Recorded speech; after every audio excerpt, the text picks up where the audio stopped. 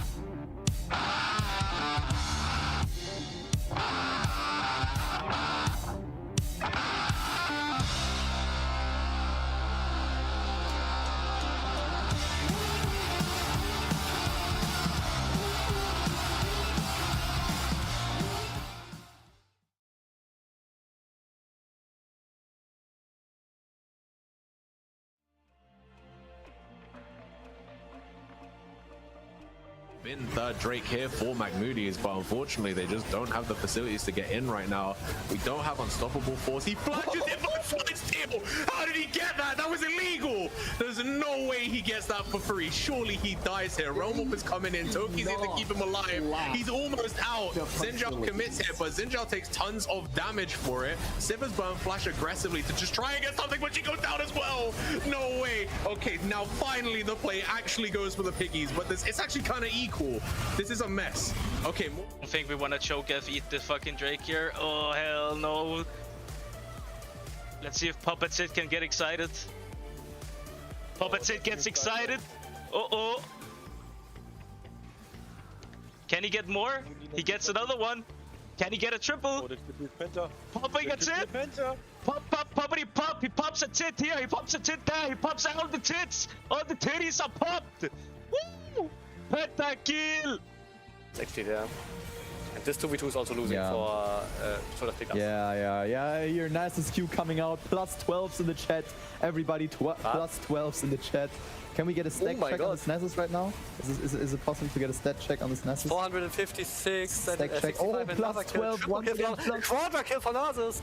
Top right. Yeah. Okay. I can see. Okay, it's 492 now. Pentakill. He gets a pentakill on the Nasus. Oh my. Yep. I have no way of helping. I'm looking here. I'm on the back line. And Bomba. Can we end or are we pushing? The bounce. Boom! Looks like that angle is gonna come here. They're gonna spoon feed it to her. They didn't know she was there, and she just gets to whoop right behind the enemy team. And now it is just Sivir and Lulu on their own against 4, and they're gonna get run down here. There is very little they can do. Look at the damage coming out by Humble. He's trying his damnedest to keep this game alive right now. He does get the double kill, but he is super low. The only thing that he can really account for here is Lulu can give him some extra shielding, but she's gonna go down. Gonna see the trade come out. Is this a penta? She got a penta. That is insane, man.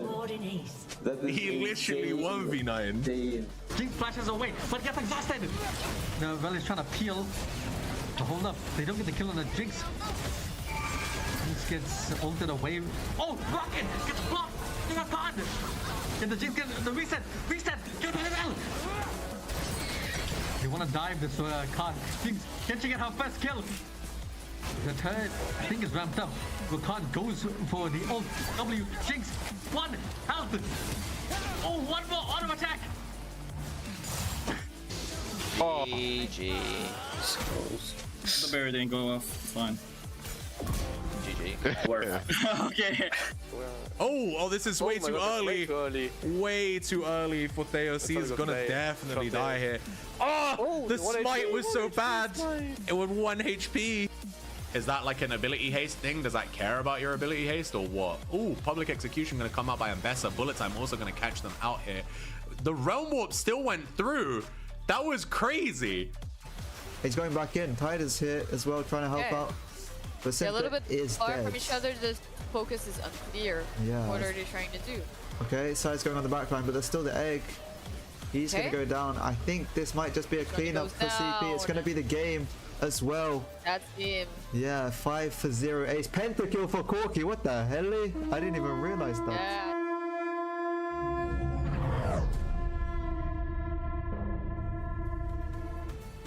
Ladies and gentlemen, welcome back to the MiniLCS Winter Open 2026. We are into the semi-finals.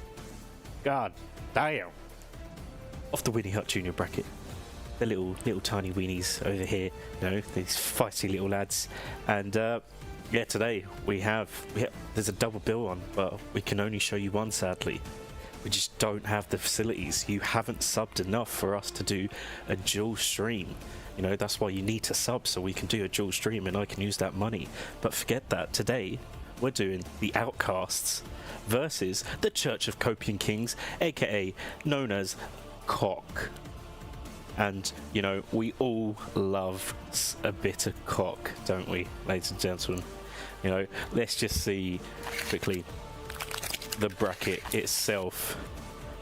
The Outcast beating my team Dagsonian Death Squad, sadly. However, as you can see here on this bracket, we were the only team to take a point. You know, Dagsonian Death Squads, we're holding true, taking it to 3 games. No other team can say that because you're all washed. Doesn't matter. We'll live on next tournament. But the Outcasts versus Church Copium Kings took the 2-0 to the Rift Police. You know, with those just disgusting memes that are just going around our Discord, with all of our mods also tuning into being Rift Police plans. You know, go fuck yourselves, doesn't matter. They're lost, and we're here, and I'm just rambling a load of shit. So we're gonna get in to our 2 casters. We have Damon, and we have Lewis. So welcome. Yeah, hello. Yeah, we are going into the semifinals, like Aaron told right now. I'm really excited to see how it's working now between these 2 teams. Hello, thank you. Yes, we are ready for this semifinals, the first best of 5 in lower bracket in Weenie had. I'm pretty excited about this game. I see that the teams have some subs, so let's see if the synergy is still there. Yeah, you said it, there's some subs on each teams, and it will be really interesting to see in game 1 how they will perform with each other, especially because we are in semi-finals as well and going into a best of 5. This could be a really good potential, or it could be a really big mistake for one of the teams that there is not the synergy in the important roles to go for the best place and maybe lose the series here, to maybe have the chance to watch the finals on the Twitch channel and not playing the finals. Yes, also pretty sure that teams have prepared some substitutions in between the games. I'm not sure if that will be the best option, because if you win the first game, maybe you don't want to make any changes, but let's see how this develops, and let's see who takes the first strike. Yeah, really looking forward for it. And we're going directly into the draft, and we're seeing the first bans are going through. We're seeing Gwen and Briar banned on the red side, while Mundo, Cive, and Galio are banned on the blue side. Some potential pointed bans for one on the other players. I saw some Briar games and some Gwen games on the other side, as well as some Xeri games, and especially Xavier, Galio, and Mundo, as well as strong champions right now, especially in the right hands. And we see the first pick will be the Jarvan, good jungler as well. Almost insta pick for the Jarvan. I think it's a really good pick if you want to try to abilitate your teammates. Now that the Briar is out of the win, that you can kind of carry by yourself. So you see a different bans kind of spread from the side of the Outcast. Let's see, they didn't target anyone especially, just getting some champions that are really annoying, like Mundo or Galio, and Sivir that it's always there, no? If the game gets long, Sivir can just 1v9. You see they reply with the Rakan, and let's see what's be the second pick for Kok. Why will I be finding the answer to the Jarvan? I'm not the greatest fan of Vi, but right now, especially with paired with the Ahri, it's a really good combo to find catches, especially against mid laners that are not mobile on the mid lane, to enable your mid laner in many ways with this combination of Ahri Vi. Yeah, let's see. We see Taliyah, as you see, like in mobile mid laner. Let's see. You can take into account that Taliyah has the E, he has the rocks to kind of stop the dashes, but still, you with Vi, you just get unstoppable with the ults. Just point and click, and your team can follow up. And we see the misfortune. I think whoever gets locked, they will just die. Yeah, with Rakan right now, and especially with misfortune with the bullet time, could be really good potential for team fights, especially in the choke points, to get many targets down, but especially with the Wiles, with her ultimate, to get one target down, and especially Kaiser with not many range into these fights could have some problems, especially in the laning phase as well in the early. But Kaiser's a really good late game scaling ADC, and that could be really interesting to see how this will work out, because the laning phase will be so much important for the Kaiser. Yeah, there's a lot of pressure for this ADC right now. kinda the one that is in kind of annulled with the Talia and the Jarvan being more like a champions that will habilitate you, prepare you for getting those skills, those engaged for you. So let's see. Miss Fortune in the other side will just be able to just poke her with the Qs and maybe delay that scaling. And we see the Chapati Master Special. We see the Swain. Ooh. I'm pretty excited about this. It could be really interesting as well. I mean, we saw some of Swain from Sai in the past, and I'm really interested to see how this will work out now as well. Especially because Swain has so many potential to just tank fights forever, especially if you not have so many damage onto the Swain. And right now it's only Kai'Sa that can be a threat for the Swain. But yeah, Kai'Sa needs to go really near on it, and there's a Vi and a Misfortune combination around to kill that Kai'Sa with the two ults of them. Yeah, we see the replay with the Brown, really good champion to just try to stop, deny the engage. But let's see, because it's as Brown, you can just try to negate it. But at the end of the day, as I said, the Vi will get unstoppable with the ult. The Swain, as you said, will be unkillable. You try to stack some HP, get the Sonias, just try to stall the time for your team to just get the damage. So I'm not sure about this. We see the Malphite though, really good champion if you want to get those peaks for the Kai'Sa, really good engages. And we see the Sylas. Wait, is the Sylas top or is the Sylas mid? This will be Sylas top lane. It is a really good matchup into... Yeah, it will be Sylas top lane. This is a really good matchup into the Malphite.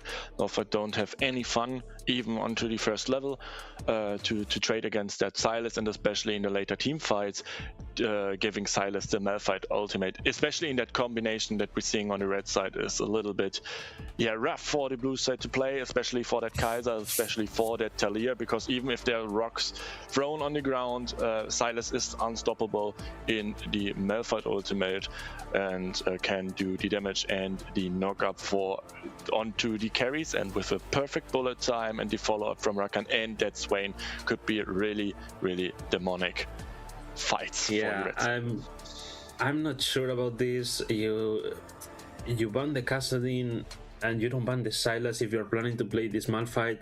I think that's a really big mistake on the draft, but let's see, maybe they are able to just overcome this. I'm not sure. I'm just seeing this draft for red side really much better, but let's see. Whenever you get into these games on Weenie Hut, you don't know what will happen. Yeah, that's true. I mean, the thing is, if it comes a little bit on how you play around that Kai'Sa, I think.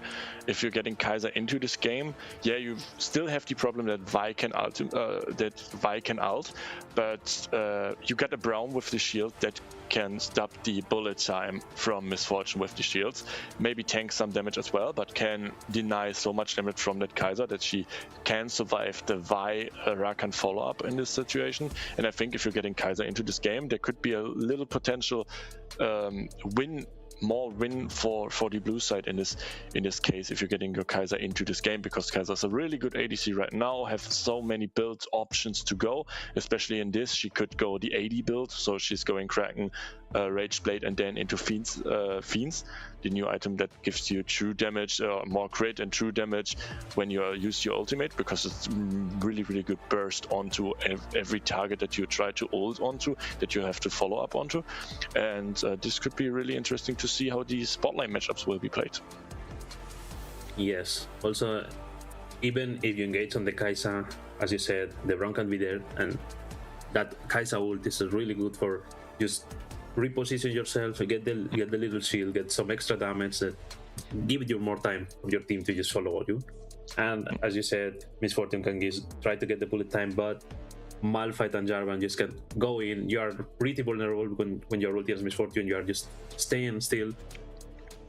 Let's see. I gotta say I didn't watch that many games of this bracket. I know some of the players. I saw that blue side jungler was playing really well, and I know more of the red side players as they are our friends. I don't want to be favorite, but I know them. I know how they play, and I'm sorry, but I do believe in them because I'm used to play with them. I know what they do, and not only that, I as we said, this draft I see kind of favorable for the red side, but I'm pretty excited about it.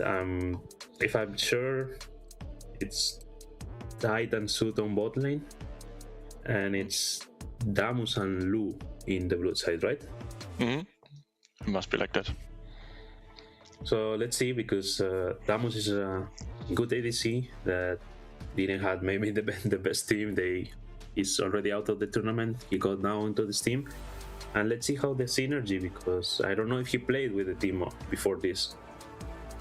Yeah, this will be the most interesting part, because you need to focus, or they need to rely on your team as an ADC, especially in this kind of matchup that we are seeing here on the red side against you as a Kaiser, because of your low range as well. And like you said, like you said before, the follow-up will be so important onto the bullet time. If Malphite and Jarvan goes for this misfortune, the Kaiser needs to follow up as well to reposition into behind her front line in this case then. And this could be really interesting to see.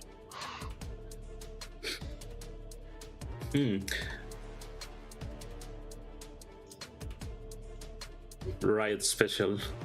Riot specials. We love it.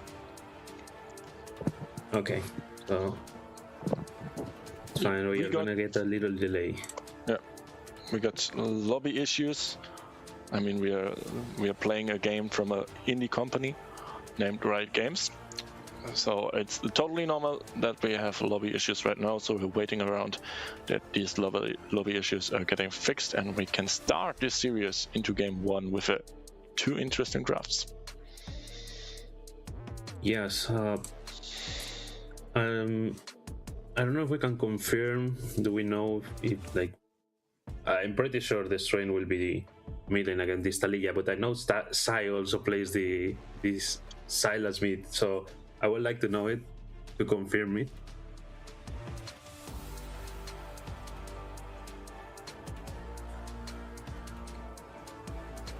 Yeah, I would say the same. I would say as well that the Swain is going top lane against that Malphite, and you're only playing the Sylas into the Taliyah to have the function for the ultimate on Malphite. Maybe not going for the best matchup for Sylas, because Sylas have some problems into Taliyah to play in. But as well, Sylas here is a pick only for the ultimate value that we got on 3 champions as well, from Braum, from Malphite, and from Jarvan, is a little bit huge here. But I think Swain will go top lane and will be like, yeah, trying just to farm up and getting a little bit tankier than my fault. I mean, it's kind of rough for the Sylas at the start of the game. You're gonna just get poked. But if you are a player that plays the game, not the game, the champion, maybe you're used to it. I've seen Sai playing Sylas with some questionable builds, we can say. So let's see if that magic is happening here, because I will be pretty excited about it. Sai, please, whatever you go, we will see. But I'm pretty ready. I'm pretty excited about it. I don't know if he will do it. Oh, true. I didn't thought about that. That could be another Sai special. Crazy. Yeah. I mean, there is no better way than you surprise your enemy in the first game, and maybe even kill them, because they will not know what they've been hit with. Getting the mental advantage in game 1 for the best of 5 series. Yeah, that's what could be a plan as well. Carrying with Wolf Bolt on Sylas in these games. This could be really interested to see what we will see there. Especially what we will see from both junglers, because we are focusing a lot on the ADCs right now. That Kaiser needs to get into this game, that Misfortune have a hard time if she's ulting. But I think both junglers will have a big part here in this game, because they need to enable their lanes. They need to play for the lanes, and we got 2 junglers that can go gank on an early level as well. I mean, with level 3, both junglers got their spells to go for the ganks, and I would say as well, you got so many potential ways to gank this lane. if we are looking on Silas as well or Talia, they both have DCC to set up a gank for their junglers. If we were looking at bot lane, Braum Stun has many potential to set up a gank for Jarvan, but as well the Rakan can set a potential gank for the Vi, and that could be really interesting because I think we will see more action around mid and bot lane and not around the top lane, because it's a Mel fight that we see against the Swain. And this will be like the director of Riot that's showing in the spectator client will always look at top when there's an auto attack flying against each top lane, and we will have so many time on top lane because they're just auto attacking each other and nothing will happen on this top lane. Wait, we see in the chat we have Psy fans. If Psy has million fans, then I'm one of them. If Psy has one fan, then I'm that one. If Psy has no fans, that means I'm dead. Win or lose, 0 kills or 20 kills, good form or bad form, I will always love and support you, even if the whole world stands against you. No. Psy getting fans. No pressure for Psy now. No pressure for Psy. Yeah, as you mentioned, these two junglers are just to prepare your team, get the kills on your carries, and they both kind of have a similar playstyle. You just go in, ult whoever is in this position, prepare the engage for the follow-up with blue side, Malphite, Braum, Kai'Sa. For the red side, you have the Rakan and the Sylas going in with you. So let's see how these early mid games go, and who can get like those little advantages that will let you snowball through the game. Okay.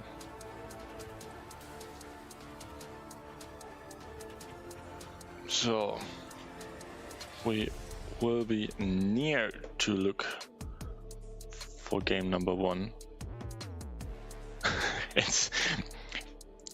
I just hate it. If this kind of mistake happened in game 2 or 3, I'm totally fine with it. It's totally cool. It's totally fine. But at game 1, where you're sitting there waiting for the game 1 to start, you want to play. It's a best of 5, and we are like, yeah, it's weekend. It's good that tomorrow is Saturday, but it's 8, and it will be getting pretty late if we're going to 5 games here. Yeah, it's already 8 p.m. People, depending on the country, people already had dinner. People are just preparing to have dinner. We don't know. People can't get that loud through the night. So let's see. I hope at least we get 4 games. I don't know about 5. That will be maybe too much for us. But at least 4. No, let's not be a clean 3-0 for whoever. Let it be at least a 3 or 3-1 or 3-2. It would be cool. I mean, I had the curse from the last cast in Prime League that all games that I casted was as a 2-0 game, so only 2 zeros was happening. But this curse ended with the last match day on the Prime League with a 3-1 for a team. So maybe the curse is breaking as well, and we're getting a 3-1 here. That would be the best case to go for 4 games, maybe.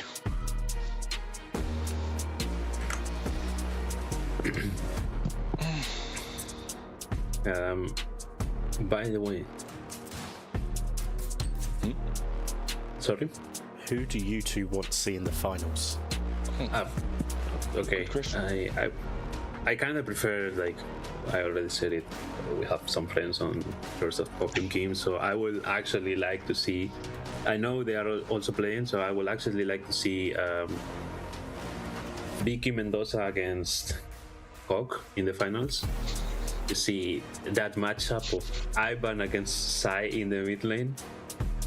That will be pretty banger final, if you ask me. Yeah, going with it. I mean, to see these both team against each other, especially, I mean, maybe a little with the biased voice now from me, seeing each friends against each other, especially Ivan. I mean, there's a little bit history between Ivan and the split and me. There's something, there happened something in the background, and I would totally like to see this final of these two teams playing against each other and maybe getting to game 5 in a final. That would be awesome, in my opinion. Yeah, let's see. I mean, Ivan, to be honest, as someone that has played with him, he should not be in this bracket, let's be honest. No. So as my previous teammate, I think he should be in middle at least. So let's see if he's not a fraud, because if he doesn't win, he will be the biggest fraud of the tournament, not gonna lie. So oh yes. Yeah, I think it would be a dream matchup for finals. I mean, they're playing right now as well. I think the other semi-final from between these two teams. They are playing against Team Zenith. Sadly, we're not like in football. We can't do like a conference between two games. It would be awesome as well if we could do that. But maybe next season. Maybe next season. Okay, production. I'll be there. Maybe next year. Yeah, we will look forward to it. Yeah, as you said, we're used to football. More than one game at the same time. Just being with the production help, being from one to the other. But let's see. Let's hope we can get. No, we can't, because the game will be streamed tomorrow. We will not spoil it. True. We can't.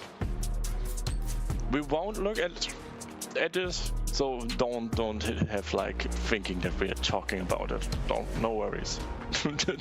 you can look at tomorrow up what will happen to this game and who will be the second finalist of the Weenie junior bracket.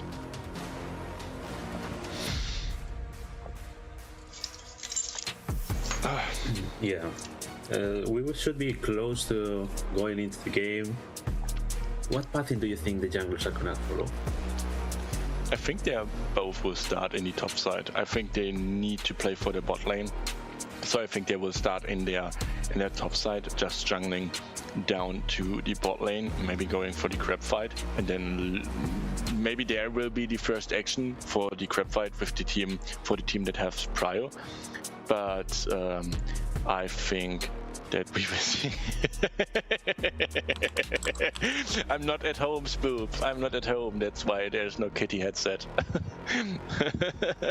Just as answer. If we get to game 5, maybe I'll turn on my camera, Magnus.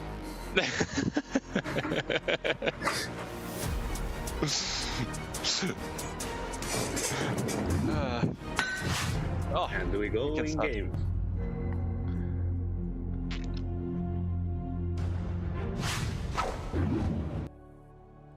And there we go into game number 1 of this first semi-finals between these two teams. We saw a long this draft, but now we're ready to take the game 1 and see who will have the opportunity to start with a favor into this series and start with the first win in this best of 5. And we can confirm we have the Sylas mid lane. We see pretty standard runes for both of the teams. Comet for the Malphite, just Conqueror on the Jarvan. I don't know about the Electrocute on the Taliyah though. I'm more used to seeing her with the Phase Rush, but maybe he knows something that I don't. I don't play the champion or this matchup. Yeah, I was thinking as well, the Electrocute is a little bit weird in my case, because if you're getting your full combo, you're getting the Electrocute really good popped. But I think Phase Rush is the way to go, or you could even look maybe for a more poke against that Sylas. Because you got the more opportunity to go for this poke, because Sylas needs to go near the minions, so you have the perfect opportunity to poke here. The Sylas maybe out of the lane, making him a harder laning phase. But we will see how the Electrocute will go on in this game. If we're looking as well onto the other summoners, we don't see much difference. We see the misfortune with the first strike, so we can assume this will be a lethality misfortune to only play for the ultimates, and that would be as well great, because we talked about that the bullet time can get interrupted so easily from Melfort or Jarvan, and with that, if you're getting 3 or 4 waves of the bullet time out, you're doing so much damage with the lethality dot. And we were saying about the electrocute on Natalia, but she also has ignite instead of ghost or TP, which are the usual summoner spells on Talia. So I guess this Talia is just going full aggro, trying to get the extra damage that in case this Kai'Sa can't, and just be like a second carry in this game. Yeah, we will see how this will work out. We see not both junglers jungling from the top to the bot. Vi started in their blue side, now going up to the last camp to go for the grab there, so both jungler won't see each other for a long time here. And we see as well Jarvan can't go for the gank here because the lane is always pushing for the blue side, and as well Su needs to be careful, there is no mana on this Misfortune anymore. Yes, Misfortune has no mana, but still she has proc the first strike some at least once. We see the Jarvan again here. I just ward the bush. They are pretty safe, as you said. The lane is pushed. There's not much that the Jarvan can do. We see the Vi is just taking top scuttle. They are just even in farm. It's pretty normal early game. Yeah, we see. She cancelled the back, but yeah, she can't really engage on that. I think doing a little bit of pressure to get the wave in a better state for Swain here in this case, but I think it's still freezing near the Terra, or it's a slow push. I don't see it right in this situation right now, but we're getting now the base as well onto that Swain. I can go sing with the W, just a little trade. Braum just Qs, but they can't proc the passive, neither Braum or Kai'Sa. Just like a little bit of poke, trying to get this wave push as Misfortune has nearly no mana. Only the auto attacks can now save here to do a lot of damage to them.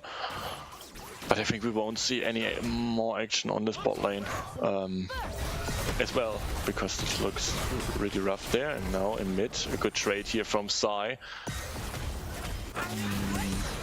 Rakan goes in again. But this Rakan just goes in and go out with this high mobility that he has.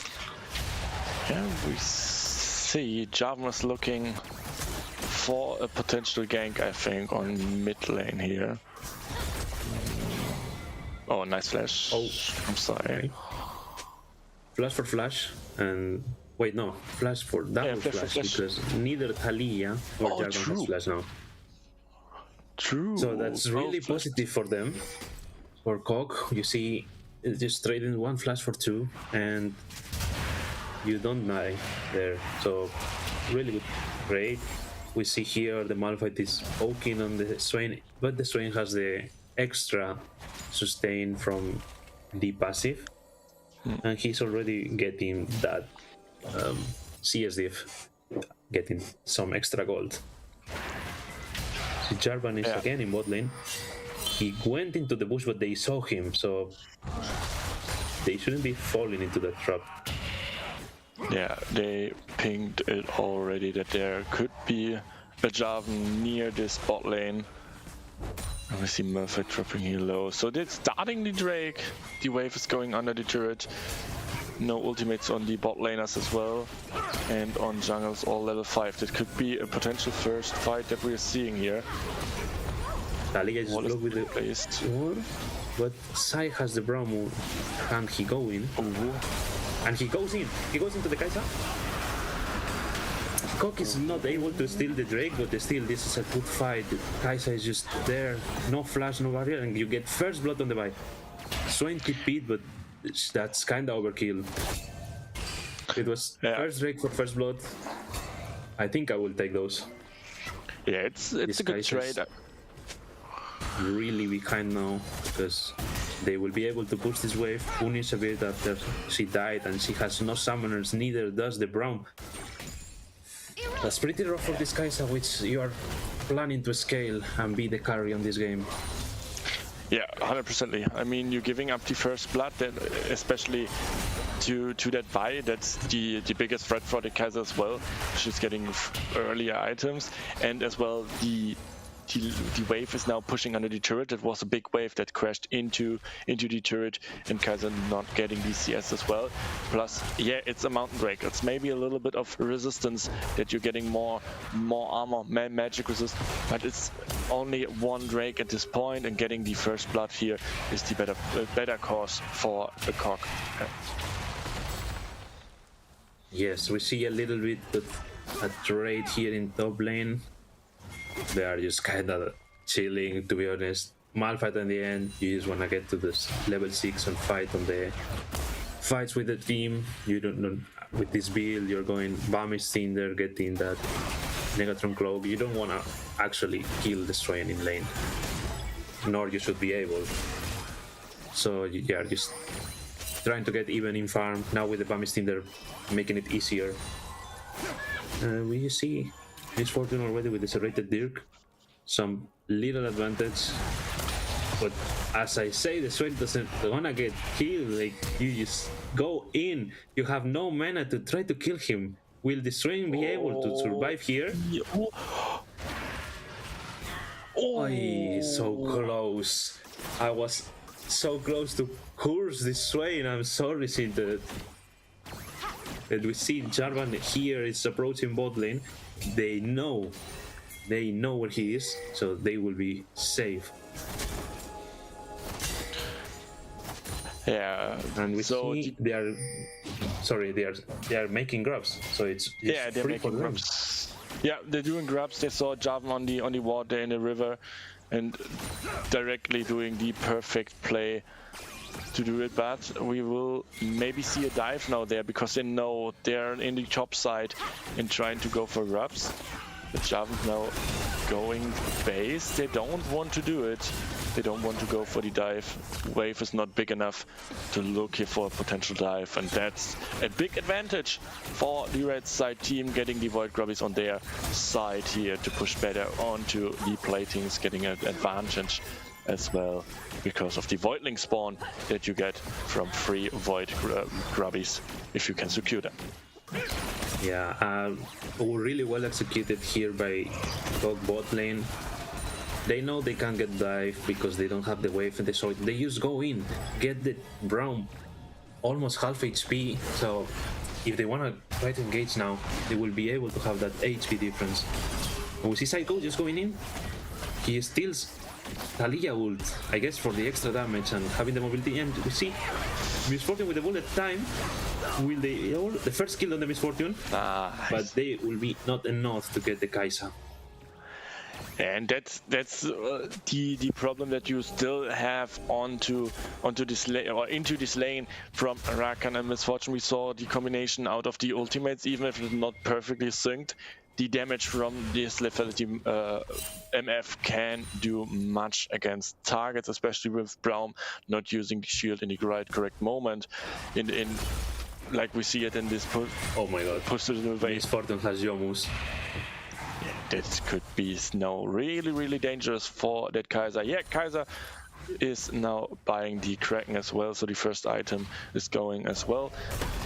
But this Kai'Sa will be a little bit behind with the evolutions because not of the buy of Cull. Because if you're buying Cull and then going for the pickers into Rageblade, you have your Q evolve instantly and a little bit earlier, because now you need to finish Rageblade first or go for a longsword as a little part item to get your Q evolve earlier. Yes, this guy has a really good farm. He's even up in CS, even though the laning is not being the best after that Drake fight. We see blue side is trying to get the second Drake, this Ocean Drake. They have really getting really good Drakes with the Mountain, and now pairing it with the Ocean Soul Drake. they should be able to just get it for free. Buy it a bit late to the party, but let's see. Maybe he just goes in and steal it.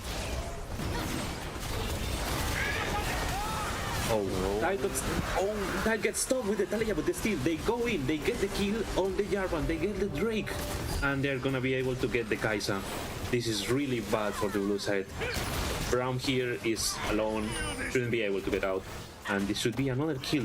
This Fortune already has 2, will he be able to get the 3rd? No, Bai gets the kill. And that's this is really rough. Oh, that's totally big for the red side. Stealing the Drake in this situation, winning the 4 versus 4 without that anyone is dying, and getting more kills onto the carries as well. That's a really good outcome for the red side, and it totally means as well that the blue side need to be careful now, because even in this top lane matchup that we're seeing there, the Malphite is 2 level behind of that Swain right now in the scenario. So on every lane, it's not working perfectly how you thought in this draft to go for the blue side, and that could be a potential to have many more issues in the later part of this game. Yeah, we start seeing how the gold diff is building, and we see replay. Oh wait, we don't see. We don't see the replay. But now you start seeing the gold diff. You see Miss Fortune is 1.2k, and we actually see the replay. Ah, yeah, we see the right replay. We see. Yeah, Aliyah plays the rocks really early. Yeah. Placing really early, and then it's like the smite is not coming out. Vi is smiting perfectly here, and then you can get 1 after 1, getting 3 kills and the 2nd Drake in this scenario for the red side. The 1st Drake for the red side, getting the Ocean Drake here, and it's a really big fight for this red side, because we're seeing it now as well.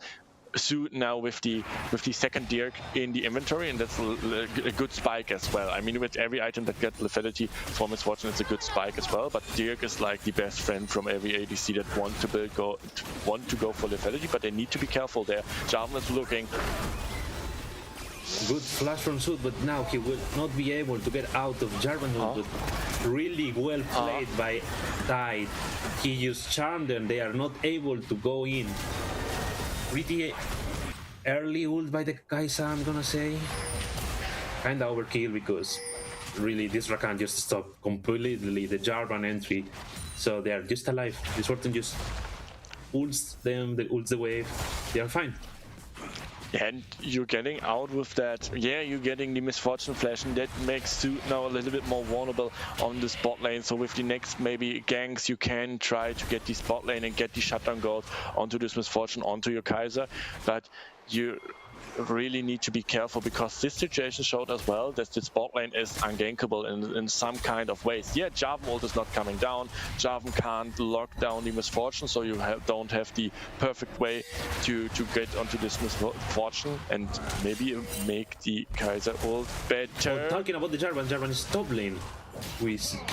Swain has no mana for the ult. He has to flash out of Jarvan ult. Will he be able to survive?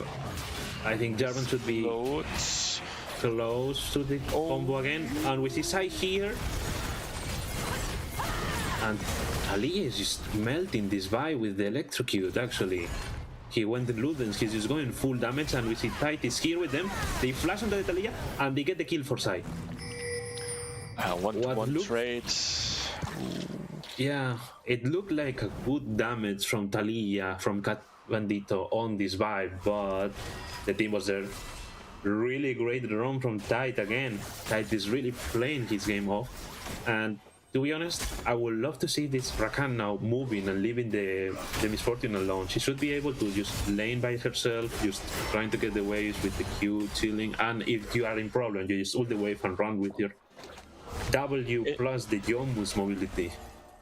It's especially point is now with the Talia's dead, you moved your bot lane on the blue side into mid to play for this Herald, and that means Suit had much time alone there on the bot lane, getting a big wave under the turret of the blue side and getting a plating with much gold for him as well. So the gold lead is going up and up and up for Suit in this matchup, and now you're placing Suit as well into the mid lane. So it's a 5 versus 4 situation. Talia getting up her ultimate right now. But we see they know Talia's on the bot side. She won't be in time on top lane, so you will secure the Herald. Maybe you lose the first turret for it, but that's whatever, because you get the Herald. You can do a big important push, especially in this mid lane, getting this tier 1 turret, getting more pressure onto the map. Trading. Yeah. Really well response from blue side. You know they're there. You don't know you can't even contest it. And instead of going for the first tower, which will be good because it's mid lane tower, but still they have Herald, so they will be able to contest. Just go for the second Drake. In this time, the Cloud Drake, which will be good for the mobility. The extra mobility will be good for this. And yeah, as you said, Suit had a really good time alone. He's now 2k up and has completed the collector. He has 2 items on this Misfortune. He should be able to melt any squishy champion. Then only need one good the quickness from Rakan or one good engage from that Vi, and the bullet time can melt through the champions of out here in this scenario. You will get the turret there on top lane now as well. It won't be the first turret. The first turret is fallen to the blue side on the mid, so they got a little bit more pressure to the red side jungle now. But we don't saw any fight with a Swain into or a Malphite into, and this will be looking more interesting as well if we're getting to the point of 5v5s, especially because that Swain looking pretty brutal there on top lane right now. Yeah, we start seeing this gold diff is building up to 3k, though most of the gold is on Suit. Will he be able to deliver? At this point he's being able, and to be honest, Tide is just playing really great. They are being capable of just engaging with this by Sylas and Rakan. So we're pretty sure they will be able to get the next objectives if they play with this Herald. You see, Malphite is approaching mid lane. Misfortune has flash in 8 seconds. Will they go in? They don't know, and he goes in. Kai'Sa goes in, but he gets stopped by the quickness. So just got the flash back, and he gets out. And we see the TP here from Sai, but this. Oh no! They continue the fight, and he stops the engage by the Jarvan. Vi goes in. Rakan tries to go, but to be honest, Rakan W sometimes is hard to hit. They kills the Kai'Sa under the tower, but we are not watching this. But in the other side, they were fighting the Malphite out of the camera. Sadly, Sinter just dies under this tower because he's not able to get out of this Jarvan cage, but we'll just throw the Herald, get this mid lane tower, and still they got more kills than the enemy. This is another fight that you win. But it was a really good try from blue side. Sadly, this Malphite is really behind, and I'm not seeing this build. He just went. I don't know what he's going there.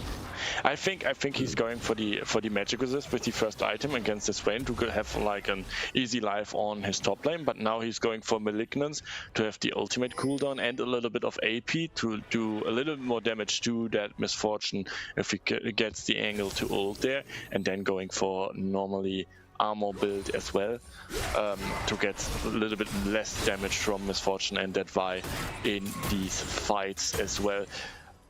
It was a really good team fight that we saw there in this case. It was a good catch onto Suit that again you needed to use Flash to get out on this situation, but they don't get that Misfortune. They don't have the damage right now to kill that Misfortune. And we saw again that Kai'Sa is ulting in, try to follow up instantly, but now we're seeing first the gank from Jarvan here onto Swain. Yeah, Swain has flash. He should be able to get out. He should have ult. I'm not sure he's close to get his ult back, but he flashes out, but still, Jarvan just ults you, you are trapped, and he's dead.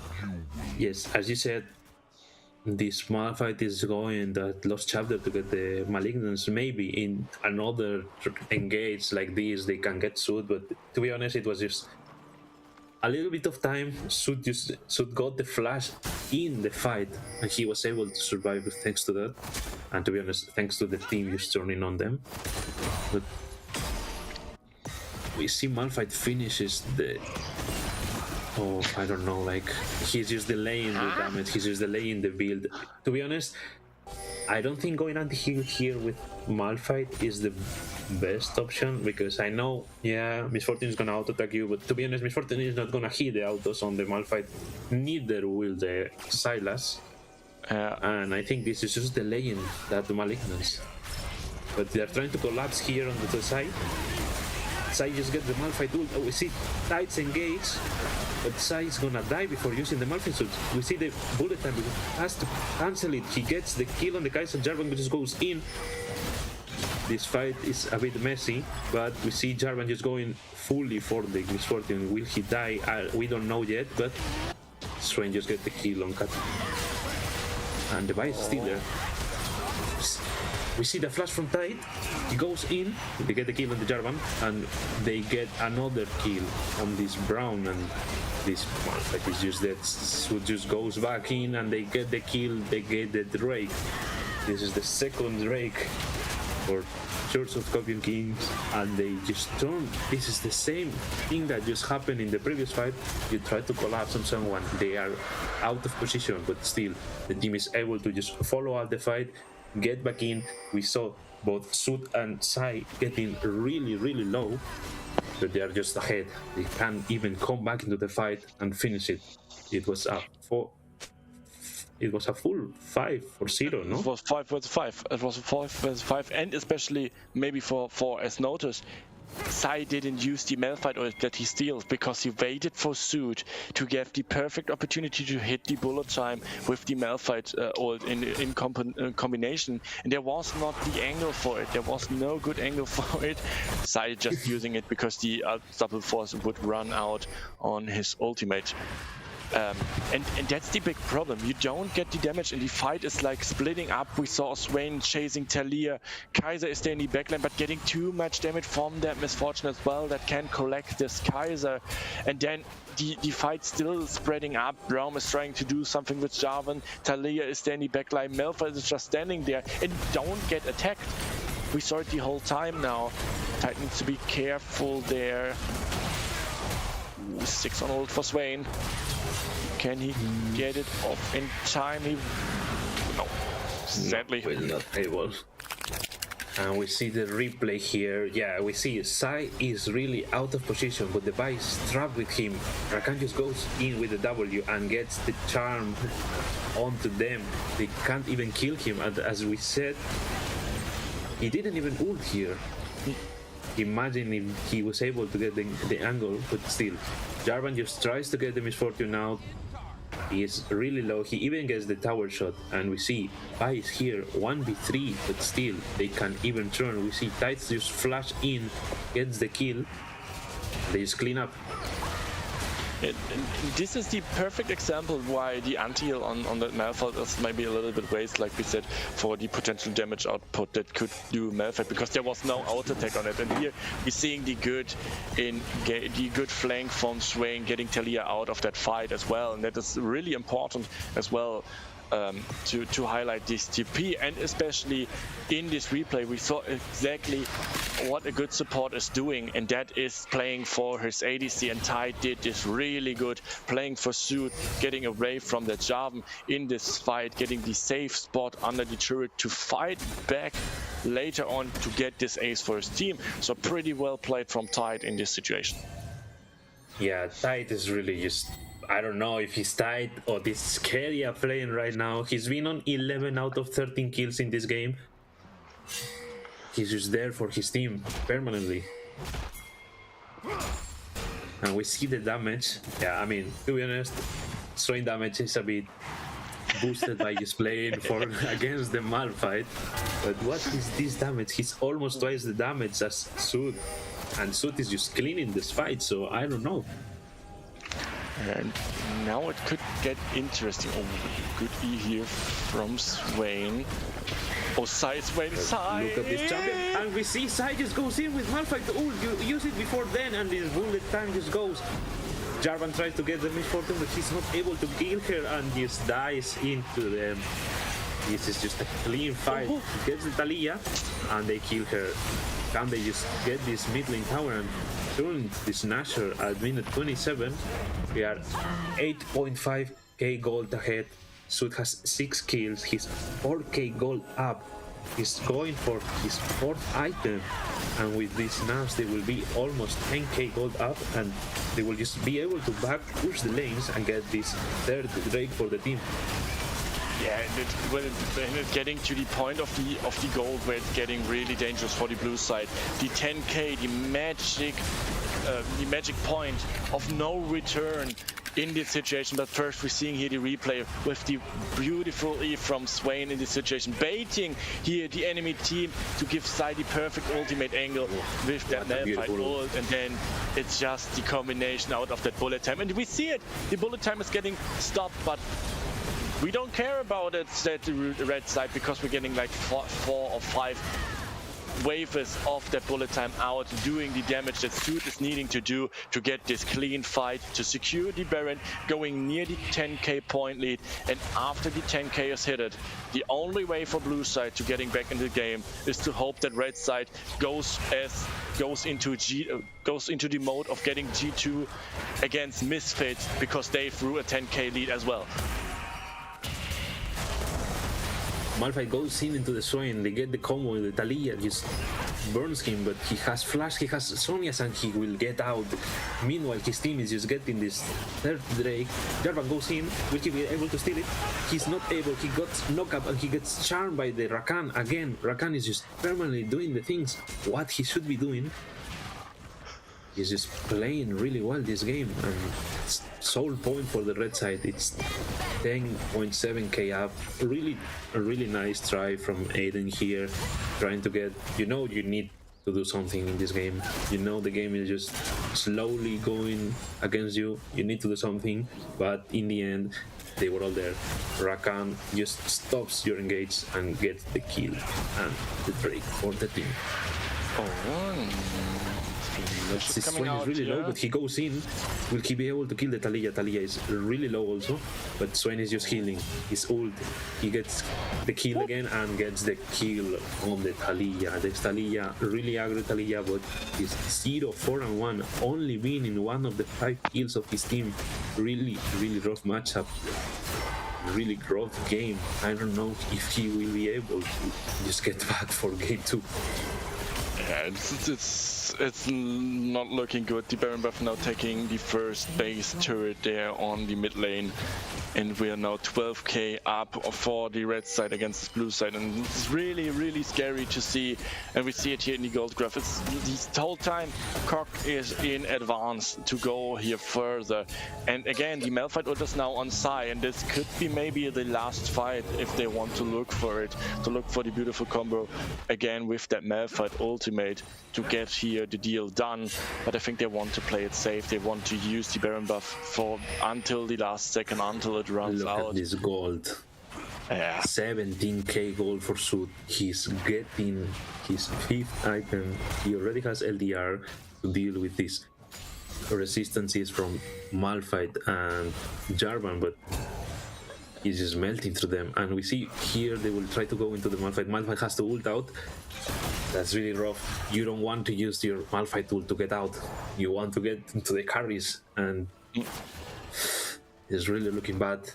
We see Jarvan getting the Guardian Angel to try to just engage, get some time, and hopefully for his team get the misfortune, but they have not been able to get her, and I don't know if they will be able in the last minutes of this game.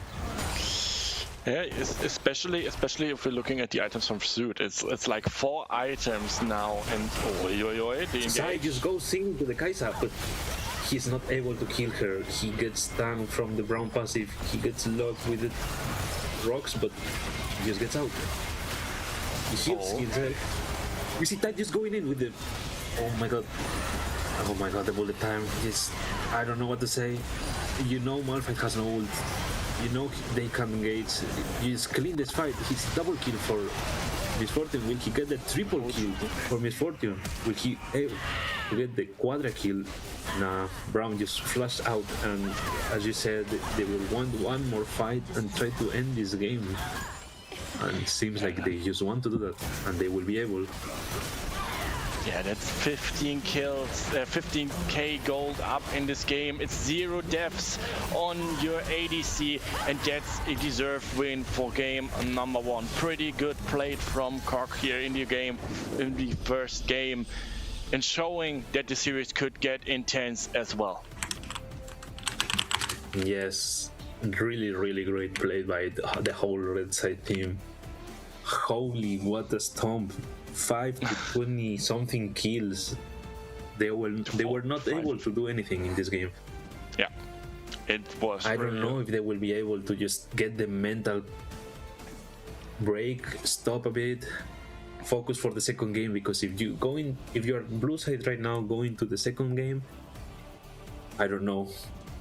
It's really hard to come back from this. As we said, first game is really important into a really long series. After some delays, we don't want to see them tilting already, so let's see how they go into the second game. But as you see, the goal difference playing against Cock is really hard.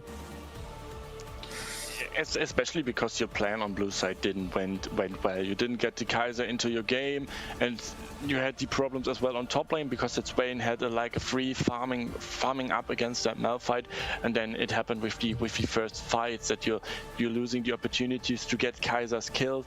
You don't get to the point where Kaisers getting early fed snowball the system, and it's Suit that taking the DC and AD carry for real, carrying that team with 0 deaths, with the kills and with the gold advantage to the victory for game 1. Yeah, we were kind of skeptical about Sai getting the Sylas into Taliyah because the matchup should be kind of harder than it should be as maybe the Swain into the Taliyah or the Sylas into the Malphite, but he just delivered. He didn't need to be the one dealing the damage, just getting that, as you said at the start of the game, getting that Malphite ult, just engaging, and we just saw it. The blue side need to use the Malphite ult to get out of the fights, and for the red side it was pretty beautiful engages with that Malphite ult. Yeah, 100%. So after this insane game 1, we're looking forward to see what will happen game 2 if the Outcasts can come back from this first long game, or if the Church of Copium Kings, short for Cock, is getting back into the state that they're playing late game 1 and can maybe go with the same thing into game 2. Yeah. Yeah.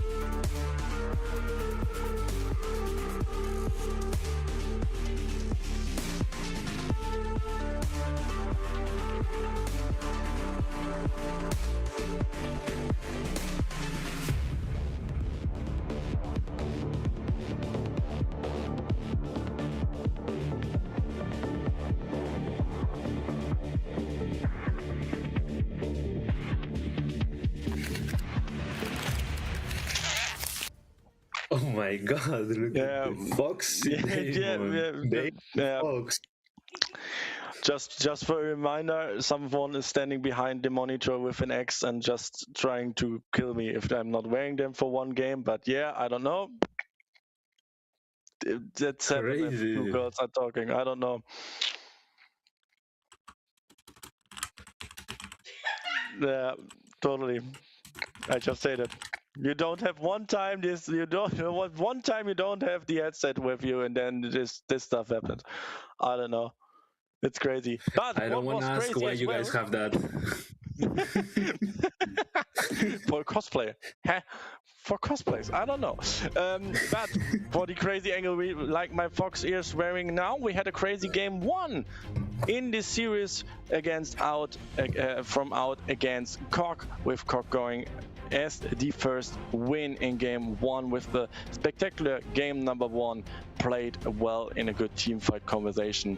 Was fortunate and that Rakan played it really well on the bot lane, and the whole team laid out the team fights really well to find the way for the game 1, and now we're looking forward for game number 2 that should be coming up with the draft in some minutes. But we can go back for game 1. And I think there's not much to say then. That was a banger game. Yes, I said maybe we get like a 4th, 5th game. If the plot is the same, if we see the same thing happening on the second and third game, I think this will be a really fast and clean 3-0 sweep. I hope not. I hope we get more action. I actually want to see more games, different picks. Maybe they will pick Ari for you with those ears. We don't know. Or maybe he's just wearing the ears for the Rakan, because that Rakan was beautiful from Tide. Yeah, 100%. Everywhere. Yeah, now it will be interesting to see how Outcasts now coming back as well from that, because we had a long pause in the first game to start into game number 1, and that was a little thing that can be mentally as well a disadvantage for you as well. And then going into this game that goes 31 minutes long and losing like that could be a thing for game 2 to hold up the mentality now back as well. But we will see how they will come back maybe here in game 2 and maybe changing their plans in the draft a little bit, because there was some issues in this draft that made the game a little bit harder but not losable first. But now we will see how the mistakes can be fixed maybe, or how Cock maybe can come back to go for the batch point. Yes, let's see if they have a better drafting, because just picking that Malphite and letting the Sylas open when you know enemy team has a player that actually plays that champion was a really big mistake. We saw that they flexed the Swain, which was a really good pick also here. That Swain was almost unkillable whenever he had flash or ult. And let's see if they can fix those problems for going into this game 2. I don't know if we can confirm sides for this second game, but okay, we see they switch sides. Cog will be blue side and Outcast will be red side. I was thinking about that, maybe now having red side, being able to counter pick and maybe getting a better angle at the start of the game and a better draft. We see again this barrier ban and see the Xingdao ban. Another time, another game, another bans on this jungler. And we see they reply with the Aatrox and Galio. Yeah, we're seeing like the first bans as well. I mean, Xingdao as well now as a good jungler in particular. One of the bruiser junglers that's really going hard right now, and Gwen now getting as well banned. Really strong pick for the late game as well to shred through everyone that want to go in a way, and Mundo as well. I think it's the same bans as in game 1, so no changes of the bans. I think there was a Seri somewhere, I think for the Aatrox, I think from the Outcast. on this way. But now we're seeing the first pick is made, and it is Nico. A good first pick to do, because we see Nico often on the support position, but I would say, because Sai is in the game, this could be maybe a potential Nico mid angle as well, because you need to count minions right now, and do that the minions are one less at a later game of time. It could be really interesting if all of the people that here in game can counter it, because your teammates and the enemy can get result from Nico going. This draft is looking really good for blue side. I'm liking this Ambessa and Mordekaiser, really aggro champions, or really your players that actually played well. You are on a streak, you're already heated from the previous game, so you want to play champions that you will be able to carry and just destroy the game, and Mordekaiser and Ambessa are champions like that. And as you said, this Nico, he can be mid lane, he can be support, he can be everywhere. And they reply with Skarner. I'm guessing this is a Skarner top lane and Trundle jungle, but let's see. I don't know about this Skarner, I don't know the draft, or like I don't know the matchup, but let's see. I would say the difference. I would say maybe it's a Trundle top lane angle against Mordekaiser. That you thought about that and going Skarner for the jungle position, but we'll see how this works out. Now we're seeing ADCs is getting banned and supports are getting banned. Aphelios and Sivir are out of this game as well. Lulu and Millie are going out, so every supporter that can support that Jinx shouldn't be here in this game. That could power up her really, really well, but we will see another Empower support here in this position, and it will be Nami. And I'm hoping now that we're seeing some aggressive playstyle from Suit and Tide there in the bot lane, especially because Jinx is not mobile carry, and as well Nami is not mobile, and you can maybe punish that if you're trying to go for a aggressive lane here in the bot lane as well. It's maybe as well the Nico is a potential that they're going, and it will be second support. It's Zek support. Is the Tide is going for the Zek support. He's going for it, and you just saying they have an immobile bot lane. Jinx and Nami can't. They don't have dashes. They don't have anything. Only the extra move speed from Nami with the E, or maybe the Jinx passive with the reset. But they just counter that with a double. I want to go in bot lane, no? And we see the Veigar for the dot scaling, but double scale into this team, I don't know. Yeah, I'm really interested to see how this deck will perform there on the bot lane, because like Falcon wrote it in the chat, Nami can be a tough matchup for the deck, because so many spells can cancel this deck as well.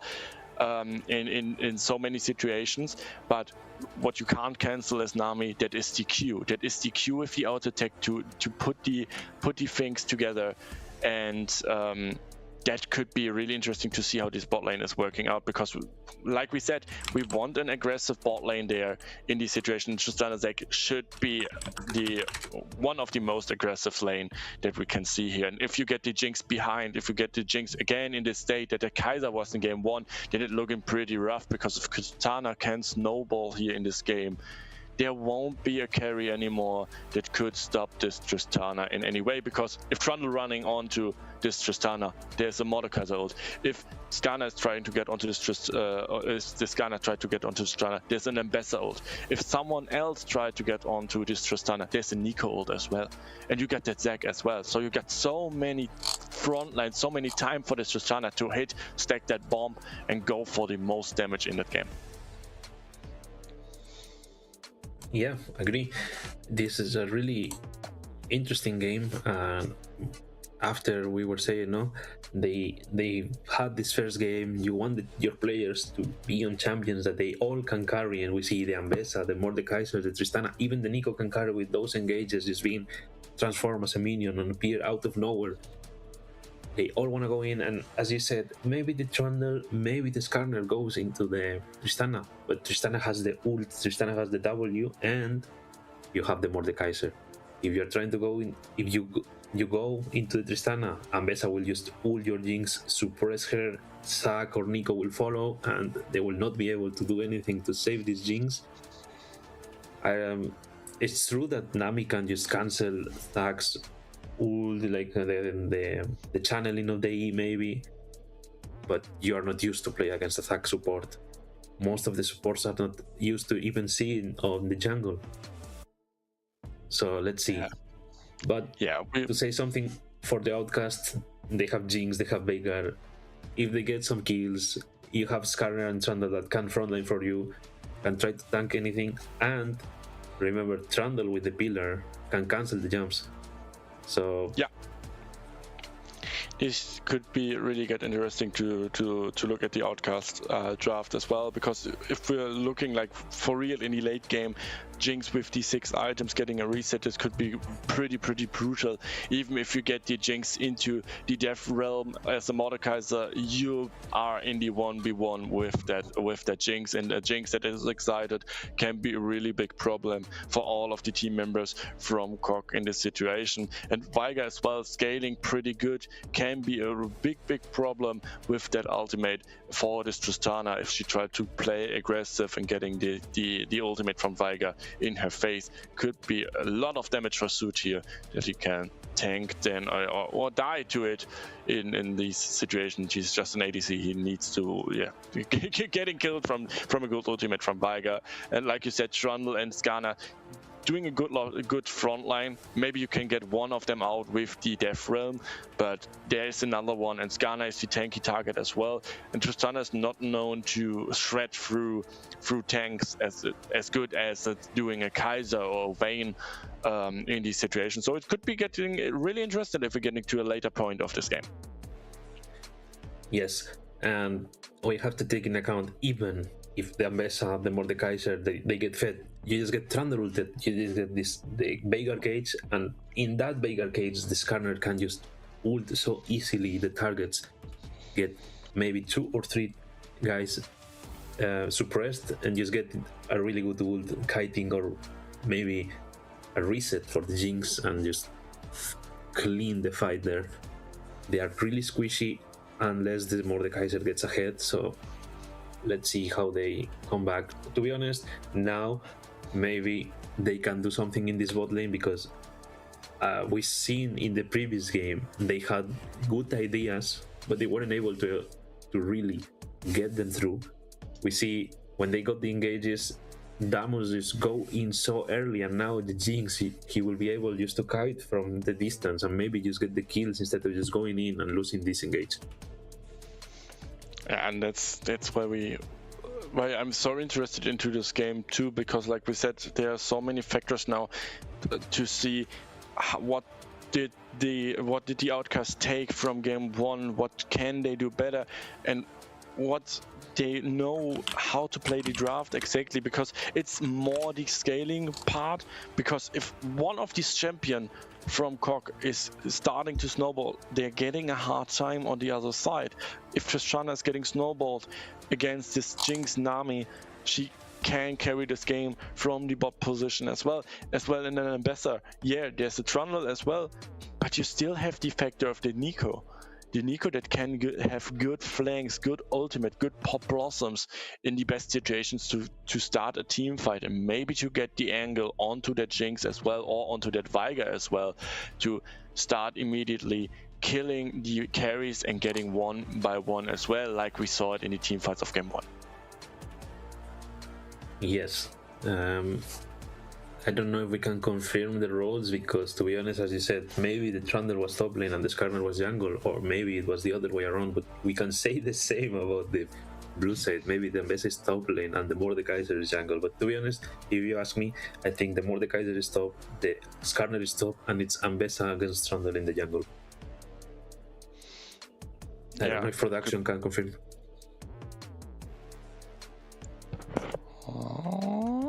We're waiting for confirmation, but we don't get one. No, we don't get one, so we will need to wait. Yeah, there's so many angles for each of these picks. I mean, it could be as well a Jack Jack. Yeah, Jack. Jack in the jungle. Who don't know? Jack, the mighty Jack is now playing as well.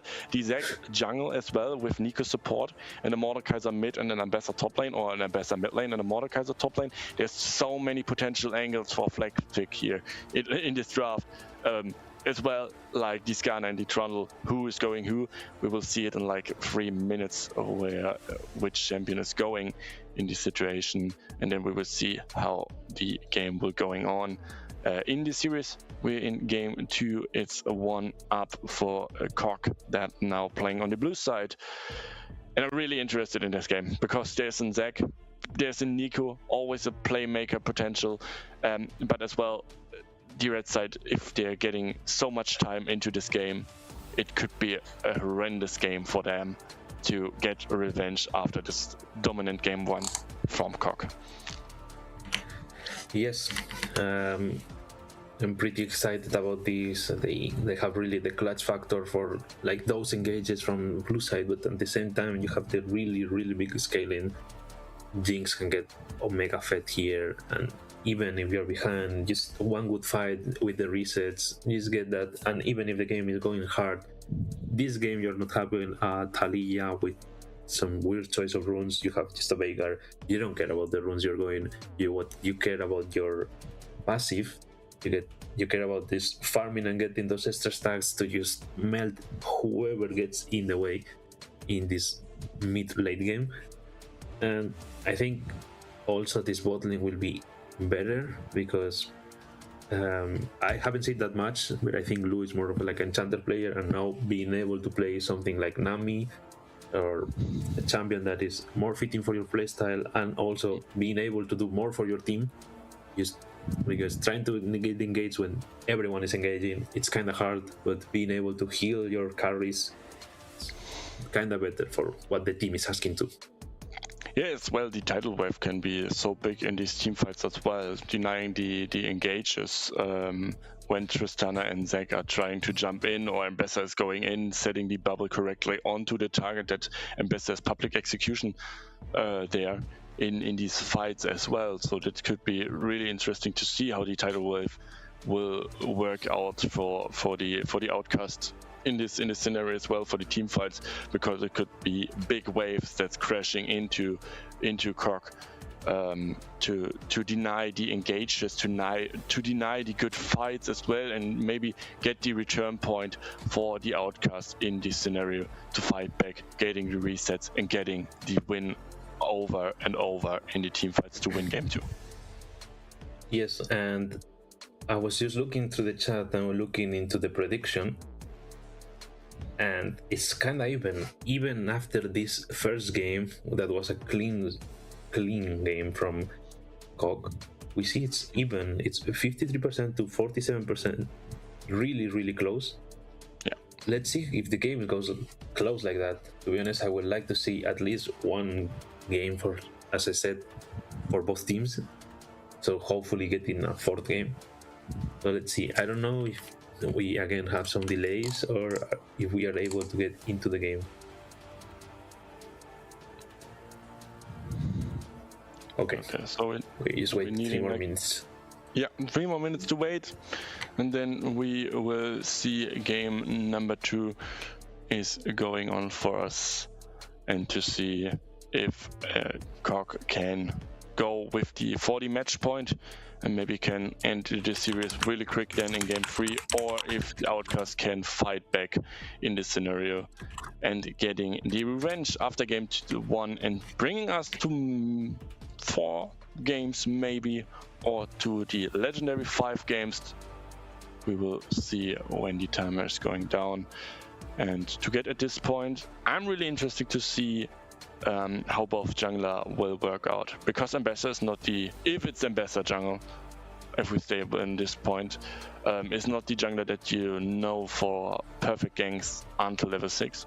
So Ambassador will farm a lot, while Skana or Trundle are known to have the advantage to go for level 3 ganks, and this could be maybe a thing if you can use it correctly on your side because you got the advantage that you are the jungler that can gank earlier than the enemy jungler, and if you can take the advantage, maybe you can take the advantage for the whole game and can maybe help better than in game 1 to bring your carries ahead in this game.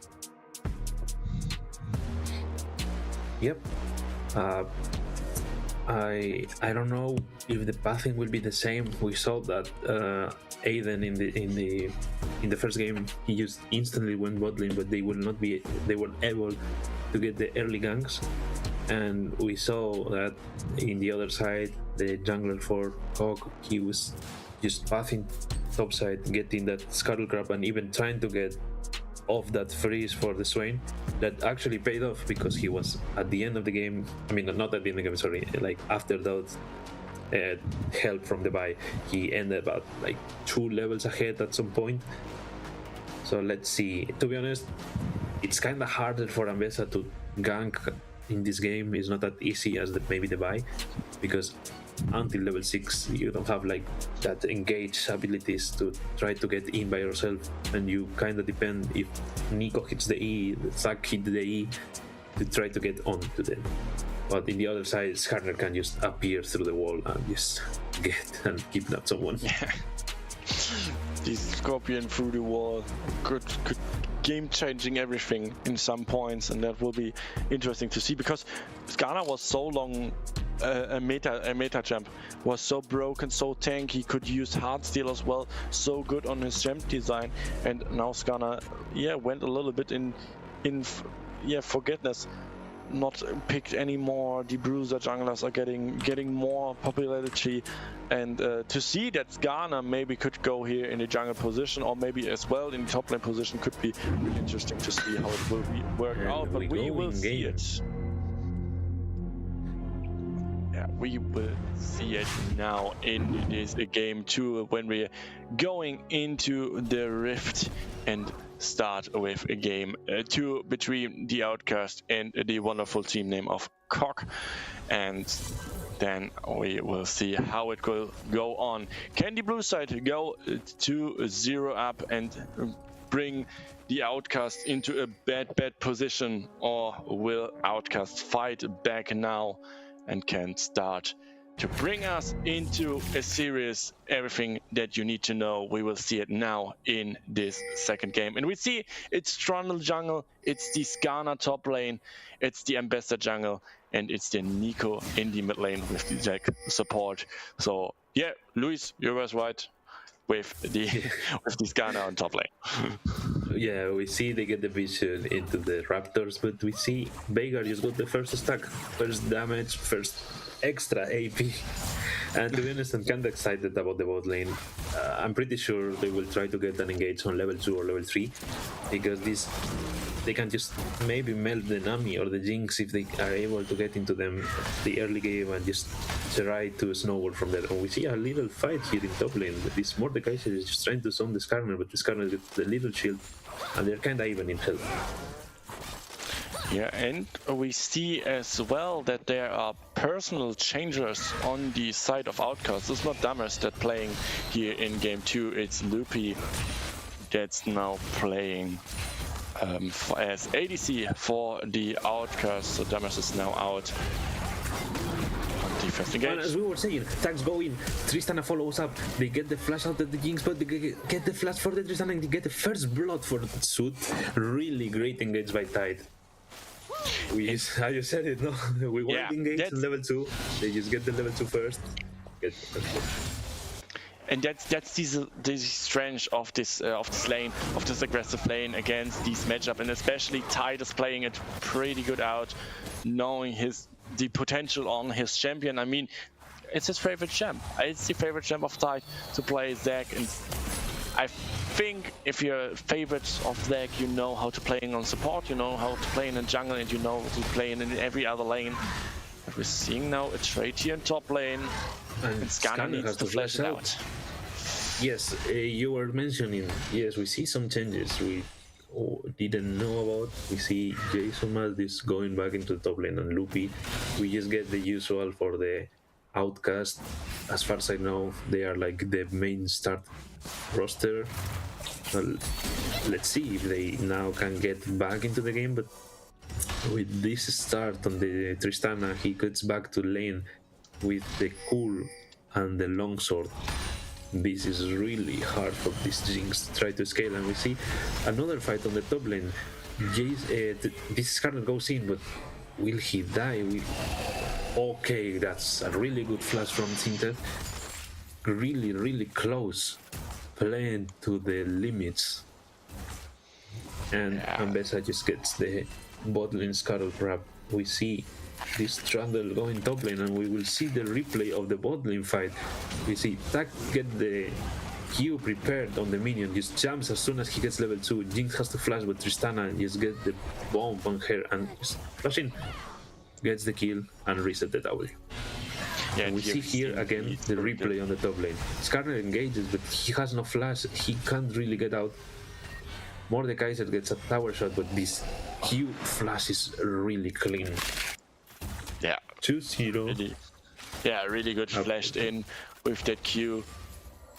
And that's not what you want on the side of the Outcast. You want a slow game, you want a good early game. You just want to survive that early game with no pressure to make any champions here snowballing, but it's not looking good. Skarner now trying to again engage here as well, and that Mordekaiser is doing so much damage with that isolated Qs. And Skarner don't find any home here. Yes, it's kind of rough, and we see Tide is just roaming already, level 4, and he's already roaming, trying to get some pressure here, but he's not able to do anything as just Veigar is really far. But in the meantime, Suit is just chilling. He just wants to get the cool, he just wants to finish and just farm alone. And right now, I don't think they will be able to even do anything. But in top lane, the Skarner wants to get some damage on the Mordekaiser, but every time he goes in, he just gets out-traded. This Mordekaiser with the Giant's Belt, he will just survive and deal the damage with the passive and the isolated Qs. We will see how this will now work out. Especially if you don't have vision. Tristana just goes in again, sucks. Queuing, but he's not able to commit into the engage. But still, you get the flash out of this Nami, and the next time you try to engage, she will be dead. Yeah, and that's the thing. You don't have that much vision to vision everything, but now they need to be careful. He goes into the... They are low. Tristana goes in, follows up, gets the kill on the Nami, and he will get the... That's it. As I just said, Nami without flash, even with the Trundle and the Jinx there, Cactus goes in, prepares the Q before just jumping. Just slow her, go in, get the knock-up, and Tristana just cleans that. We see Skarner here trying to get some gates, but this Mordekaiser has ult. He throws him away, and he's able to kill her. Oh, that was gets the kill. Gets the kill thanks to the minion, and he dodges the Dax Q. Oh, that was really good for the Outcast, getting kills on this Veigar. Really unfortunate for Zapate Master here, dying to the minion. That 1 HP, he was almost surviving. But the game is kinda the same plot as the first game. You get kills on the ADC, kills on the top laner, but we see Trundle it, and we see a pause. Oh, no, we don't see it. We don't see a pause, and Trundle just cleans. You know this Mordekaiser doesn't have ult, you just ult him and just kill her. A little bit overforced there from the Mordekaiser to stay there, getting the return kill now onto that Mordekaiser, and the kill for Trundle to get something back here in this fight, in this game. And especially that kill on Trundle looking good as well for his champion, who's trying to go for Trinity and finish this item then earlier with that kill. And now we are going back to our beautiful face. Yeah, looking like a Porsche. Not more the Fox Demon. Sorry for the fans in the chat. But about this game, It's kind of hard, no? Yeah, you get the kill on the Veigar, maybe you will be able to try to snowball through him. I mean, you just get the shutdown on the Trundle and maybe he will be able to stop someone. But we start to see the same and the same again. Kills on Suit, kills on the top lane, and we see the replay here, no? Even knowing the Trundle is here, it doesn't really matter. He can't stop the jumps and the Rosa pillar really late. It's really easy for Tristana to just get the kill, free cash in, and here Skarner had no mana. He tries to get the Mordekaiser close to the tower, but anyways, Mordekaiser with the E pulls the Skarner away. He can just tank this tower and get the kill for free. And the before the Veigar died, we see the minion. What is this? This Zapati Master just walking, chilling. Oh, what happened here? Oh, but that was smart from Sai, but the damage is not totally going out, and the flash is coming, and the one so unlucky died to the minion. Ooh. But it was good played as well from Sai in this situation. Maybe not the best outcome for him, but sending the clone for the cage to get it out was pretty good played there. And as we said, pretty good play. Yes, we're going back into this game after the pause. And yeah, like you said, it's a little bit cooked now, this game. A little bit hard. It's not cooked. I mean, they're only 1k gold up, but it can get really more rough now for the Outcast on the red side, because getting Jinx now in the good position is now a little bit harder due to the 2 kills on Suit. And if I'm looking right, I think Suit is now building the Hex Tech optics first. I don't know if it's I think you need these core items for this, and it's a pretty solid item, or got a pretty solid item now with the buffs that it got. You get more range out of it after execute, and you don't need more range to do the full damage from this item. And on Tristana, that's getting more range on it. It could be really interesting. So now we're going back into the replay, seeing this solo kill there from Trundle that uses ult. Again, just chop. There's a Mordekaiser down here to get the shutdown gold onto Trundle and getting the literally now onto the Ambassador in this situation. Yes, like really hard to execute here from Trundle. I'm joking. It was really good move from Trundle, just getting that kill and that shutdown into the Mordekaiser, getting the extra gold. And even if Suit is ahead, we can see this Jinx having the BF sword. It's really good for the Outcast side, because it's even while getting killed and getting a bit out. Wait, we see Zac going in. He goes in, hits everything, but Jinx gets out. He survives really low. Doesn't even need to use the barrier, but he goes in again. Really close.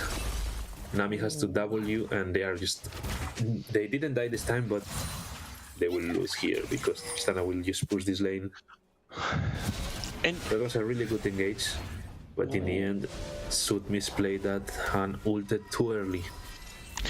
But even if they misplayed it, they didn't use any sums on the bot lane from Cock. There's exhaust already ready from Tide. The flashes are up. A barrier from Suit is up, while the whole bot lane of the Outcast did use their spells. Flash is going up from Nami and heal as well, but the barrier and the flash, the important part for Jinx, are on cooldown now, and that means you can instantly try to get back fighting this again.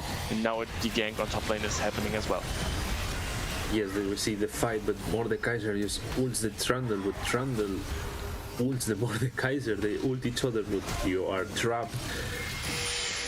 Trundle gets out closely to die. I think this is a really good outcome for Hawk, because we see the engage on this Jinx, and as you said, he has no summoners. He can't get out. Ambessa fails this ult, but anyways, they engage on the Nami. Will they be able? They won't dive her, but still, you get the kill on the Jinx. Jinx again has to leave the lane. He's losing too much here, and Nami has to get out, because if he tries to get at least the XP, he will get dive, and you don't want that. Yes, this is looking the same. Unlucky for Ambessa for whiffing that ult, but still, it's really good for Cock. Ooh, this could getting brutal. Oh no, the water is sitting and they're not preparing it. That could be a potential death buff there for Jinx as well. If Ambassador's like just standing there and waiting for that Jinx, not having the flash up, it could be had to be a good play there, but they want to play it safe. They don't want to risk anything in this matchup, not trying to do some risky plays in this situation. The next Drake spawn, it is a Hextech Drake, and we see no team will do it right now on spawn. We see Ambassador is moving now on top lane. Ooh, Skarner with the ult close. It was a nice trying to get this Mordekaiser without minions onto the tower to get the extra damage from there. But we start to see the first items. We see Mordekaiser has Rylai's, Ambessa has the Profane Hydra, Nico with the Rocket Belt, and as you said, Tristana with the, I don't remember the name, I think it's Hextech Optics. Yes, with the Hextech Optics, and from the other side, he only have 2 items, but Jinx is caught again. You can't even farm. Sud even hits a minion, he doesn't care, he gets the kill either way. This Jinx is really behind, 2.1k behind. Sud is almost completed the cool, and he's almost completed the tower. This is not looking good for the Jinx. No, totally not. 2.2k between them. That's pretty. Skarner has to flash out into his own tower, and Mordekaiser will get gank again. He ults the Trundle again, and Trundle ults him again. Will he survive this time? And he's not able to survive. But your team gets Drake. You don't give shutdown anymore. It's not a bad trade. Yeah. And it's the second Drake for Cork in this scenario, so there are 2 Drakes away from that soul, and that means they can try to do more pressure to the Outcast to contest that soul point, and maybe then the soul as well, because if you're letting them free stack, the game is going on a timer as well, and every Drake Jinx is alone again. Oh, I'm kind of feeling bad for this Jinx here. I'm feeling bad for Luffy. She can't do anything. Jinx, I'm sorry, but this game is really, really hard for you to play. Sud gets the tower by himself, alone, completed with the extra platings. He completes the cool. He's 3k hold up. Minute 13. This is crazy. We see Tide try to get engaged here on the Veigar, but there is no wave. There is nothing to do. Just let a bit of help here for Chapati Master. Oh my god.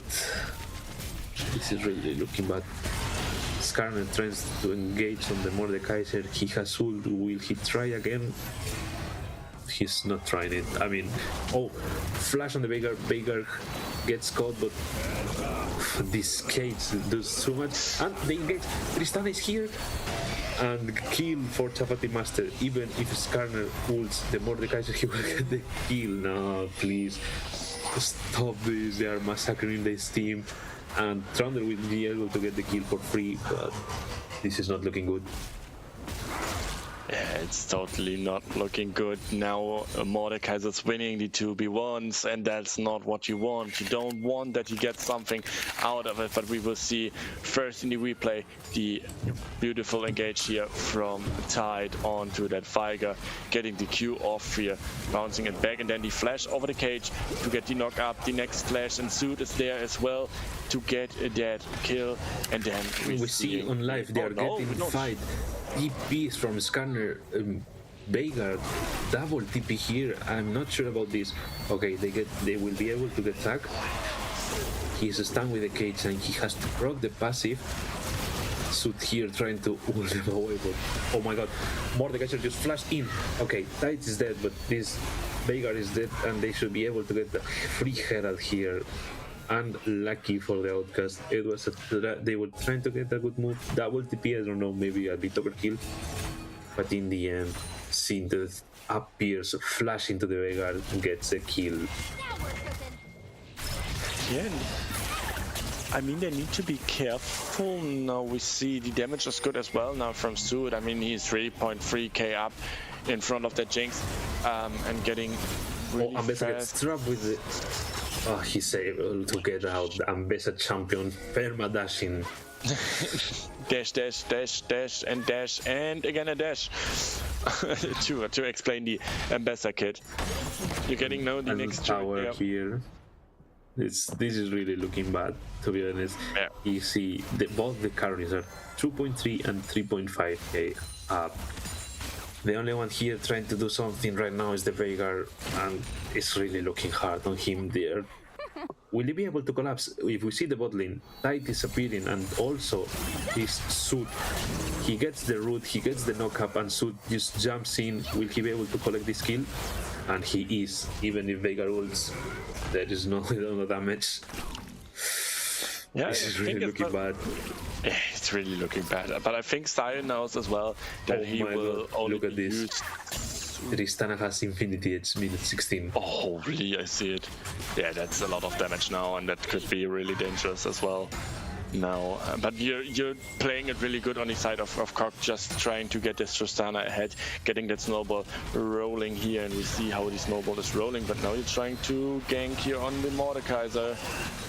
Oh, really well played here by Jason at ulting onto the ult of the Mordekaiser, but Loop is here and he's the collateral damage. She's under tower, but she's gonna die either way.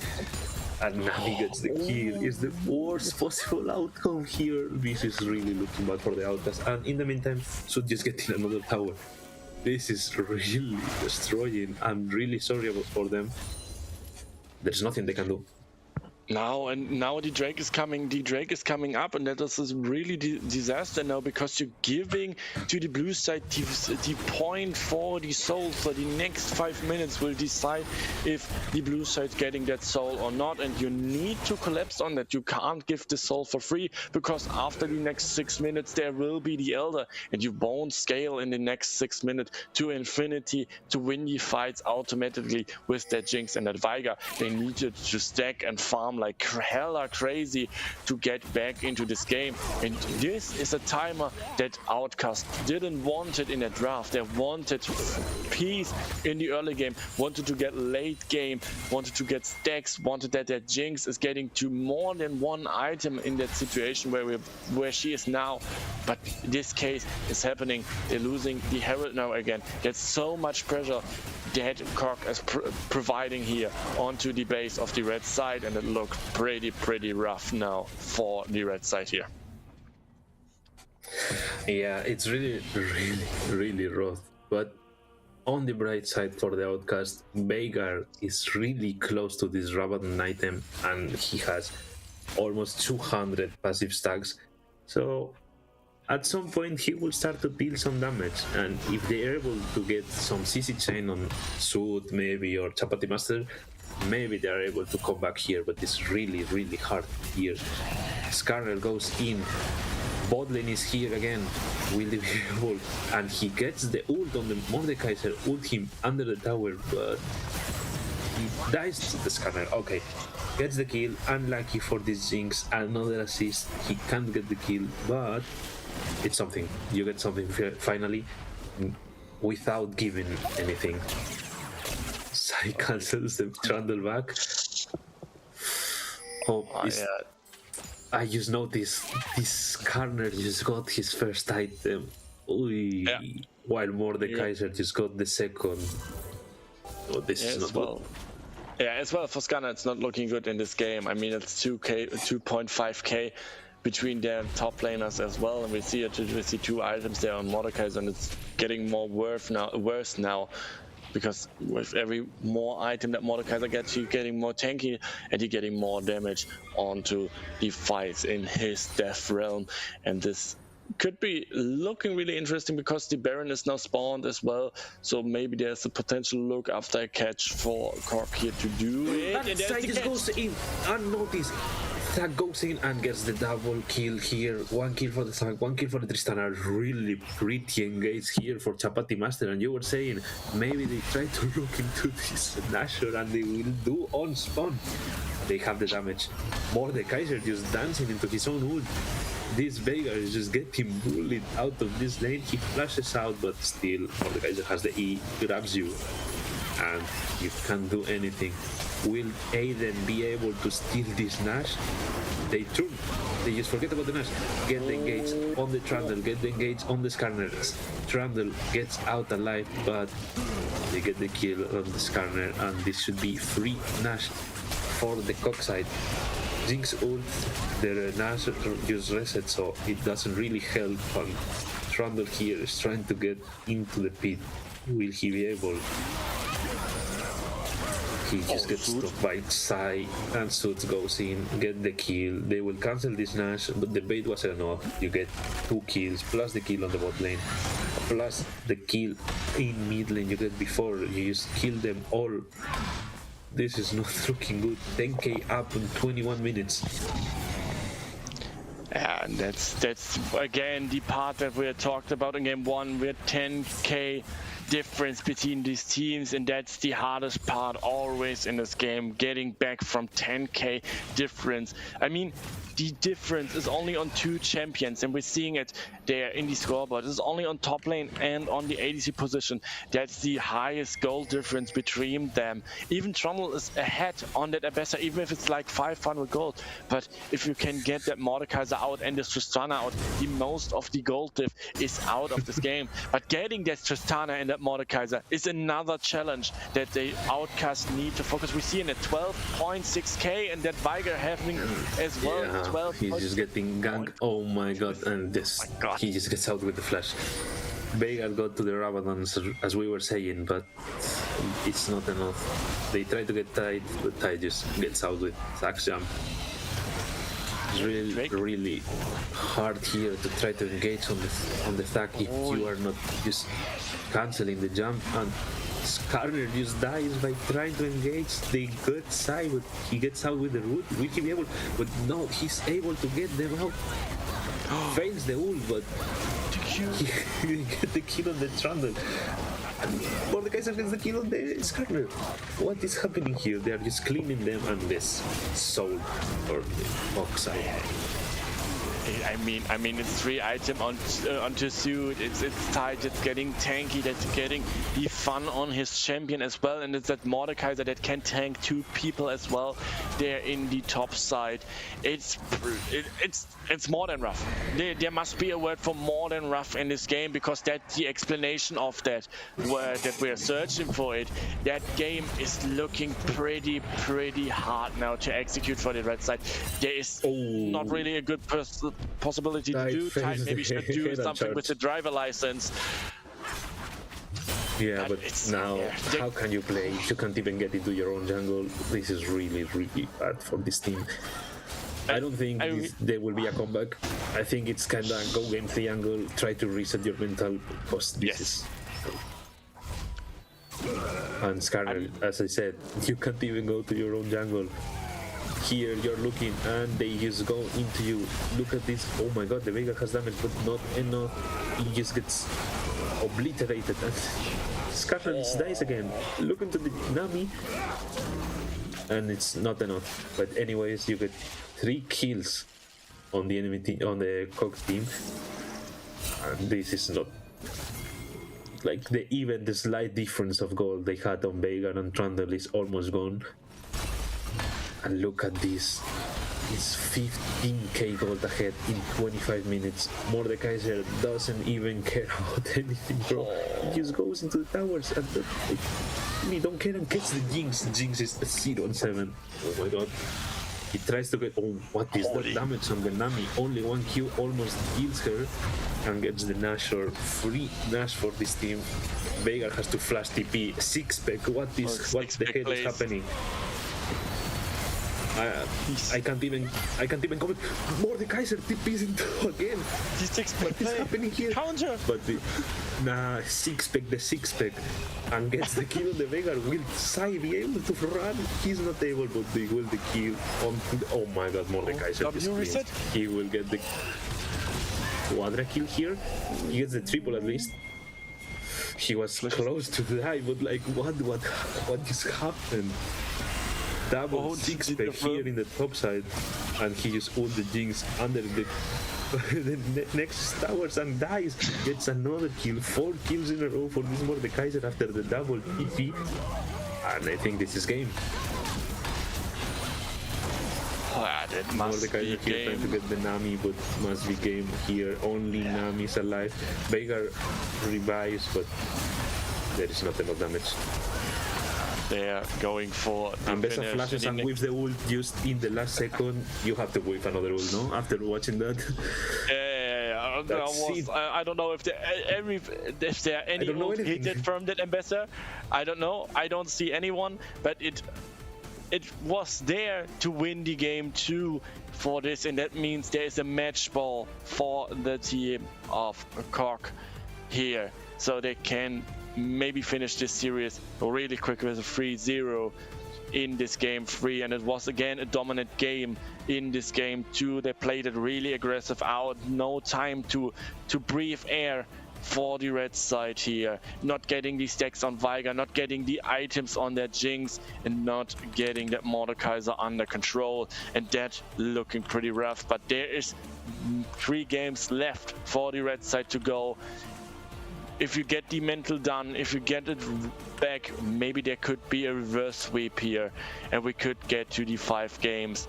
But this is a question for maybe after that break, or after the break when we're going for the game 3. But now after this game 2, it looked pretty rough, I would say.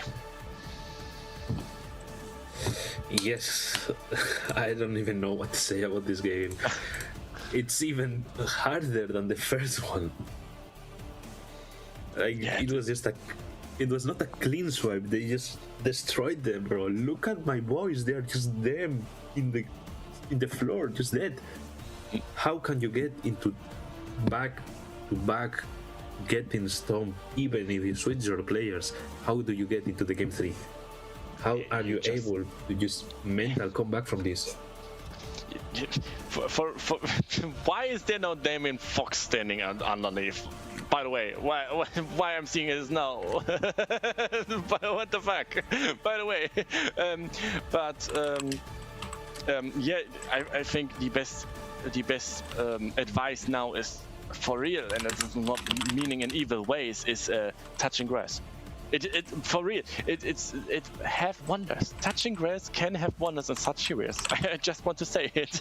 I have the same experience with that, and but yeah, you need to get the mental done. You need to get your mental fixed to this game 3 and playing like, yeah, this is the first game, we're only playing 3 games. This is a best of 3 now. That's the mentality that you need to go in such series, that it was like 2 games where you couldn't do anything because the enemy team just played their draft pretty good out. With no expectation there in game 1 and game 2, and you need to now think mentality. This is now a best of 3, we just need to win 3. I don't know why, but no. Starting with the first game in game 3 to come back here. Yeah, I don't know if they will be able to do anything. To be honest, Tide is just smurfing. The first game on the rack and he was everywhere. This second game, since level 2, he was just perma-engaging on this Jinx and this Nami. Just getting the clean engages for Sud just to W in, E into a target, just right click. And Tristana just getting the kills. He ended with, I don't know, like 8-9 kills, 3. I think he didn't even die a single time in this game. It was a really clean sweep from Cockside, and as you said, now it's a best of 3 for the Outcast. If they are able to do anything, to be honest, even if switching the players, I don't know if they will switch back or if they will just try to change the sides. I don't know what the strategy, if they will do. Be able to do anything, to be honest, because it's really hard back-to-back stomps. I don't know. Yeah, and I think as well, if you're going with a fresh mentality right in, there are still Cinderella stories to write. There are still the comeback stories to write, where so many teams were 2-0 up and then played it too egoish, too silly out, not to finish in the game, and then it's 2-2 in a fast time of the meaning, and then we're here at game 5, and that could be a potential here as well.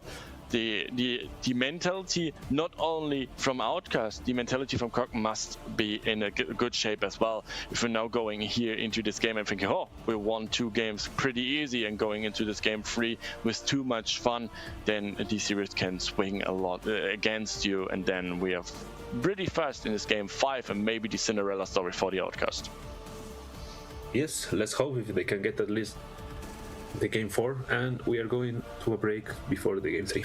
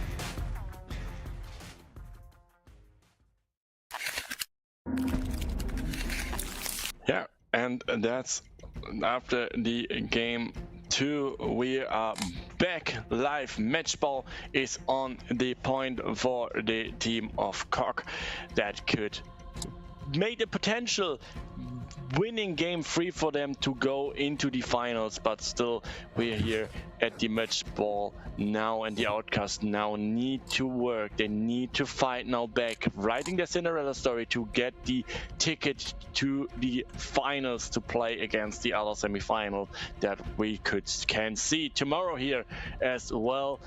And I'm really interested to see how it will work out, because like we said after the post game, we're a little bit speechless after the second game because it's pretty good played, but the mentally factor is now the greatest part of this game 3. Yes, we are ready for this third game and potentially last game of the series. To be honest, watching the first 2 games, it might be, I don't know if they are having problems in game or out of the game, but they don't seem to be synced. They don't seem to be communicating enough, and they are just falling for every trap that Cock is providing. And to be honest, they are neither drafting good. So yeah, let's see. I hope they can get this game. I hope they can get back, like get on the form. We want to see good gameplay. We want to see the comeback, the potential, as you said, potential Cinderella story, and get like a hype game 5. But to be honest, if you ask me for my prediction, I don't see that coming. Yeah, I think it will be interesting to see how more the team of Cock is now performing and in which mental state they are. And I think, like I love to say, like always, I think it's now the game to play against themselves on the side of Cock. I think the biggest enemy now in this game is that their mentality is like really silly, and they goes like, oh, that was pretty easy, we can really stomp here 3-0, just going over the enemy team like there's nothing to do for us. We're so sure in the we're so sure in the finals. And if this point is happening, you're the greatest enemy in this game is yourself, and this could be a problem, and this could be the potential favor for the Outcasts to come back here. Yeah, let's see if we are close to getting to the draft. I don't know if we will see maybe some spicier picks. We already seen this sad support. Maybe we see something else. Maybe, I don't know. I've been playing with Sud these days, and he had a different champion to play on the bot lane with a different build.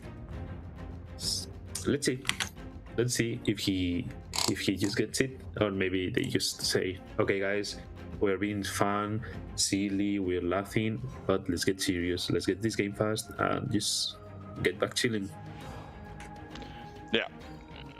Yeah, right. This, and I mean as well, looking into the adaptation from draft, because like you said earlier, the 2 drafts from Outcast were not the perfect kind of combination from a draft that we expected, like a little bit. If it's the Mel fight that got Silas into his pick, or right now as well the aggressivity from that bot lane due to Tristana and Zag, where you're picking like a Jinx, Nami, and having like the problem that they got to fully pick their bot lane in this case could be the potential problem in game 1 and 2. And if you can fix this, maybe getting a solid draft, even if you have the red side on your side, this must be the case that you need to fulfill now to have the better draft, or going into a better draft like this.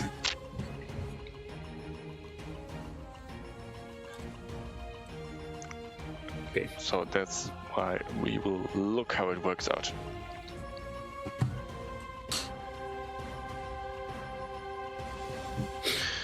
So we will have like maybe a longer pause if I read it right. We will maybe have so a really big delay maybe for the information for you guys. So we were waiting again for game 3 to load in it.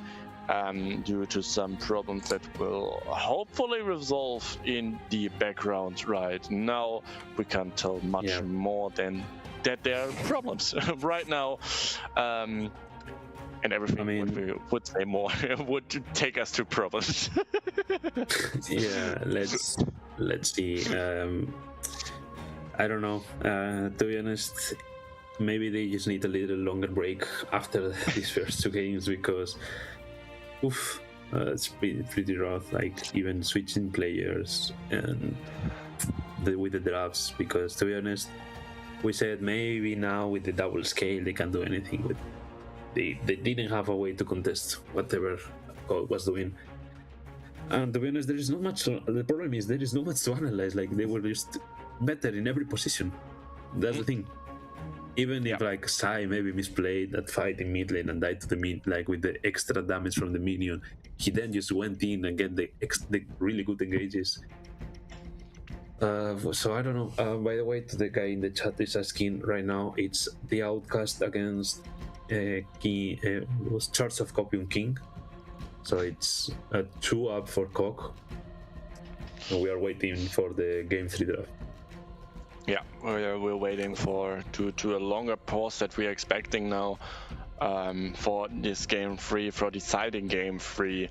2-0 is the team of Cock now ahead, and yeah, like you said, it's not that the draft's looking totally meta. So we're not seeing any Yunara as an example, which ADC is totally meta. We don't see any Orianna. That's the greatest thing I'm not expecting from, that we don't see any Orianna in this game right now. A good meta champ as well, and as well the junglers. We only saw that Jarvan, but nothing more else than Xin or Viego or Pantheon in some cases. So both drafts are not like the real meta, but it's like pretty better played out from the team of Cock here, and that's what's a little bit more scary to see, that this is more working out than going for the meta with like a Jinx, with like the Trundle as well on the jungle position as well, or like a Skarner pick. That should be a good opportunity to help the team in some kind of ways to get the resets, and this could be pretty interesting now to see if they can fix the problems right now, but we will see later on. Like we said, we're now in a little longer pause than we're expecting. Yeah, maybe. I was about to say maybe we can see some replays, or just maybe we can just play league sketch with the chat, or maybe do the league, the mini games like the LOL. Yeah, we can do LOL then.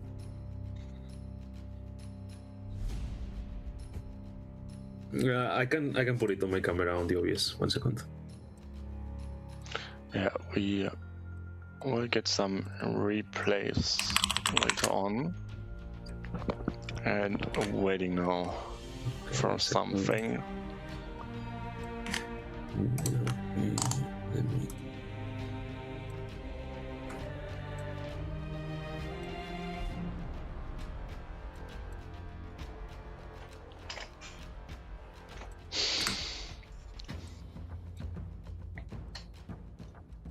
So, load okay. Check is cooking. Here. I have the loader here, and if I do this, we have it here. Oh, perfect. Let me know if you can see it. Yeah, I can see it. Okay. I think I center it a bit more. No? Yeah. Looking good. Okay. Let's do the classic. What champion can we guess? Let's start with Zac, maybe. Because I wanted to say as well. Let's start with Zac. We do Zac. It's a male, not a jungle, but it's a. Who the hell is a golem, bro? And it's older. It's not from Sound. Because I was thinking, okay, maybe it's this one, but I don't know. Look for Galio. But Galio must be older than Zac. Yeah, sure, okay. Okay, Golem, mana, melee. Oh my god, you are okay. The big head. What is this? Nah, but like my caster is goated, no? Shogat. At least the way is the Shogat, no? Must be Shogat. It's not. Oh, no. Tamkins. Yeah. Oh, true. Okay, and let's go for abilities. Oh, this is Oh, no. Alistar W, no? Yeah, that must be the head dot, yes. Yes. Okay, okay. And for the emoji... Oh, that's a kid. Is that like Milio, maybe? No, Milio, no? Wait, kid with AIDS? What? With virus. Wait, this... Singed? What no. No, like, it's like a kid. Virus? What kids? But virus is not like a kid, no? Oh, what? Kid and virus. Okay, what kind of kids do we have in the... Like, Any.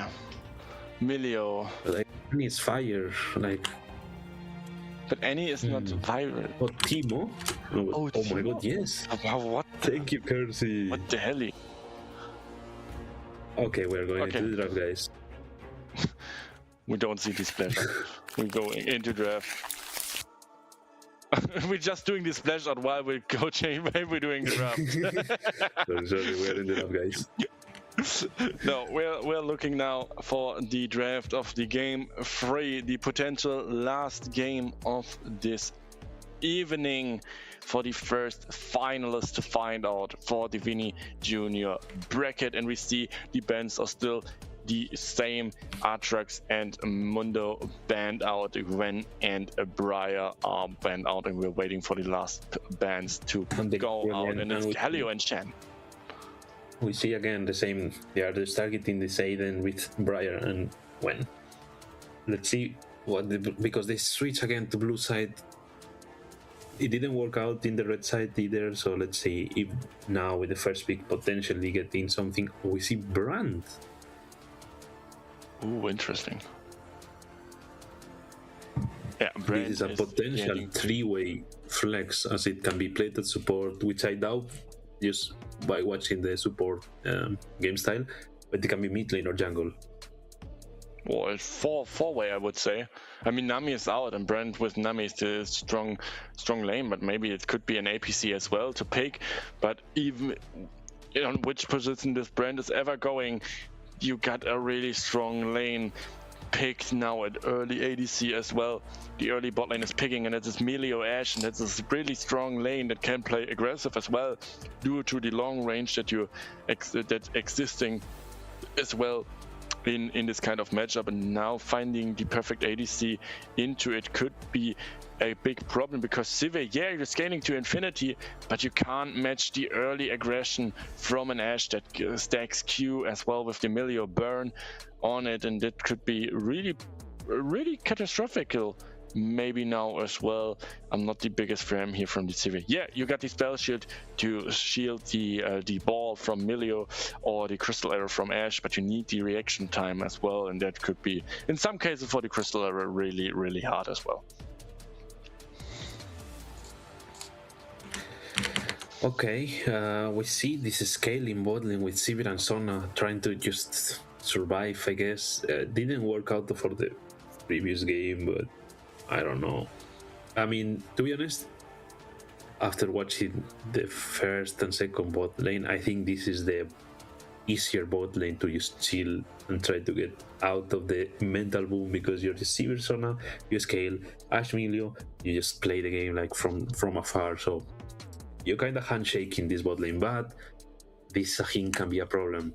If it's jungle, it's gonna be so annoying, but if it's top lane, it's gonna be destroying your team. You already seen the Mordekaiser just smashing your team, and if you give him something that can even die and revive, I don't know. We already seen that the other day. I was casting, there was a Sahin, 12 kills and 0.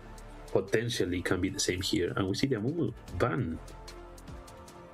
Yeah, interesting. You want to ban. I think you want to go for the bands that got much CC as well, much more AoE CC, because you don't know where the Zaheen is going. Zaheen could go on the jungle position or on the top lane position, so it's a super good flex pick as well to do here, because you don't know where the brand is going as well.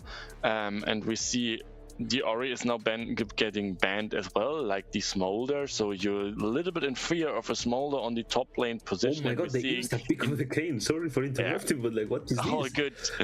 The next Darkin is getting picked here, and it's the Kane.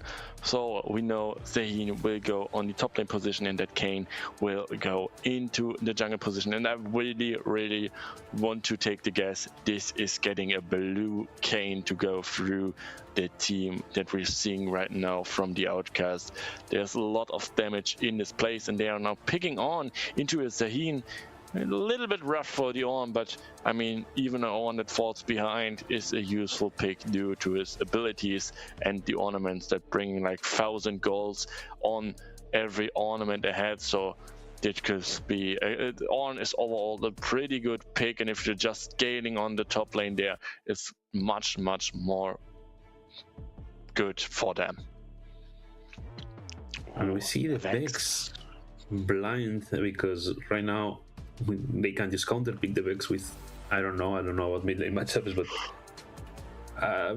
I mean, should work because Zaheen has the dash, Kane has the dash, should kind of work. But I don't know if you will have the damage. Like, even if you fear the Ashe, Milo will be there with the ult. Like, I it's don't know. A little bit rough. Yeah. Aurelion Sol, okay. Is it an Aurelion Sol here? Crazy pick. Mega scaling. Yeah. We see, I mean, you see the Ornn and Sivir, they want to scale with the Sona, and you just counter it with Omega scaler like Azol.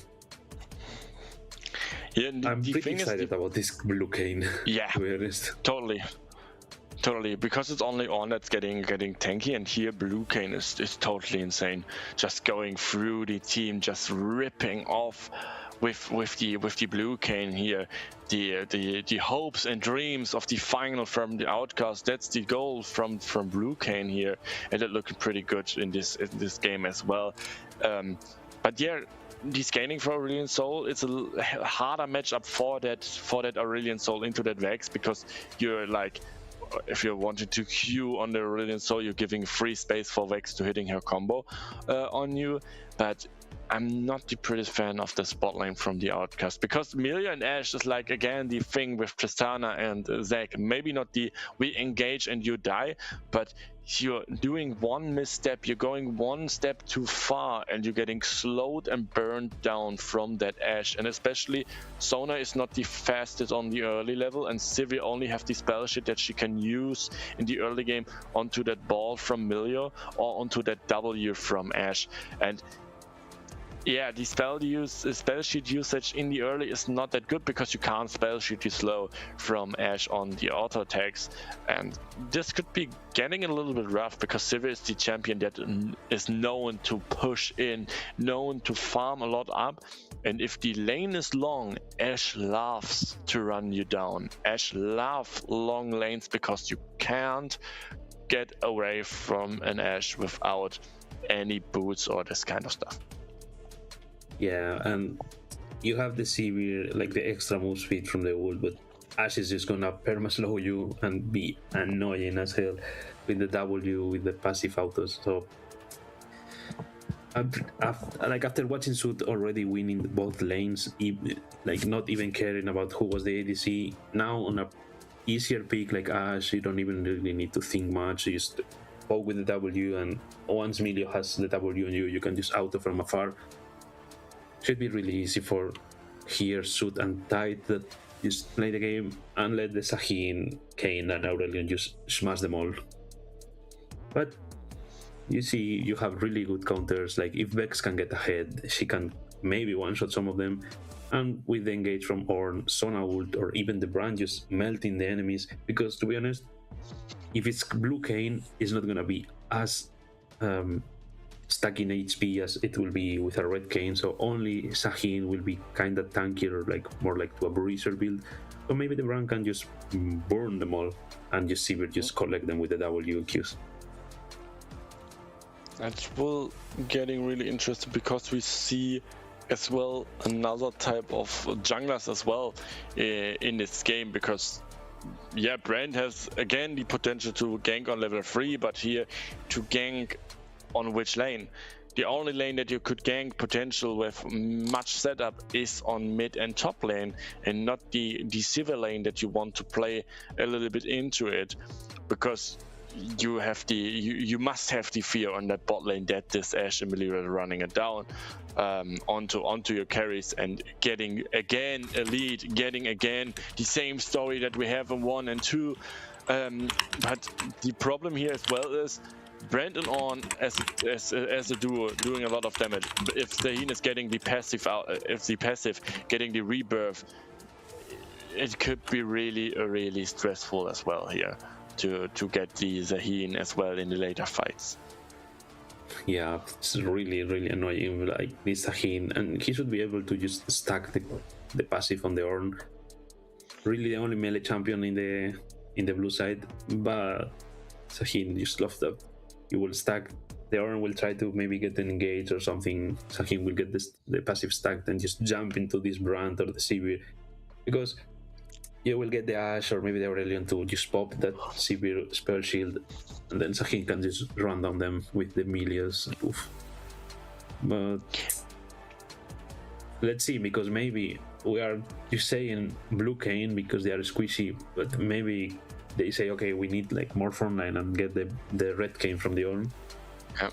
Let's see what this jungler prepares, because as you said, it's a really different playstyle from what we've seen. It's not just I go in and my team follows.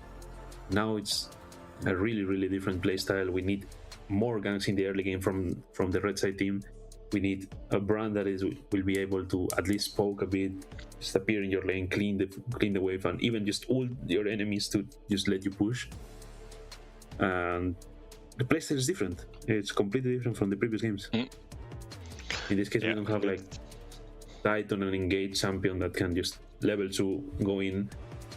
So maybe we don't see that much action in the bot lane, but maybe we see more action in the top side. Yeah, and that will be so interesting to see, because yeah, like you said, it's a different playstyle, and as well going again for this red cane could be a potential thing, not only for the opportunity to have a front line, for the CC as well, with the W that knocks up here in his team could be potentially good if you're going for a good flank onto that cane, getting the best knock up that you can provide, and then having like the compensation out of the ultimates. I mean, if Aurelion Sol has the stacks for a mega ultimate, sending that comet down onto the Summoner's Rift and getting the slow out there's so many potential ways to fight this fight, and especially if it's going down to the Drake fights, especially if it's going down to the choke points fights with Sahin. If he's using the rim grip, the rim delivery, he totally do so much damage to everyone in that circle that he doing the damage of it. And healing is, yeah, there's no word for healing for indicate from Sahin. And this could be a bigger problem now, even if you're in an even state of that game. I think the only possible way is that your Brand is getting a little bit fat, or you're getting a good ult from that Vex. But the ult from Vex can be a thing as well. We got a million in this game. We have someone that can cleanse on an AoE the fears of all, and if Tide is standing in the correct place, not getting feared, he can totally do the clutches ults on Milio to get that fear done and getting fast damage onto that Vex and getting a first kill then in that fight, and can turn the 5v5 to a 4v5. Yeah, it's a really straightforward way to play this game. You want the Sivir and the Brand just poking, you want the Sahin, Kayn, and the Aurelion just going flying with the ult if he has the enhanced ult. And really easy for Ashe and Sivir here to play the game if their teammates allow it, because if you are behind, neither of them will be able to do anything. But in the case of the CP, even if you're kind of behind, I mean, not as the previous game, because if you start the game 0-4, maybe you can't play whatever champion you're picking. But if you can maybe go even in lane, even if you're kind of behind, you will be so annoying either way. And with the Sona, if you can even scale, Sona is one of the best scaling supports. So maybe they have the opportunity to come back into the series. But the thing is, after getting tilted, if they got tilted, because we don't know, but I would get tilted if I got stomped two times in a row. Like after that mental difficulty you could get, and the time, it's almost 11 in the night, and so like it's kind of hard to try to keep focus in this game and like thinking ahead. Like I have potentially 2 more games. It's especially the mental factor is the thing. What you said after going through those 2 games, going through long pauses until the draft, and like the pause that we had now for game 3, with our eyes then now as well on the time. It's getting late. It's getting every harder with every hour that we're sitting here, and it's well for the players as well. To getting more focused onto these games, more focused to go for these plays, and I think maybe that's the biggest thing that can happen now in game 3 as well. The draft's looking solid, don't get me wrong, but best of 5s at this time, if you had sleep before the best of 5, well played, you must be wake up for that. But if you don't have that, could be really interesting to see. We are suffering again kind of delay. We're not getting still in game. It's fine, we wait. I hope these little delays help the team to get back into the mental state to be able to perform, because having a clean mental right now, it's the point that you need as a player to perform. And in this game, that we already said it now, even if Coq is playing great, you said it before, maybe they are just a little bit too greedy, a little bit too we are having fun.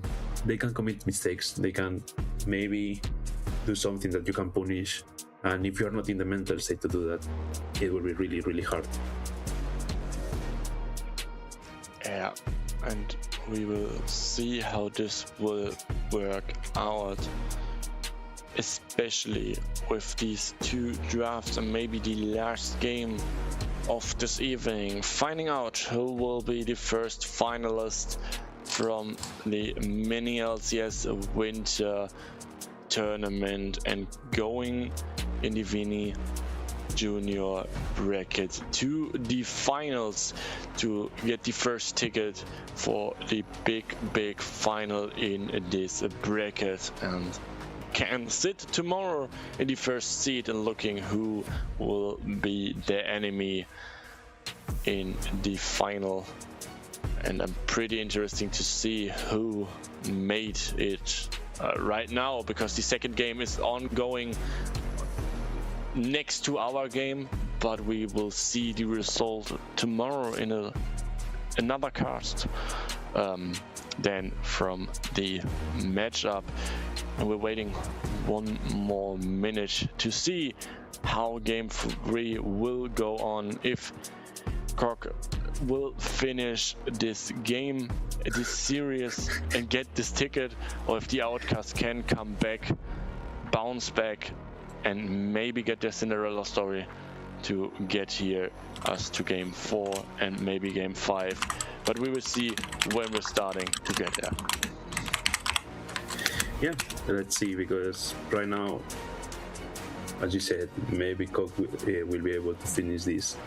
Maybe they will be able to just wrap it up. 3 games, clean state. And the good part about winning 3-0 in this type of long series, preparing for a final, is that you don't show what you have in prepare for, like when you're against the wall, when you're struggling. You don't have to show whatever you're preparing or like your special picks. because even if the Thug was maybe surprising for the Outcast, whoever knows Tide would have known that he actually plays the champion and he likes to play it on the support lane. So let's see if we are able to get into the game and actually cast this. Yeah, we are going in for game number 3.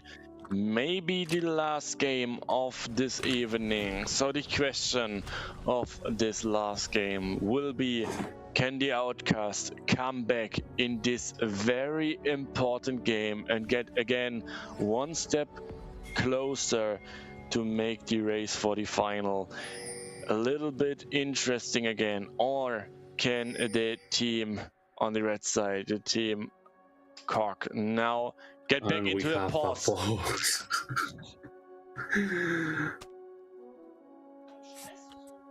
Damn. I don't know. I guess they just need more time. I don't know if they're having like actually maybe computer issues or it's just the game because in the company. We will see. Maybe they need after draft talk. Maybe someone don't understand this champion. Need to read now abilities. There's so many cases. There's so many cases that could happen here in this part. But we will see what when we are going back into the game. Happily, we can say we're going into the game. Kersey said Aiden PC died. Oh. Let's see if he's able to come back, because to be honest, he was not saying the only, but the one that performed the most in the games for his team. Yes, 100%. That I would say as well.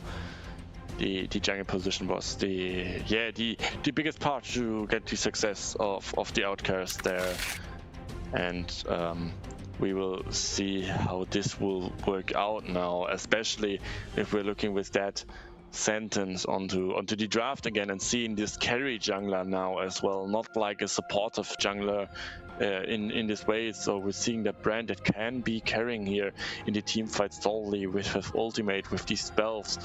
And maybe Aiden can now show that here hope didn't left them, that there's still hope to go on here when we are getting then back into game 3 after Aiden PC is coming back. Hopefully there's no real issue, or we don't hope that Aiden PC fell for the Windows 11 update trap that's now existing right now, because if that happens, yeah, maybe we are sitting in an hour here after Windows 11 is a little bit broken. So just a little advice, don't do updates right now. For real, don't do updates right now. If you're like got Windows 11, don't do updates. It just can kill your PC. By the way. Yeah. Windows special, no? Sometimes you get an update, you think you're getting something good, and then you just get blue screened. They totally made it worse. That's crazy. If you're reading like articles about it, like they started with, yeah, you're getting a blue screen here, or maybe a blue screen there. Then it starts with freezing. After you update it, it's starting with freezing. Then they send it another update, then Bluetooth don't work anymore, or something, or some drivers don't work anymore. And now the newest update just killed your PC. It totally killed your PC. It's crazy. Okay, but we are ready to go back into the game. Yeah, we go back into game number 3, and like we said, we can't wait to get into it. And there we are, and we see, nothing special really, but we see maybe the 6-pack DPs in mid lane, sorry, and bot flash. Okay, that's what I want. It's 11 PM.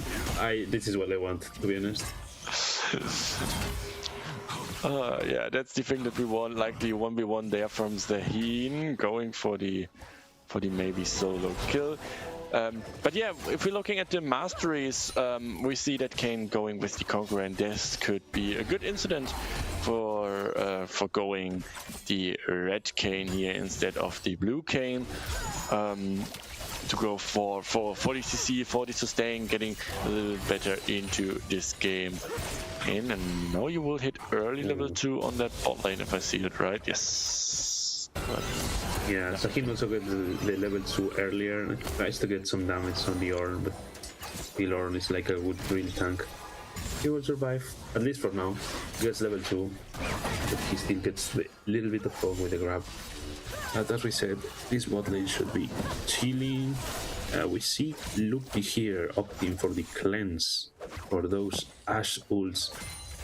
I don't know if that's the best option, but let's see if it actually pays. Because legit, that's the only thing you can cleanse, apart from the Aurelion ults. So maybe it actually pays. Yeah, I think as well. I think if you know that the reaction time is a little bit rough for the Crystal Arrow in short range, I think Cleanse is the best opportunity to go to hold the shield. And Jason gets the first kill here on the Sahin. Even I'm not sure if he flashed. I think he didn't. No. Yeah, he didn't flash, but. Yeah, that's the thing. Never underestimate the damage of an Ornn in the early game, especially with the W auto attack. It hurts a lot. Let's talk about this Ornn. Oh my god, look at that start. Yeah. He has completed the plated steel cuffs. Oh, that's really hard for this here. You see Kayn just trying to get here, trying to get a little bit of the XP and the souls, like the points or whatever to call for the Kayn evolution into the Darkin form. Yeah, and we're seeing now the little cheating back there from the bot lane from Outcast to get that Cull and a little bit of attack speed on that Sivir. So the scaling should start, and we see Ornn is doing some meters there, walking around the Harry Baron pit. Get a little bit of information for his team to see where Kayn maybe could be or couldn't be. And they have the information now that he won't be in his top side. And we see Sahin just going in. And I'm not sure about this because, okay, you get the extra damage, you get the extra AD from the passive and the Conqueror, but this Ornn has the plated, this Ornn has the damage. And maybe he's able to kill you. He has to flash. Oh, he cancels the E. Really well played here from Sintet after just getting solo balled. He goes back and gets the solo ball for himself. He's getting some vision on the river. It's just pretty chill lane in bot lane. And that's the thing that you need to respect as well. Even if you're going for the armor, even if you go for that, you can play the lane a little bit better. The extra AD that you get, and as well the Guardian Angel effect on the passive, the really scariest part of Sahin in such fights. Maybe you get out, but he's on this lane, he's with more life than in this lane, and you need to respect it a little bit.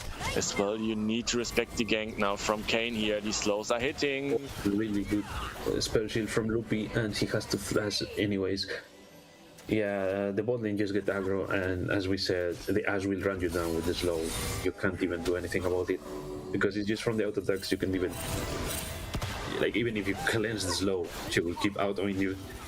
But we see here some damage from Ashe, some damage from Tibir. The jungles find themselves. But Brand is not able to do anything here. Really good here in the early for the Kog bot lane, because now Sivir has no flash. And you should be able to try to get another gank later.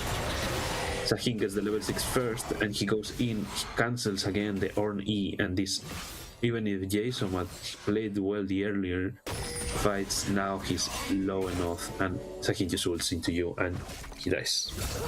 Yeah. Another solo here for Sintet, and he's almost 20 CS ahead. Meanwhile, his team is just getting a free Drake because Brand can't even go close. Yeah, that's the thing on this top lane situation.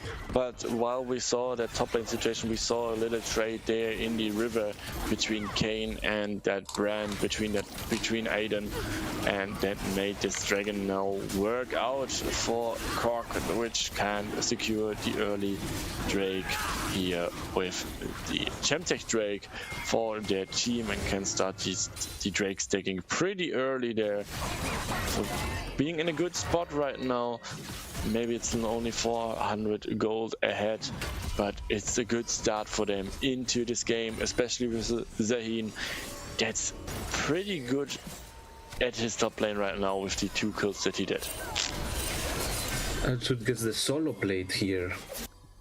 So even if he's kind of a little bit behind on CS, because, oh my god, Lupi just came back with the BF sword, he will be able to contest that after this back. And we see pretty normal, just clean trades here from Vex. I mean, Chapati Master has to stay still to hit the Q, and Vex just free hits on you and perma-deaths the damage. And sadly enough for Lupi, they have to share that plate. They are sharing that plate, and yeah, Suit don't have a back right now, so the damage is a little bit no more in the favor of the bot lane from Outcast. On We see this fight. Nice cancel. Really well played by Sinted, cancelling the ult from Ornn. With his own ult, he's 2 levels ahead. Oh, poor Jason now, he's getting the same as the previous game. And Tide has to flash here because Brand was there, he almost get the stun on him. Really quick reaction here for Tide. But you don't get a kill there, maybe you get the flash from Tide, but after that red buff, that Kane will go for the Void Grubbies again. Oh no, he won't go for the Void Grubbies, they want to play it safe then. Because you saw that Brand on that bot side. Now can you try to find a fight here? Just a little bit poke that you find here now. And more shouldn't happen here in this situation.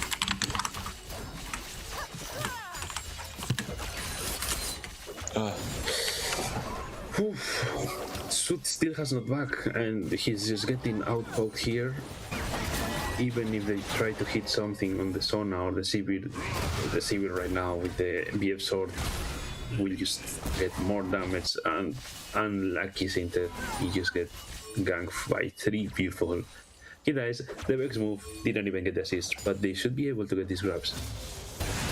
Kane is there, maybe he can just E or Q through the wall, smite, and then just do the other one, no? E or Q through the wall again. He got one. And maybe still he got one.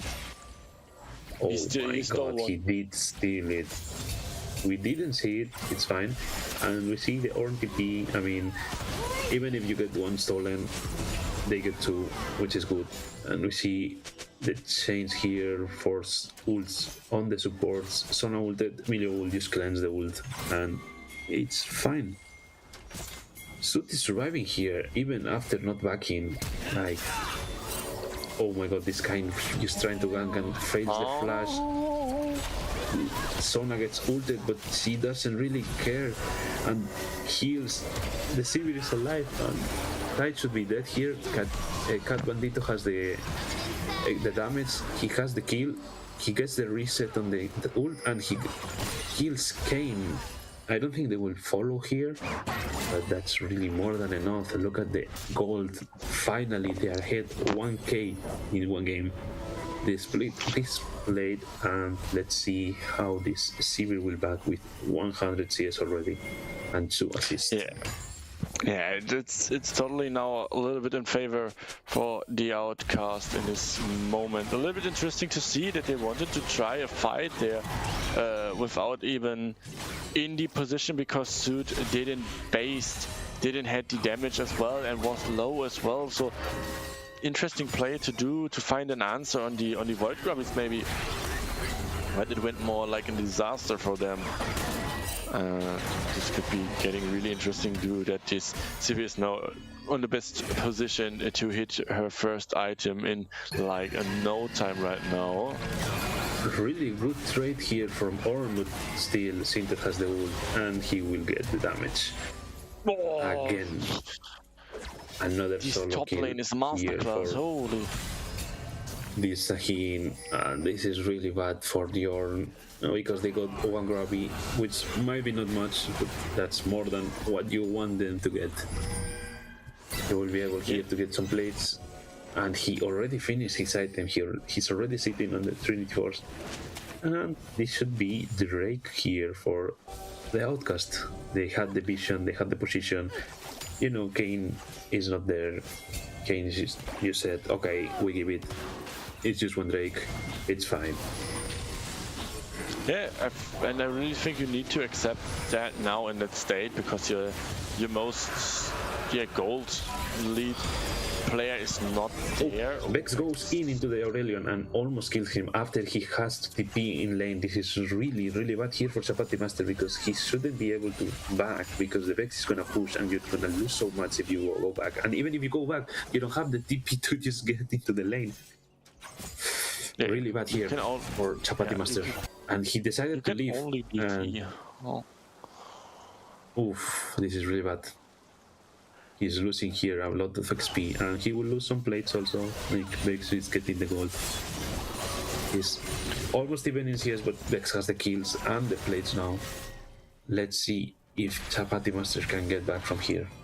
At least he finished his item, but look at this back from Vex. He got the needlessly large rod. That's really spiking a lot of damage here for the Vex, and if she can just keep pushing and maybe roam again to bot lane, that's like really two squishy targets. And here we see how the top laners both just fail the abilities. It's fine. It's getting a little bit more interesting now in this top lane situation, because on again 2 level behind. Don't find any land to land here, and we're seeing this first turret. It will fall with the next auto attack, so the first turret will fall in the hands from that Sahin there, and that's more gold for him and his team as well.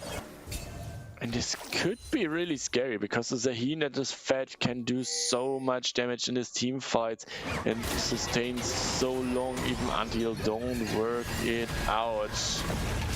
Yeah, Orn here trying to do something, but he has to even get away from his ult, because Sahin is just going in, he just ults him and he's gonna just run him down. Unlucky. Okay, we see the change of ults here from the ADCs, and Loopy just spells is the Ash ult. We see the TP here from the Vex, and Sud has to flash. He get the fear on Tide. Tide is really low, but will. Okay, yes, Aiden is able to kill him, at least get the ult on him, and he shields and he dies anyways. You see Aurelion and Kane, they're here, but they don't have enough damage yet to do anything here. Really clean fight here for the Outcast. Loopy used, especially the ult don't even need to cleanse, and they just keep fighting. A really good TP here from Cat Bandito, just getting more of the already advantage he has. And we see here the replay. Sivir gets the Q, but doesn't care, just waits, keeps going. Spells is the arrow, and that's more than enough, because now Vex just TPs in the bot lane. Ash has to flash the ult, because if not she's dead, but unluckily for him, Tide gets feared. Brand here fails the W, but Milio is close enough so he can ult and even bounce from the Ash, so he dies from the burn. Even if Aurelion and Kane are here, they can't even do anything. It's a little bit rough for them as well to play the early game. I mean, as well for Ash. Ash right now in the state where she is found is like she needs 2 items to go for the real big damage. On 3 items is even. And Vex just losing. She's just getting the damage. It's not enough to kill the Aurelion again, but he has to go back. At least this time he has TP. Kane is around the corner. But you're just getting what you want, no? You just get the plates, you just get a little bit of gold, you just get the poke on the Aurelion, so he's not able to farm as he would want, and he has to back. But this time he has the TP. You see here, so he's pushing a bit, but look at this. Look at this on the Sivir. He's only 600 gold ahead, but he's coming back from the oh my god! And Kane just dies in the Herald. That looked like it could be good because you have Sintet there, you have the Sahin, but the Kane just dies and Sivir is just running down into the Ashe. The Ashe has no mana and he has the BF sword. Sintet just goes in trying to steal it, but he has to fully commit because he's already in. Will he get the passive? Will he get the damage? And it's not enough. He is not able to get the passive, and this is a herald for the Outcast. They are getting their objectives this time. They are actually being able to play this game with this different playstyle they are picked. And Sivir just gets the tower. Not the first tower in the game, because the first tower went for the Sahin, but it's a tower still for him. And you see 1k gold ahead in the mid lane, 1k gold ahead in the bot lane, and 2.4k ahead in the jungle. But it's a little bit masked because Sahin is almost 3k ahead, but they get the second Drake, and Cat Bandito actually drives. Look at this. Oh, I just cursed at him. He was trying to get the Herald to the bot lane. You get the mid lane tower, so you have all the pressure right now. Sivir will be able to just get the waves into mid lane, use perma Q and W. Now that she will be able to get the Infinity Edge, she's getting run down here by the Ashe. He has to flash. Will he be able to survive? And he isn't. Really well played here and really well by Titan Suit. Being able to just, okay, she's alone. She doesn't have anything, so let's just go into her. She didn't even ult, so just get the flash on the Sivir and the kill. Really good here for the Ashe. Yeah, and that's the strength from Ashe really as well, just running down on a long target. And I think you need a little bit more scaling now on your champions. I mean, early didn't went well for them.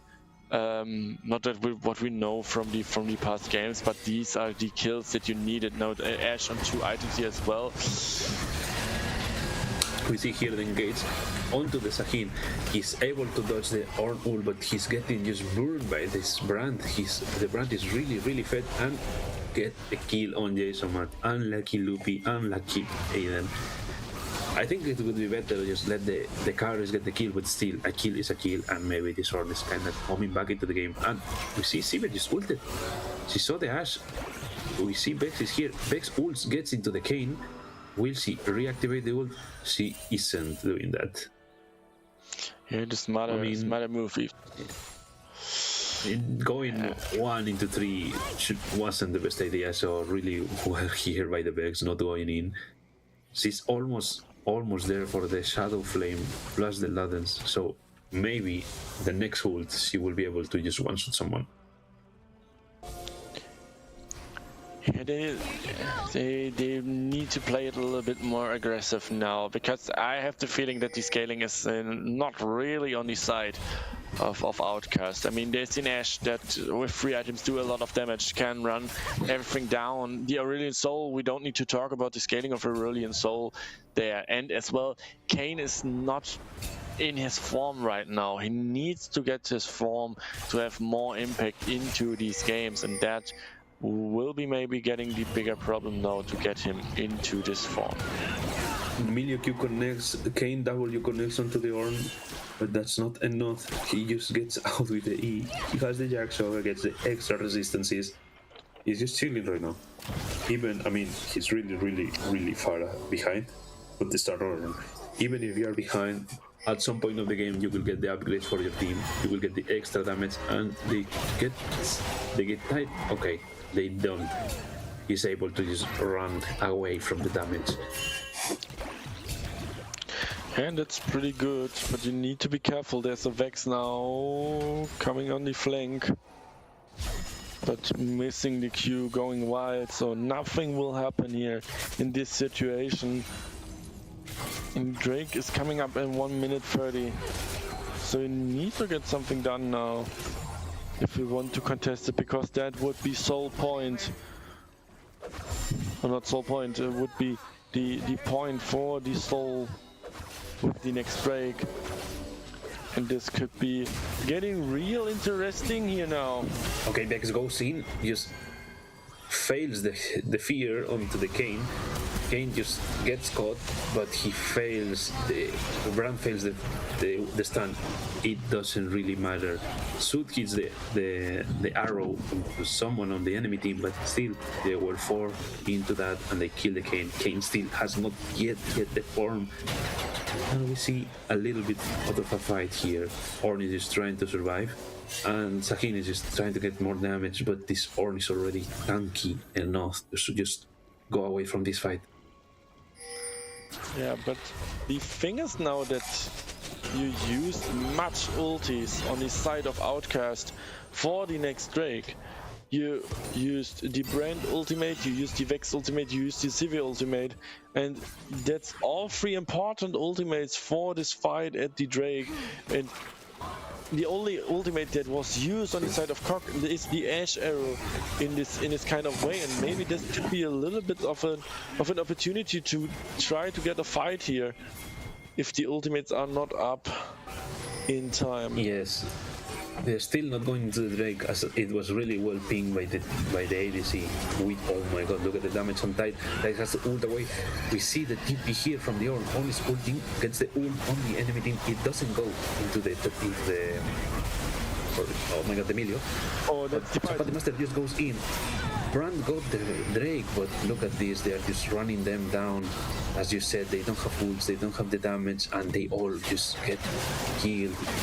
Sahin gets a triple. Will he be able to get the quadrant? No. Ash get the kill and they get an ace from being behind in goal to being 1.5k ahead, and they're just going to the Nash. Yeah, and this will be an early Nash, and that is the fight that you needed. That is the fight that you exactly needed. Get that Sahin into the 5v5 situations. Let him zone free of your carries, because your front line is trying to kill that Ash. That Ornn is trying to get onto Soot to get their kill onto Soot and Kane, and that's not what you want. That is not how you want to proceed in this fight. You want to go for front to back, but that Sahin getting that passive as fast as possible and getting can be a real threat. But the biggest question is, when is this Kane getting his form? We are 23 minutes in and he's still on a normal form. But here we see first the replay after we can answer the question. Yeah, Tide is nearly dying here, getting out with the ultimate from him. Good on all through many members of the team, but there we see Sahin is trying to erupt it, can fight with that Aurelion Soul in this situation, flashing forward while Ornn is behind. There is no tank in front that can protect their carries, and that Ornn is then the last one alive and getting killed as well. The kills falling everywhere.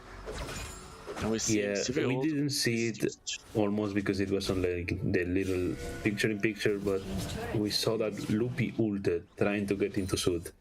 It didn't come through, it's fine. He just tried to run them and get them away from mid lane tower. But this Sahin is so fed right now. With the Nash and the kills, he's 5k gold ahead, even if you're ahead in the jungle, even if you were ahead in mid lane, because right now it's only 400 gold. And Lu just get caught in the jungle. He has to flash away, and poor Jason, while he was just walking by and gets ulted, but it's fine. Yeah, but you got now the flash from Sivir as well, and maybe you can use that for the next fight as well. You get the Baron buff, you can try to get more onto your goal lead. Sahin is going into the Brand, but he's alone. Will he be able to do anything? It doesn't look like he is in. He gets the knockup. Oh, but Sonia's, what an item. No! And he just dies. Oh, that would be like a Sahin montage. So that would be like a Sahin moment if we get the passive there, regain and can kill someone. And we see now as well, when we're looking at the map, the Kane form is in. After 25 minutes we see the red Kane is getting in. That can maybe be a little sign that someone maybe hit too many archers in this game, too many people that want to attack from far to get the blue Kane first, so he needed that time to wait, but still 25 minutes is a little bit long time to get that form in. Yes, like it's really, really late. It's not in. I'm not talking about the hour of the night. It's really late to get that form. 26 minutes is really, really late. Even if, as you said, even if you got the wrong form, that's really homeless. Like we see Kain is 0, 3, and 2. Get the form so late. Still, he has 2 items, and you had your team kind of fed. You are ahead on gold. So, I mean, could be worse. Yeah, totally. Could be worse. The good part for the Outcast is that he got the kill on the Sivir, so Sivir finally got the kill, get the shutdown on the Sahin, so it's really good for her. You see Sivir is already on 3 items, and we see the TP here from the Sahin. Will they get this Drake? It's still 40 seconds for it, but Sivir has to ult away. And we see how we fail the fear, and Sivir gets ulted. Will they commit on that? They don't. Sivir just cleanse. Sahin just goes in, and we see Chapati Master just hitting them from outside. And look at this Vex, he's so low. She doesn't even hit the fear, and they get hit by the ult from Aurelius Sword. Or ult connects, it's not enough. And the fight ends here. No, it doesn't end. He's still going on the Ornn. He's getting damage here, but he's under tower. The sun is there. That's more than enough, but this should be free Drake for Coq side, and it should be the second Drake for them, just denying the soul for the Outcast side. And it's a really good Drake. Getting Ocean Drakes, even if you don't get the soul, as a lone Drake, it's really, really good for your team. We see Kain just going in. It's just to try to save this Sahin, and that's it. You see the goal graph, it went complete to the opposite. So it's really, really sad here for the Outcast. Really bad fight. That's exactly what we wanted from these games. A really, really good game where your gold is swinging from one side to another. It's looking so good, this game, from both sides. Even Outcast with the good perfect early, but now it's the side of Coq that's trying to get back into this game, getting suit into this game. This Aurelion Stole starts to scale now with the 3 items, and the Sahin is massive. It's 5.5k ahead. He's going for his 4th item, and we see what can happen in these 5v5 fight if the ult is hitting there in these moments. And this could be the thing for the red side to maybe fight back, but we shouldn't forget there's so many possible outcomes that and they're trying to collapse here on the Sahin. The Vex ult connects, they get the slow, they get the stun, they get the fear, and Sivir gets the kill. Okay, Vex connects, gets the fear, gets the damage on the Milio, but Milio is a really good champion. Look at the healing, but they die. Oh my god, really beautiful ult here by Aiden, and connects again on the... Oh my god, Chapati Master is dead, and the Nashor just respawn. This is a free Nash. It's like the same that happened for the Coq, but this time it's for the Outcast. They denied the gold leaf, and now they will get the free Nash. And that's now again the swing back to Outcast with a good fight, and this is always the sad story of this game for Coq now in this game 3. It's always with a catch, and then they want too much, they want to collapse on it. It's not the thing for the Sahin to fight here for. We won. He needs to be with his team. Yeah, the split pushing must go, and we but get the pause is even better. Holy moly. Yeah, what a game. This is what I would love to see from the 2 first games. A game that is back and forth. The team gets back, then die, they get back again. And we see the replay. Sahin was just pushing. We see Brand hits the slow, Vex hits the ult, they get the fear, the stun, Sivir just blocks the Ashe ult, and they can just connect. Because Vex hits, even if you flash, she will follow you. She will follow you to your house, bro.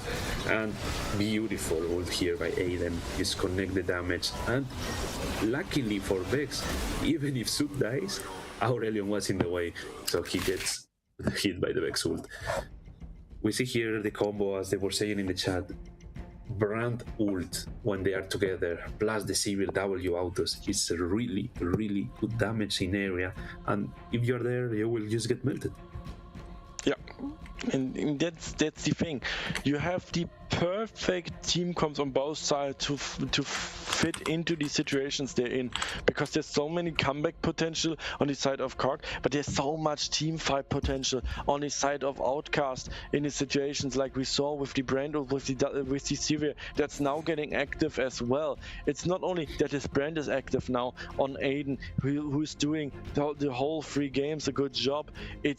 It's like the Syria is now starting to roll on as well, getting active now, doing the part of the game, and that could be a big problem here for the side of Cork, because they need to find now the 5v fight. We saw what they can do in a 5v fight, and they need to get the Zahin to be with them, because yeah, we see the collapse is really strong. The collapse is really fast as well, and there's no time to react for the other members of the team of Cork to find some turrets, to find some objectives in these situations. You lose now the Baron, you will lose now more goal difference to what you won in this case, and yeah, it's a really good game right now. Okay, again, Riot special, banger issue. What can do? I guess someone it's is again. cheating. I guess it's again on like Aiden's PC if he already had the problem, so that's really unlucky because he's actually, as we said, like he's been the best for his team. Okay, it wasn't Sinton this time. Unlucky. Yeah, This is the game. This game 3 is that what we wanted from game 1, and what we wished for game 2, and what we wished for game 3 and 4 and 5, but even earlier. And now they're like awake. They're mentally on the side of the Outcasts are back, and now they're trying to get back into this game, trying to get back into the series, and maybe writing now their history to get the final ticket back after being down to 0, and they're looking pretty good right now if they're not doing any mistakes, if they're playing it now carefully down, carefully to the end until the Nexus explode, and then we can talk about game 4, the importance game in such a series. Yeah, and like right now getting the like you are not only just losing for the first time in the series, you are getting issues with Vanguard that can just manage to get you out of the game, manage to get your mental really down, and it's getting late into the night, you're getting tired, so let's see how they will manage to do this, because this, as we said before the game, this comp is really easier to play for the Outcast side. They're just chilling, they just go forward, they just get the Orn, get the CBW, the brand ult, and just continue. And we are back into the game. Yeah, we were going back into this a really good game, and we see 2k difference. Should it be now? The next Drake is far away from going here, but you need to be careful as well on the side of Kirk. Yeah, you're getting the items, you're getting the scaling in, but you can't fight like that. You need to be on point here, and maybe getting that brand out as well, because the brand is doing a lot of damage right now. And they're trying here to collapse on the Sivir. Sivir can get out, she dodges. Jero! Aurelion knows what is not the North, and this is a really good shutdown here on the Aurelion, but Vex goes in. Will he get the kill? And they melt this Kayn actually, and she gets the kill on the Aurelion. That's a 2-for-2 on the team and the fight. One thing I would like to say is that I don't think Ornn upgraded the best options, because the first upgrade was on the Sona and not on the Vex, which is like the Fed, or maybe on the brand.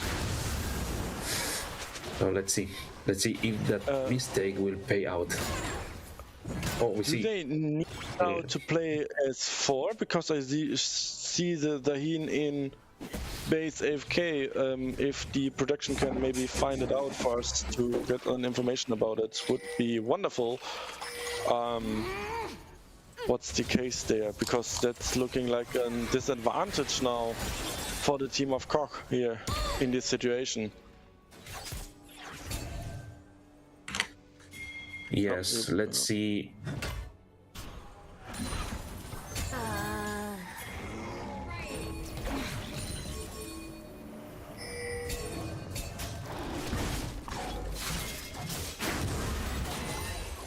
Okay.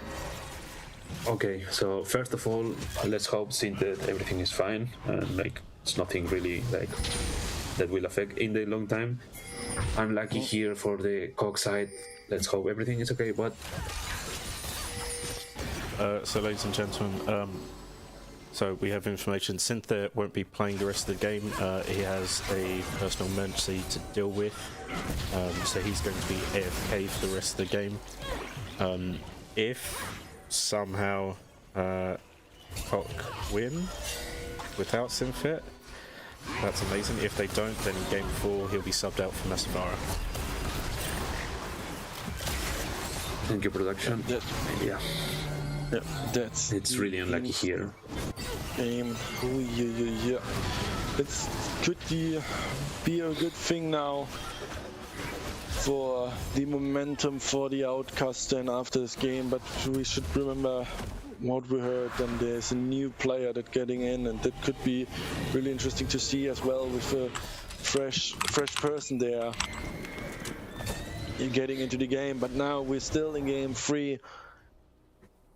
And it not looking good then with that for this series to getting into the first game win for the Outcast. But we will see, maybe a miracle can happen now as well. The 4v5, we know the legendary 4v5 fights, who knows, could happen here as well. Yeah, it's really unlucky because it's like he was the most ahead in his team. Now they get the free soul, which is really good here with Asona. It's really annoying because it's not only your best player, but the one with the biggest momentum in this game.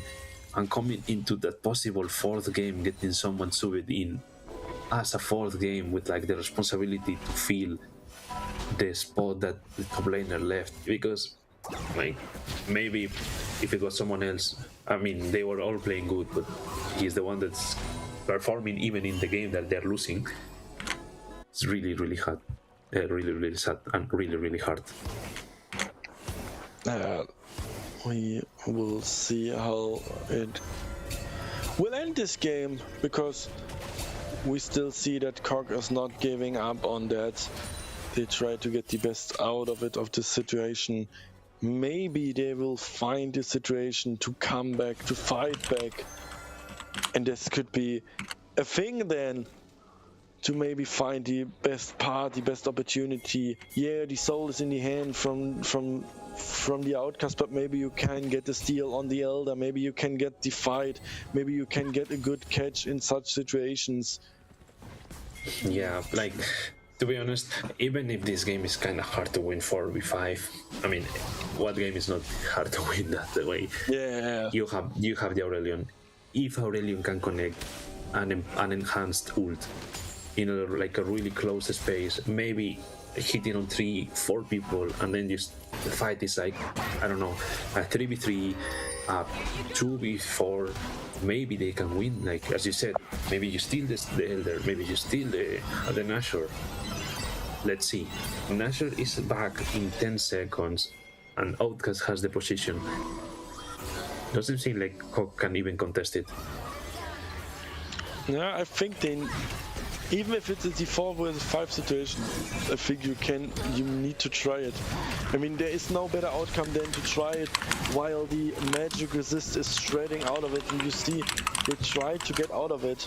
They try to get away from it, to find the fight before they start the Baron. So they respect that there are even 4 players only on the side of COG, because there is an Aurelion Soul that have a big ultimate that can get used on these kind of fights on the Baron to maybe demolish a whole team in such a situation. Yes, they are respecting, because you know one mistake can lead to free Nash for the enemy team, and you don't want that. Like, it's not even not only potentially losing the game, but losing the series. Like, you have to be really cautious in this game. It's the first time you're ahead in the series in these stages of the game, and you don't want to fuck that up. We see here, Sivir is going in into the Ash, but the Ash has a lot of damage, but they die, and they get the kill into the Milio. Vex fails the ult, and she dies. It's a really good shutdown here on the Kane, but I think this Aurelion should be dead. And they fail everything on him. He just flies away. So, I mean, you got a double kill. You should be able to get Nash here. You get the kill on both the support and the ADC, and they're just moving towards the Nash. To be honest, I gotta say, I didn't expect that much damage from the Ashe. Yeah, Suit is doing almost some damage as well. If there would be even, maybe the trade would be so much better for Suit here. But that's the thing. That's the kind of last hope for Cork in this game 3. If you can hold as long forever. Civil here trying to steal, and he gets the red. Poor Kane, and he gets caught in his own jungle. Even if you get the Melio shield and the heal, he dies because Brand was there. And this Brand is really strong right now. The Brand is really, really strong. We're going with big steps near the 10k gold difference, but we are getting near the part where gold don't make. And we see here the replay. Look at this. Sivir and Nash just trading, and he just gets 1 HP and dies by hitting the horn. Unlucky. And out of vision, Vex just melts. Died. But anyways, Kane just gets the kill. Now that he has the form, even if you're so behind, he has 3 items, so he has the damage. He getting the damage out, and now the burn buff is still a part of it to get here some damage out. And they get again tied. Unlucky for him, he gets caught again. Vex gets the damage. It's like destroying them. They're trying their best to get this game still in hold, to maybe find the angle, maybe find something, but the Elder is now in work to get done here. And we see it's melting down, and this will be the Elder, and then we will see the last fight. And I think there will be no outcome that Cork can save game 3 for them.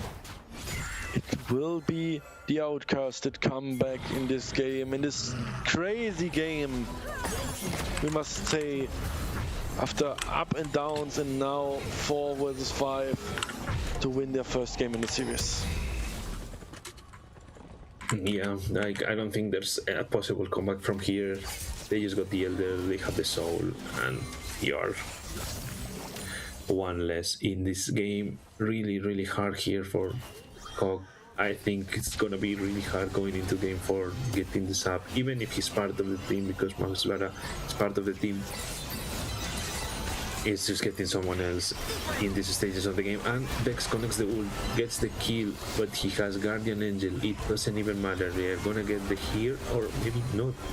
Look at that damage from Brand, but it doesn't seem like it's enough. And it's enough! Look at that damage! Not even heal, ult, Q, everything on from the Melio. It's not enough, and they should be able to just finish the game here, even if they have the wave clear, even if they have some damage. You don't have Ashe here to clean and deal the extra damage. Aurelion is not that far ahead.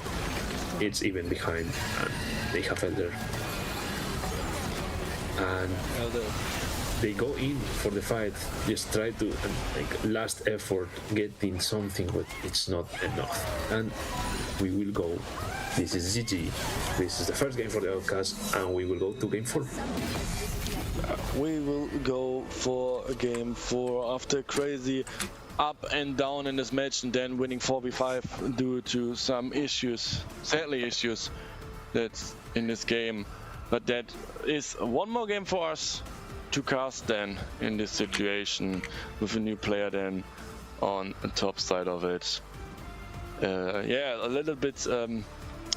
I call it a little bit the black sheep in this game of the series. If I may say this, if with such yeah, personal problems, sadly with personal problems.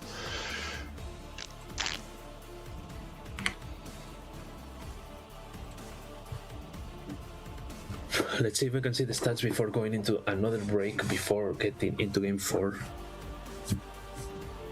Oh, it's not working. I mean, to be honest, really well played by both teams. Unlucky the end with this personal issue that we hope everything is alright. Let's go into this break and into the fourth game.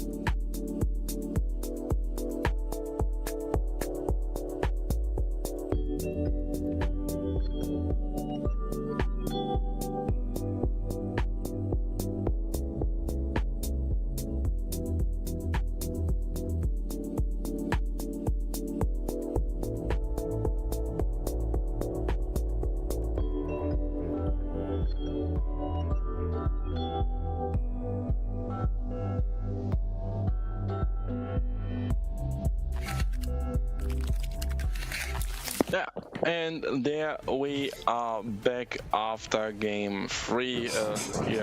Curious game 3 that we saw right now, and now it's a 2-1 still in favor for Cork in this situation. And it's getting now down to game number 4. The top liner subbed out due that he needed to leave for personal reasons, and that could be really interesting to see now the flow of Cork getting a new member there in the position, but as well looking at the momentum now for the Outcasts that won now the first game in this series and could potentially do a reverse sweep to get the final tickle here in this game. Yes, let's see.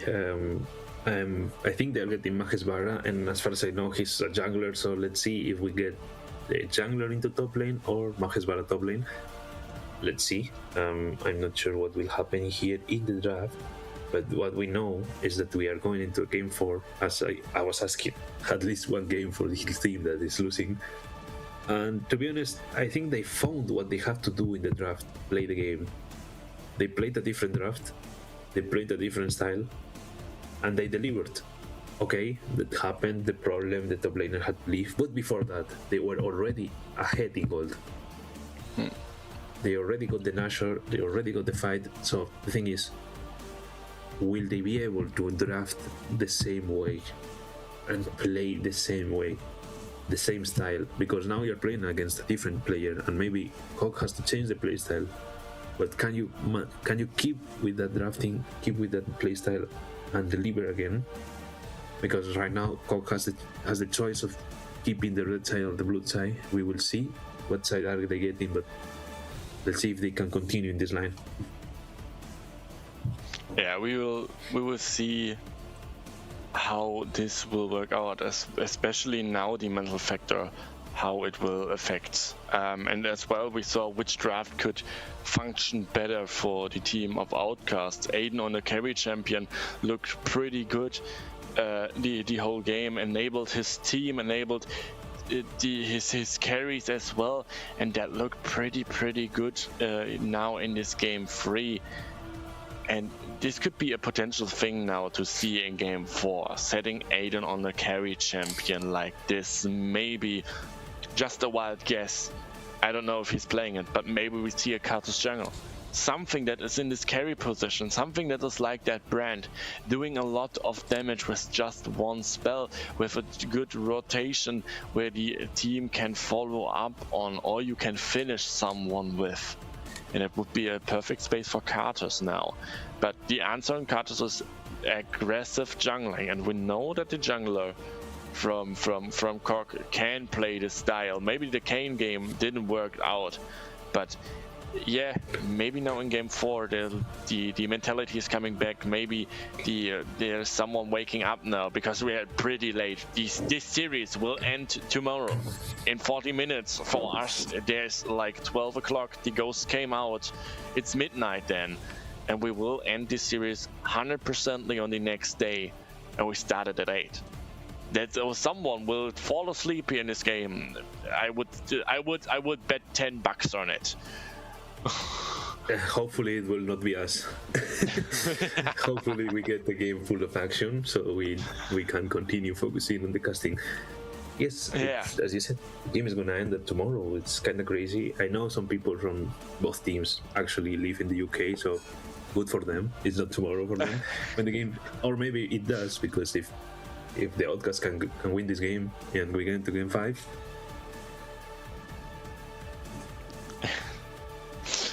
Yeah, that's an hour difference to the UK. So it's getting crazy. It's crazing down here. We're waiting for the draft. We're hoping that they are now joining in, that we can draft start fast and not getting a longer delay now. Getting faster into these drafts, faster into the games, and seeing good games as well then in this situation. To find the first finalist as well on live stream. To know who will be our first finalist on live stream, to see who will be the second on tomorrow on live stream. Yes, I will not spoil because we don't want spoilers. I'm just gonna say you guys have to actually tune into the games for tomorrow. If you actually want to see something, just tune into it. We already had something here delivered with these back-to-back storms into a comeback from the Outcast. But let's see what happens tomorrow. Yeah. What? Which tomorrow? Who will win this game or who will win this other? I mean, I meant for like the other game that is not being streamed right now. But like, I was thinking before coming into the cast, I should have taken a nap, and I didn't. Me too. And now I'm like, hopefully we end here. I'm awake. I'm awake since 4 a.m. this morning. Just with no sleep, so we're getting nearly 24 hours awake here. It's okay, and we go into the draft and we again see the Briar and the Shen bans, and again the same Mundo ban from the Outcast. Yeah, Chen is out, Briar out, Mundo out. We're waiting for the next ban that's now to come. Maybe the adaptation now, while you have a change into your roster, but we see the Galio. Of the Psy Galio, bro. And we see a different band here. We see the Varus and the Thresh bands, kind of different from what we seen in the previous. And we see the first pick into when instead of banning it, you are used the 9 Aiden with another of his champions. Yeah, and it was all the time banned on the blue side. They banned it on the third side, and that must be like a signal for the red side. Hey, they don't banning Gwen. Why they don't banning it? And they're picking it. Maybe they got a pick into it. Maybe we will see something into it because it's a good flex pick. You can play it on a jungle position. You can play it on the top lane position, and we will see. And you said it. The Cartus. What is this? My analyst. My analyst. I called it. The Cartus is done, and that must be the signal now that Aiden, that they know how to draft, that Aiden on a carry champion that can scale pretty good into this game, and we will see how you now answer onto this Cartus, because like we said, you need to play an aggressive early champion, and Caitlyn is a good safetiness for this Cartus to play. But we see Sion will pick up a little big counter to that Caitlyn in the late game, getting pretty tanky, and now we see that Xayah is getting picked. Rakan is already out, so there is no chance to get that Rakan with the Xayah paired to play an aggressive lane there, but there are so many champs that you can pick with that Xayah, but the Caitlyn range can be a big problem here in that game. Yes, let's see, like this next rotation of picks, but we see really quick response, and we see the Darius pick by the Outcast. This is really good here into this Sion and Wen. That's not Sion top lane.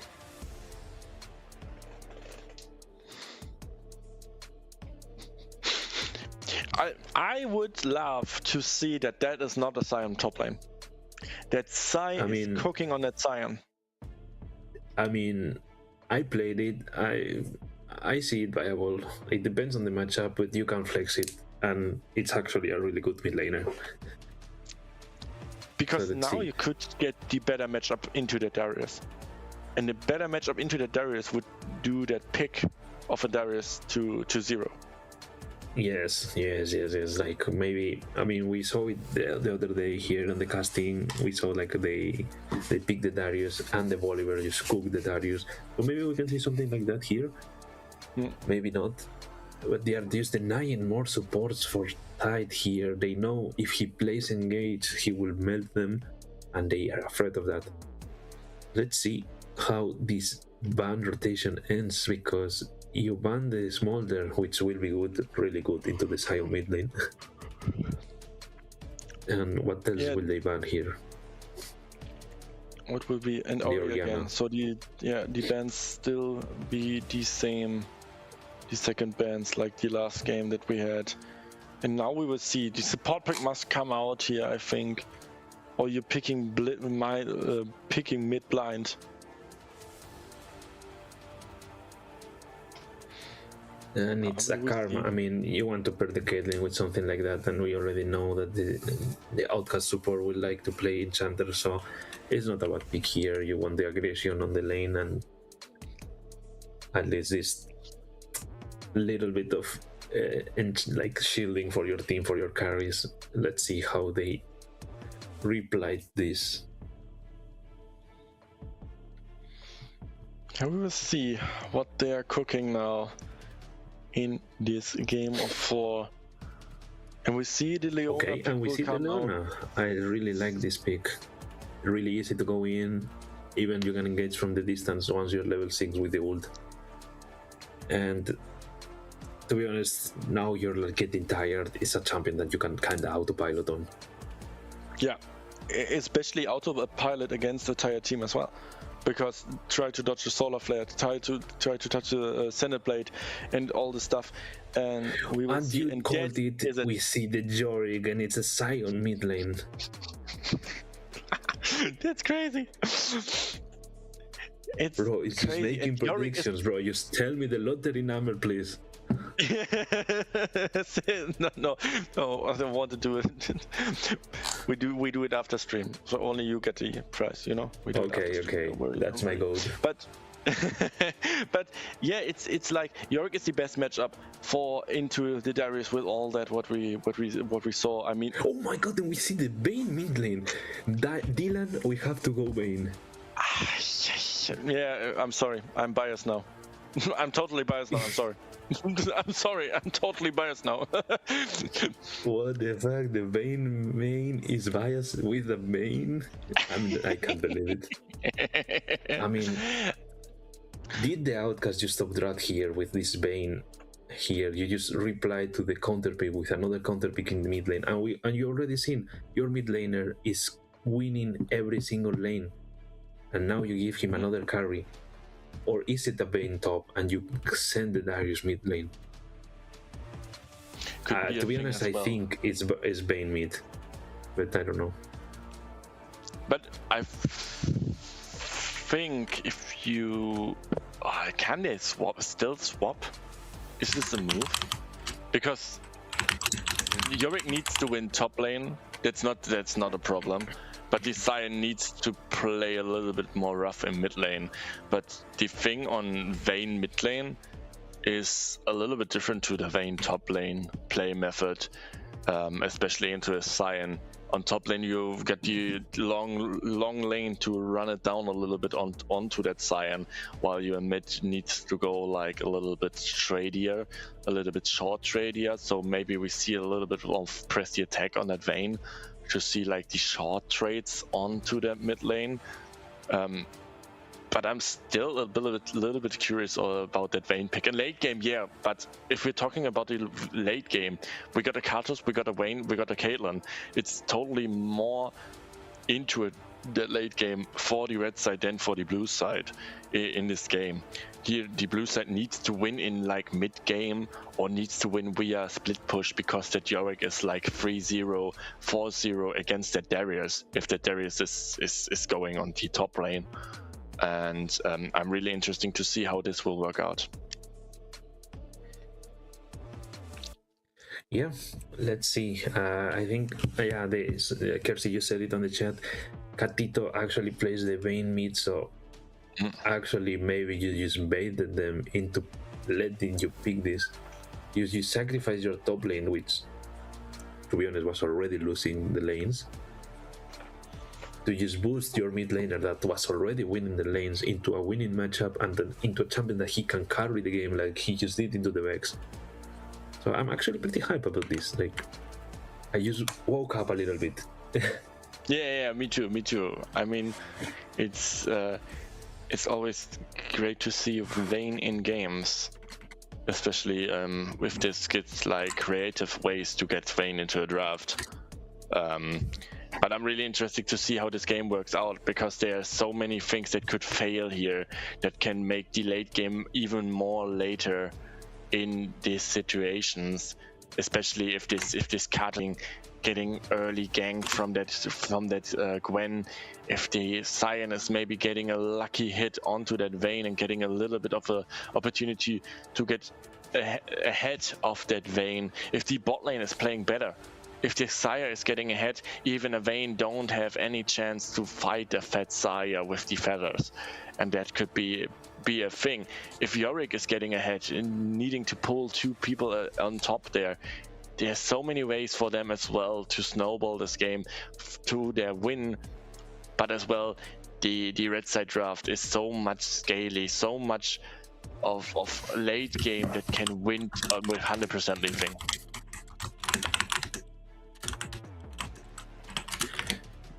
Yes, let's see. Actually, I don't know if we had the predictions for this game 4, but it's actually a really interesting game because the prediction is there.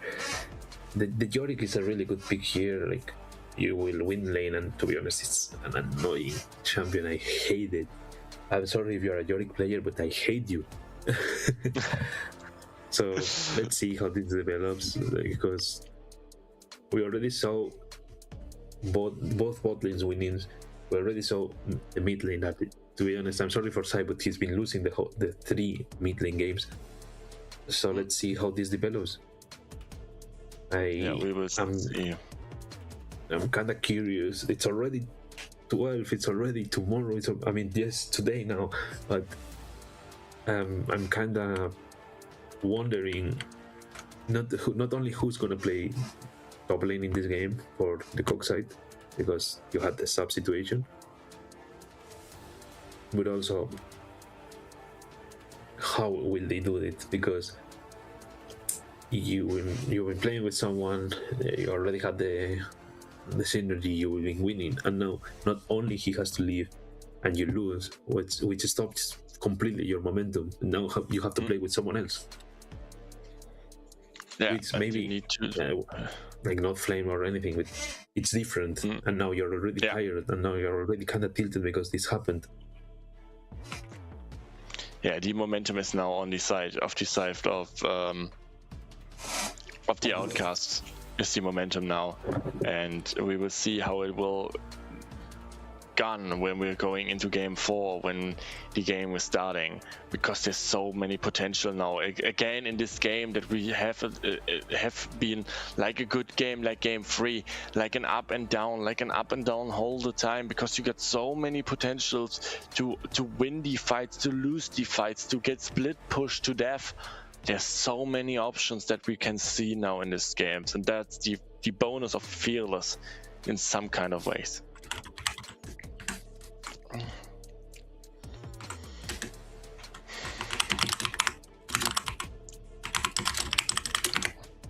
Yep. We are still waiting a bit for the game to start. For the spectator delay. We should be there soon, I think. I don't know if they actually took more time, but to be honest, from now on, it's kinda not anything we can actually predict or do the analysis at this point of the games. It's not only a different playstyle, but you're playing from feelings. Right now, it's if you're in the mood, you're gonna play good. You're tired, if you get tilted, plus being tired, maybe you start inting, you start failing, and once you start doing that, you start playing even worse, because you're tilting about being tilted, about failing everything. So let's see, because if the Cartus can get as the brand kinda ahead, a really good clear and get some kills, these Cartus maybe can rule the game. At least from Saya, you can, Gwen and Saya can just dodge it with the Gwen is immune and Saya ult, but still it's a really big damage, and he will be farming that. What I'm not sure is about the Caitlyn pick here, because it's kind of hard to play here, no? Even if you have the range, if the Leona can get into you, the Saya can short you, the Yorick will slow you eventually in late game, and I guess the Gwen will just run you down. Yeah, the thing is, Caitlyn will be the pick to to have an easy transition from mid game to late game.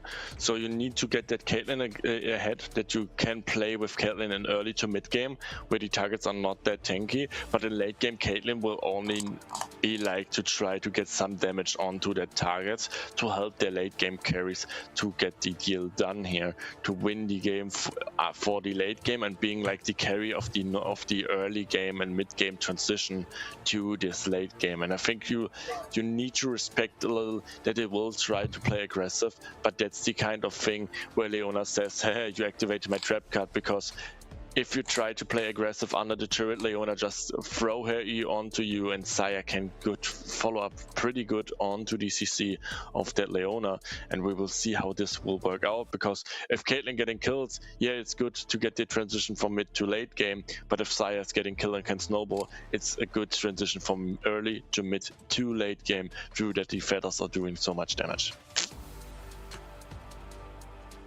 Yeah, let's see how is this going. I think from now on, now that maybe they got the confidence back, just getting a champion like this on like Vayne, that you actually need to be confident on your mechanics, that you actually need to be being aware of playing the game. And to be honest, you have a lot to dodge here, and Vayne is one of those champions that you can actually try to do that. Once you have your ult, you get the reset on the queue, you should be able to kind of dodge and play the game by yourself, and having Karma by your side, that's really good. But I'm kind of worried about this Darius getting counter pick, because he's been already losing lanes. I know this is a different top laner now, but if you've already been losing the lanes and now you get counter pick, will they be able to just snowball to top lane and not even get to the point where the Vayne is just 1v9? And that could be a thing. I mean, the other thing is, what will we see for build for Vayne? Because we see 3 tanky targets and the Gwen, and the Gwen is the greatest danger for that Vayne do, that Gwen can be immune. And I mean, the typical build should be going Blade, going Rage Blade, going Terminus, and going then maybe in a kind of tanky way. But there's the twist. Not every Vayne player is like a psychopath like I am, and going like 3 damage items and going fully tank to survive the phase between these fights, to survive every damage that is coming to an income. And I'm pretty looking forward to see what item build we will see, because many Vayne players build the crit build as well, because you get so many damage that you even shred tanks with your W and the crit damage that exists. And this could be a thing as well for mid lane as well, because the items are a little bit more better for you on mid lane, I would say personally. And that's why I'm so looking forward to see how this Vayne pick will go on, because I've got a little bit scared, I'm always a little bit scared if we see like a Vayne, because there's the wonderful word of Vayne spotting in League of Legends. This could be the final game of Vayne spotting, but if this will happen, if we see Vayne spotting, yeah, we will see. Let's see also the runes. I'm kind of curious about this. We go to AP junglers that don't have the best setup for the ganks, at least from the side for the Outcast. You have some CC on the Darius for the top lane ganks. You have the root, and at least for the side of Cock, in the bot lane you will be able to get some CC with both Saya Feathers and Leona, just basic kit. What is this skins in the mid lane? I'm gonna no, bro. Like, yeah, thanks for telling it. This Vayne should lose, please. If this Vayne is not losing for that skin, for real, how you can play this skin? What the fuck? Have some fashion, my guy. Have some fashion. We see Jason is going Ignite and Phase Rush into this Yorick, and we see Vayne going PTA and Ghost. I don't know if that's good or not. I don't play Vayne that much, no. I don't know if you can get some insight on that.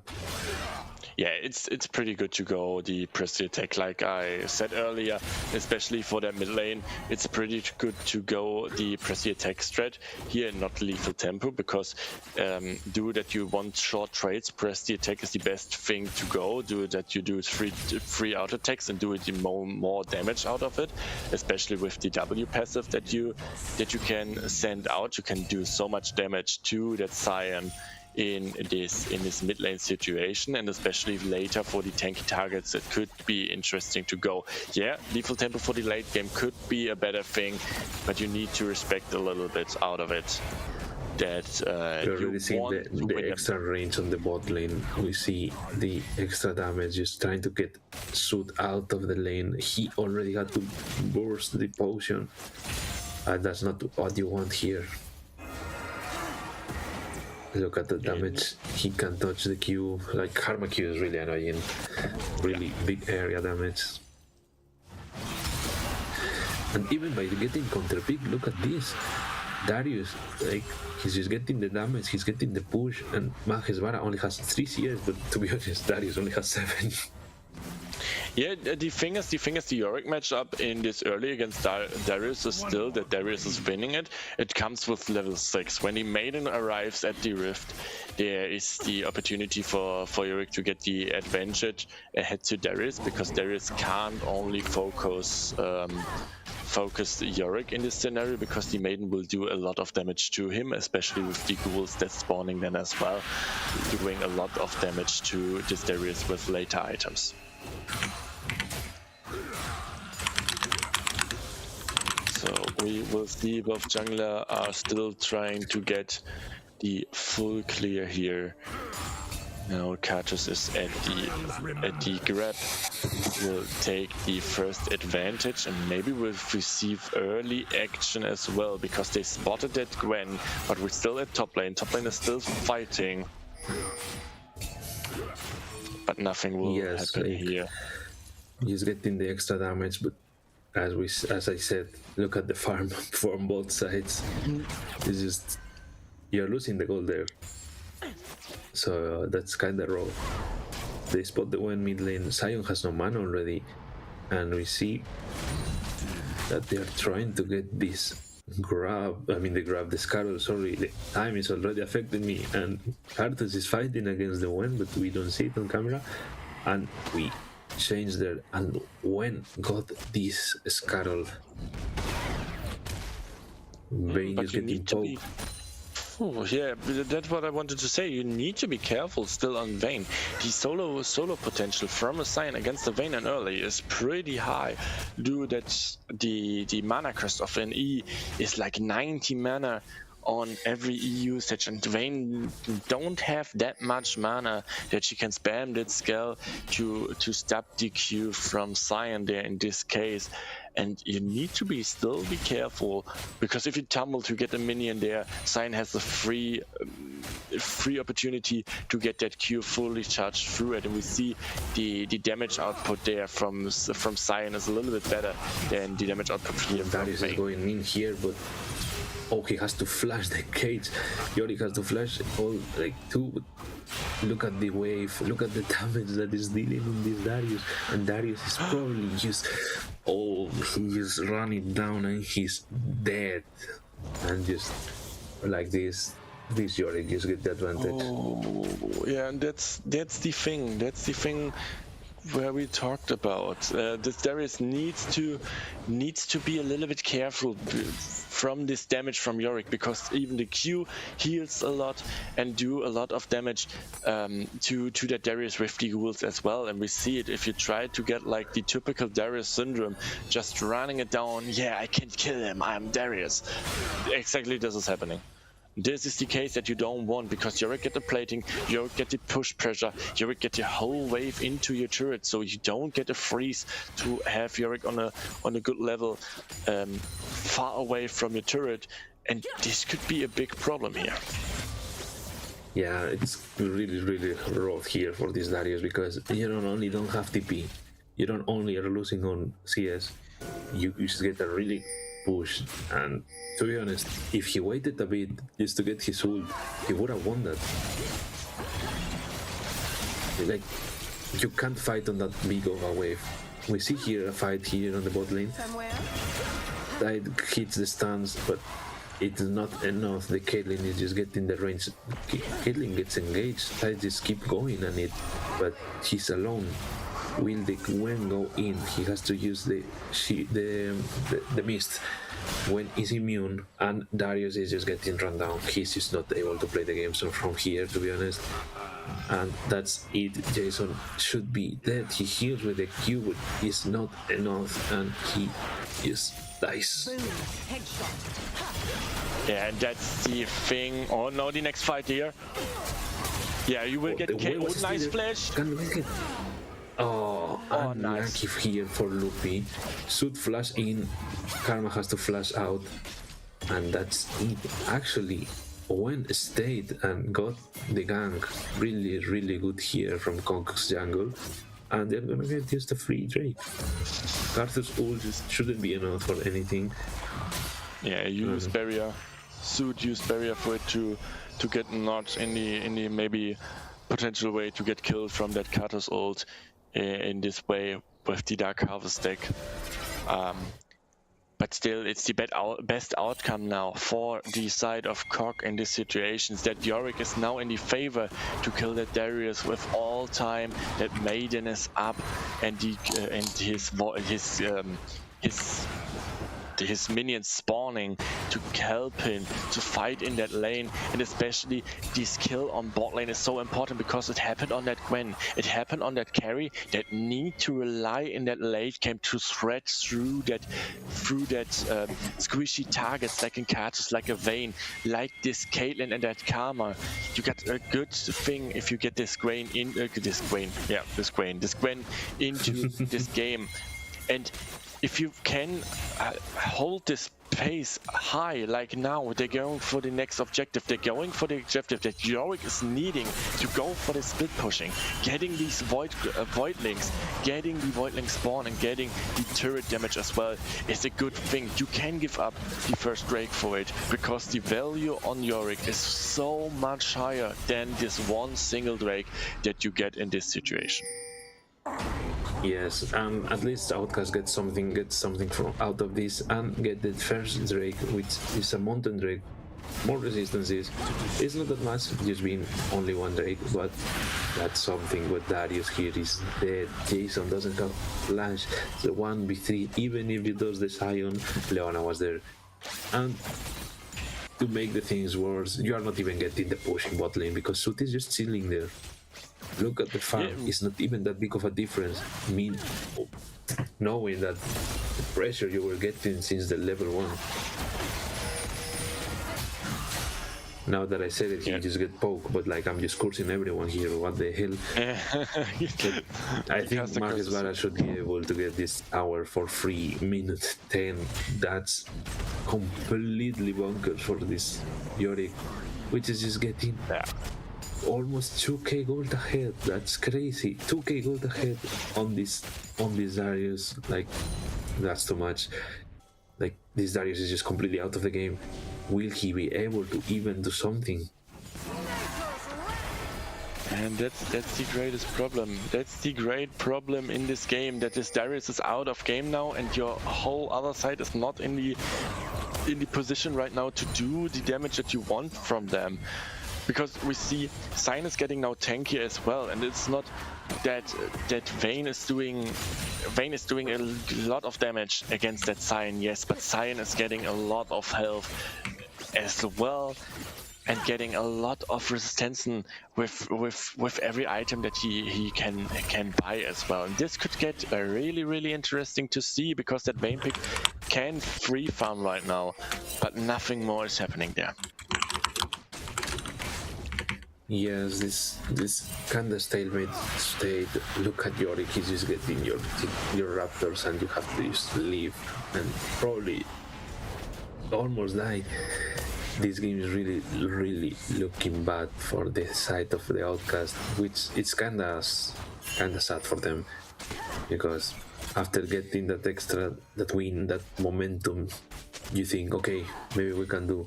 This draft is a bit salty, this draft is a bit different, and it's not working. Yeah, and like we see it now in mid lane, it's not like, yeah, Vayne is farming, it's all good, it's correctly. But the thing is as well that the damage from Sion is nothing that you can disrespect in this case. Even if you got your Vampire Scepter right now in the inventory to heal a little bit up, it's not against that you need your blade first to go for the fights. And yeah, you're like 725 gold away from this item right now in this position. And maybe now from a shutdown away. Okay, they're just trying to find the Yorick, but the Yorick is really tanking. He has to flash. Is this enough? It is enough. Gets the kill, the Darius with the ult, and try to engage on Caitlyn. Caitlyn just dodges it. There should be a problem here when it's around, but shouldn't be a dive angle. I think they have the wave on a pretty good state when it's trying to invade, but the thing is, Karthus has no camps. Yeah, Karthus has no camps to collapse on to get something out, but now maybe we see something bot lane. Yes, we see they're fighting. I don't know how they're still fighting here. I don't know how they keep fighting. You knew the one was around. You knew the one was trying to invade. You knew they had no camps. So she will try to get something out of you. And you lose the flash in both your ADC and your support. You lose the cleanse and you lose the heal. This is really bad for this Outcast bot lane. Even though they're kind of ahead on gold, it's not enough to be something that they notice. Yeah, and the thing what we talked about is that you don't get this Caitlyn. If you don't get this Caitlyn in early to mid game into this game, she will be useless in late game. All over the place, and you don't have the transition from mid game to late game that can carry, that Caitlyn can carry for you in this position, and that could be a big problem now that you're letting that Xayah into that game, because Xayah got good buffs. Xayah got really good buffs over the last patches, and then it could be that Suit can be the carry in this game as well, because the feathers is all that is needed for the Gwen and the Yorick to fight these perfect fights as well. Yeah, so we're already seeing some items here and there. We see the Sunfire for the Sion, we see the Blade of the Ruined King for the Vayne, and we see in bot lane a little bit of gold advantage because we see Lu with the completed Moonstone, but to be fair, Leona has the completed boots. Leona has the plated steel caps, which is really good into this Vayne and Caitlyn. And we see a potential fight here on the second Drake of the game. We see the Hextech Drake. Both teams are kind of afraid to just go in. They are just waiting. As I said, at this time now, these games are kind of emotional. You try to get something. Karthus get ulted and it's gonna get killed. He still is gonna deal some damage, but look at this Gwen just going in. This Caitlyn has no summoners, even though Karthus gets the damage. Look at the Vayne, he's just getting the kill. He gets the kill on the Gwen, gets the shutdown, gets the kill on the Sion, gets the kill on the Leona. And will he be able to get the kill on this Yorick? Yorick is just melting this karma and he gets a double kill. This Vayne has to leave this place because Yorick is just gonna run you down, but he gets the stun, he goes in, but the Maiden is just melting him, and the bow on the goblins are just melting, and Majesvara gets another kill. 7 kills for this Yorick, the super sub in the game. Yeah, the super sub maybe could have the hand on the final ticket for the first final place in this game, and we will go into this replay. And it is super good engage here from Tide as well, buffering as well the Caitlyn trap to that there is an entrance for the team, and then the fight is splitting up again. You go onto the carries, you get that Caitlyn done, even if it looks like Vayne can maybe clear it here up. Darius gets the kill as well, but Yorick still stands tall, and you get the damage from that Sion passive as well. Vayne needs to flash, the Ghost runs out, the final aura runs out, and then you're spacing too far away from your Karma, selling a little bit that Karma, and you're trying then to play it a little bit. It's a good condemn against the wall, but the damage is not enough, and as well, like we said, the Maiden is strong. A Maiden alive is the strongest force that you can have, and the thing is that this is carrying the game for Cock here. We're after 12, huh? We can do now the 80+ jokes, huh? Wasn't it on the TV so? To be honest, it's kind of sad for the Outcasts side. You had Darius ulting the Sion, and Sion survived from 1 HP, so he didn't get the reset. He couldn't get the more damage on this Yorick. I mean, he probably would even die. Maybe if the Yorick was lower health, the Bane would be able to just get him. Unlucky, things like this happen. It's just part of the game. Can we talk about now this? When going in and this Bane is just kind of running it right now because you just got the stun. Will he be able to get out? He condemns the Gwen, but he gets the stun. He's trapped. But you don't have mana. And he can't even go away. He has no mana, and he's just gonna die and gets killed for Chapati Master. Yeah, that's the thing, that's the problem when you're not going the crit build on Vayne with the Fence Reaver, because the 90 mana on your E are so high that you got so many problems on it to find them later with the condemns and all this stuff. And that's the greatest problem that you could have here on that Vayne. We see she's going Blade, she's now going for I don't really know which items she's now building. It looks a little bit like she's going for the tank item that your ultimate haste is giving you ultimate haste, and if you're ulting, you're getting more attack speed out for the next 3 seconds. I think that is built with that item. Yeah, thanks. I think it's this build, but I don't really like that build in this matchup because you need the damage onto your carry and not like the tankiness in this early state of game. You need that Rage Blade for your passive, you need that Terminus to get a little bit more tankiness, and then you can build tank. You need the damage in the early game, and I'm not a big fan of it. Yeah, you're going for press the attack to do more damage, but I don't know. Yes. And we see this Yorick is so ahead, he just gets solo headed, bro. He's just ahead, he's 2k gold ahead, he's just like giving... It's like they didn't even switch the top laner, it's just another top lane gap. I'm sorry for Jason, it was a really rough matchup, but Majes Vara is just there. He's not only subbing, he's been the carry in this game. Yeah, they need this. The Yorick still need to be careful. We had this in the last game. He pushed too far and then he gets collapsed from 3 to 4 people. And we're seeing it there again. Karma is as well there. Katos as well. They need to be careful. If they don't find a play we see the engage here. Loopy just has the cleanse. Yeah, final hours. And we see the total gold. Almost 9k gold for Majes Vara, but we see Loopy is it's the top gold, but Suit is really close. We see the game is even, but the top lane.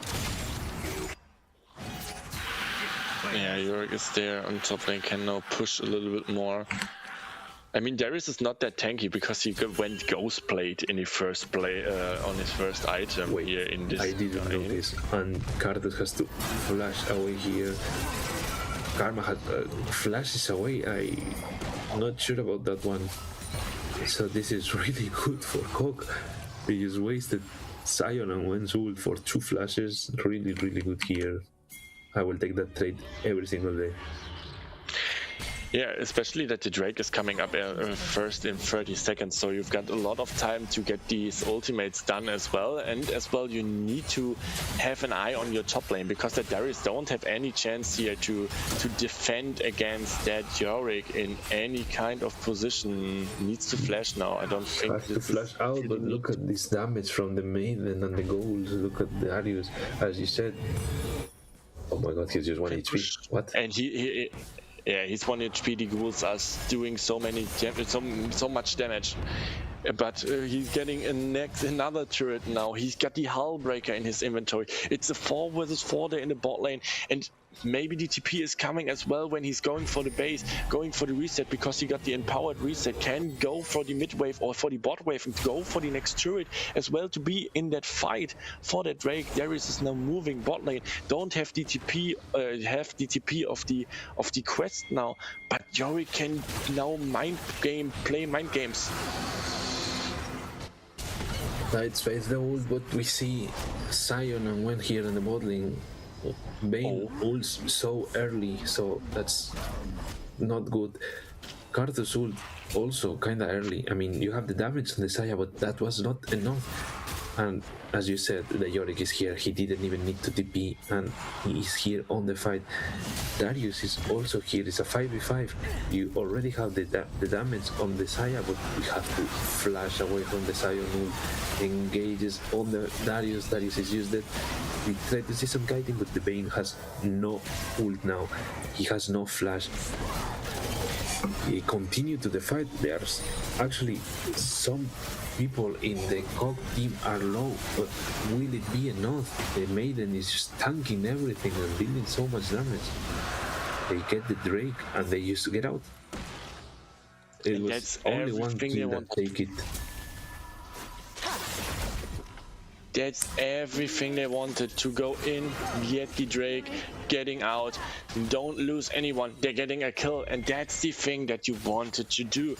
It's exactly what you try to do to get the ahead in this game, to try to play it even better out. Yeah, you got still this Caitlyn that can play with range. Yeah, you still got that Vayne that going for the hex plate, but you have so many problems to kill this Yorick in a special way, especially if you're getting a third item, especially if you're getting the lethality item that slows you when you're hitting your spells, because every ghoul will slow with every attack. Yes. It's so late, yes, I don't even know the names anymore. No, it's so crazy. It's fine, I have the info here. Yes, Yorick is going for that Cerilda's Grudge, and he just got the Herald in bot lane, and he's gonna drive it again into the tower. He gets a tower, and he's gonna get half this tower in bot.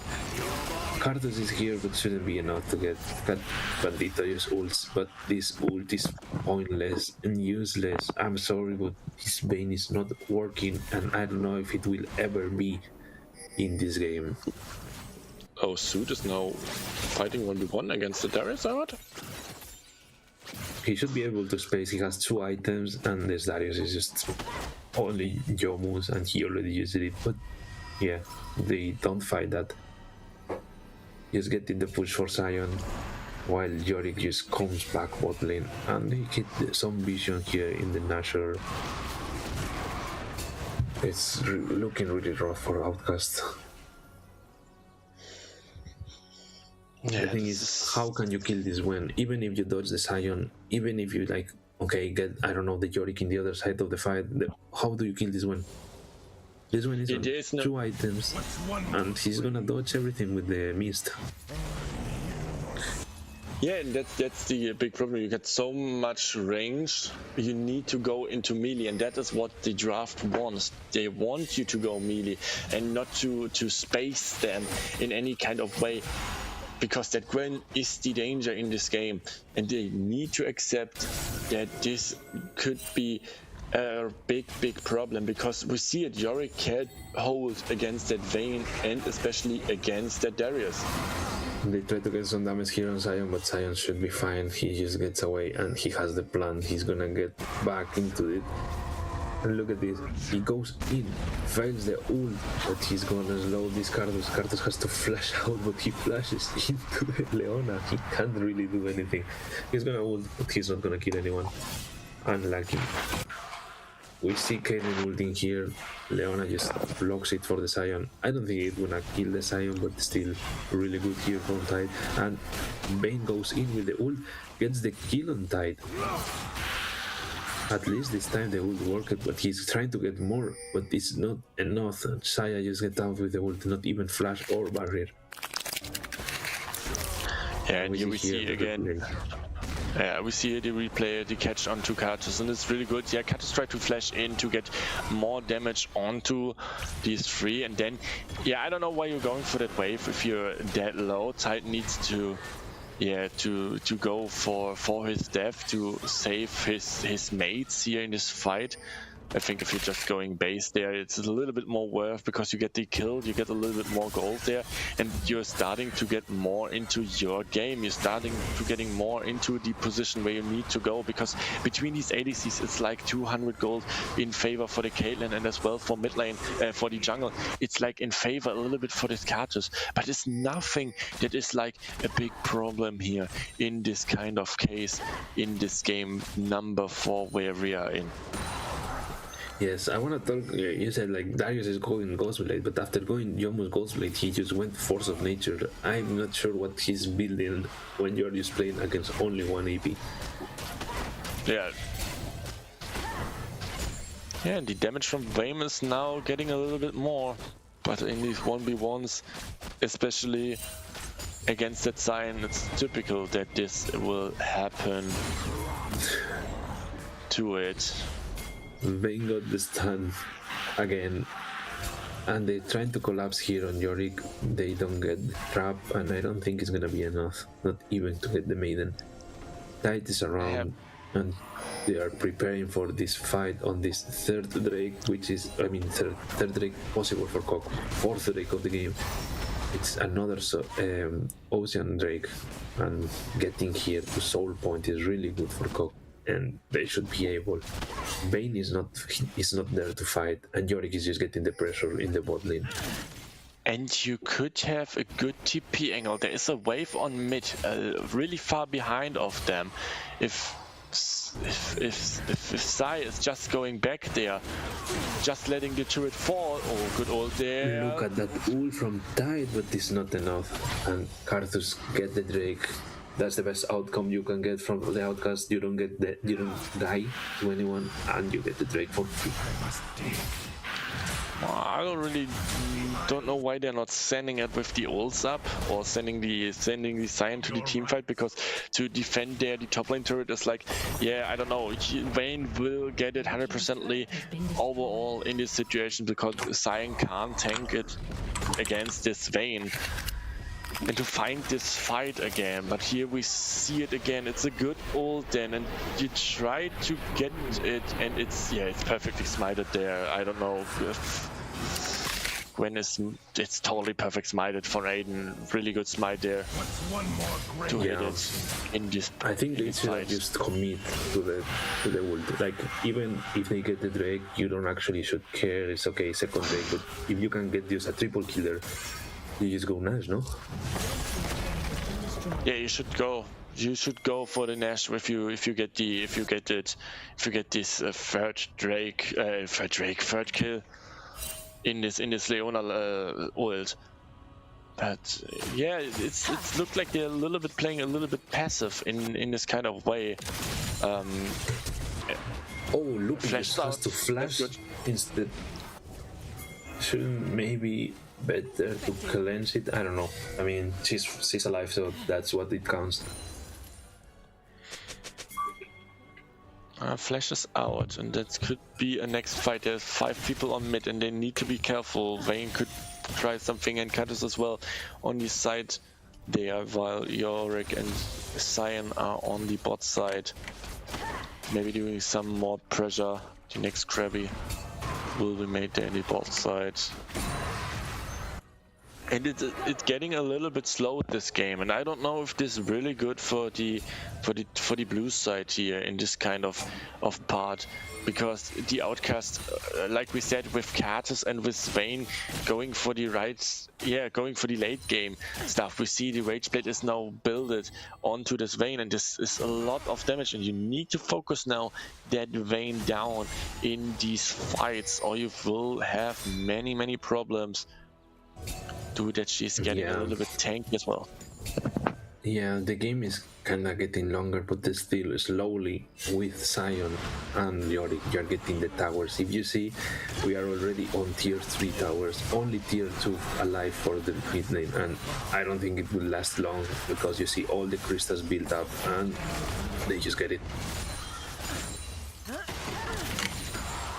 And we see if Tide is getting onto that vein, there is damage up, there is follow damage up onto that vein that can do a much damage. Maybe she got a lot of life, but not resistance. They just get the kill on the Karma is trying to get the vision, and they should be able to just pivot to the free Nash they have now. But there's still vision on it, and we saw what happened with Aiden's Smite, but Aiden is going base, not caring about the Baron right now. Maybe not thinking about that they're doing it quick. Yeah, they don't, they give it. Karma is dead. They're giving this Baron, and this is a huge spike now as well for the blue side with the Baron that they can secure here, and now can maybe grind a little bit more of gold, getting more into this game. And maybe can try to find more advantages for their side to make this game even more harder for the red side that needs to scale. I mean, we got 3 items on Karthus that got Rabadons, 3 items on that. That's what I was about to say. Yeah, he had to back there to get these Rabadons before this Drake fight.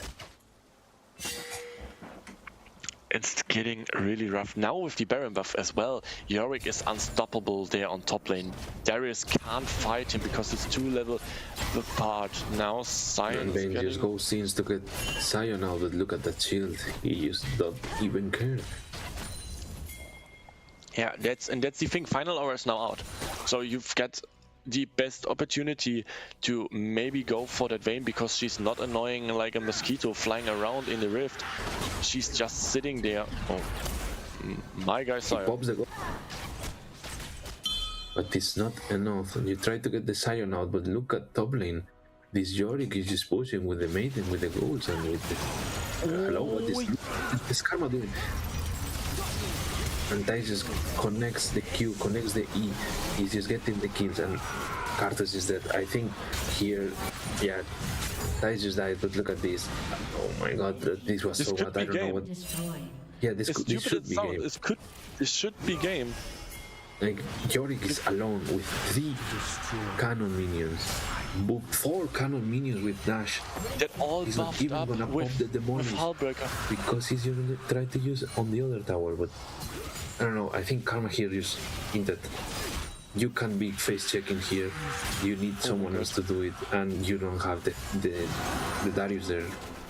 Look at this. It's not even still, but look at the push. They are getting a mid lane while they're trying to survive in top lane, and you get the inhib tower and probably the inhib in mid lane while they can just watch. It's the Yorick that carries this game. It's the super sub that came in this game number 4, and they're playing us pretty good, and we will see the replay now to that fight. Oh, yeah, Karma is just walking without vision and just let the team alone. And then like Leona just runs down, gets the kill on the Saya. I think that was not enough. And Saya just does everything with his ult. And Vayne here, you know she has no ghost, you know she has no ult. She's alone. So to just get the slow and get the free kill on this Vayne. If the Vayne hit something else, the Sion would have died from the Karthus first. I mean, he dies anyways, but...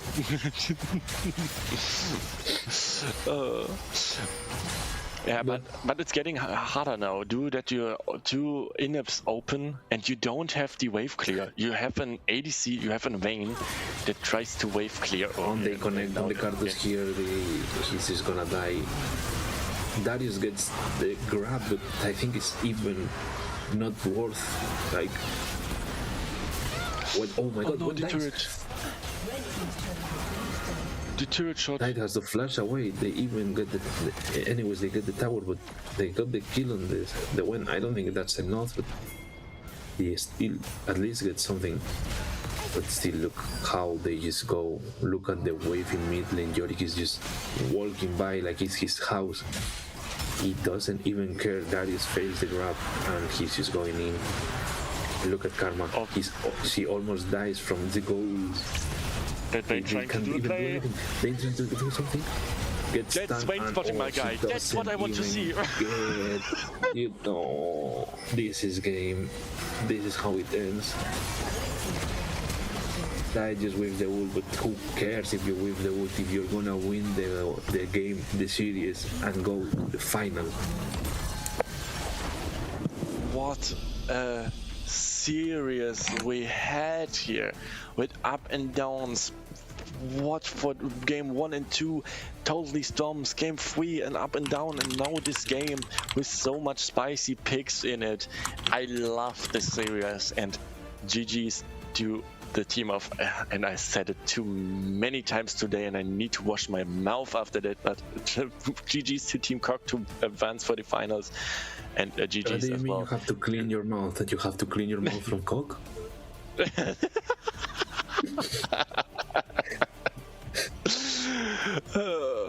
Yeah, we see the stats of this last game, and we see the Yorick, the super sub, came in and said we are going for only 4 games today and end the series nearly after tomorrow, so today.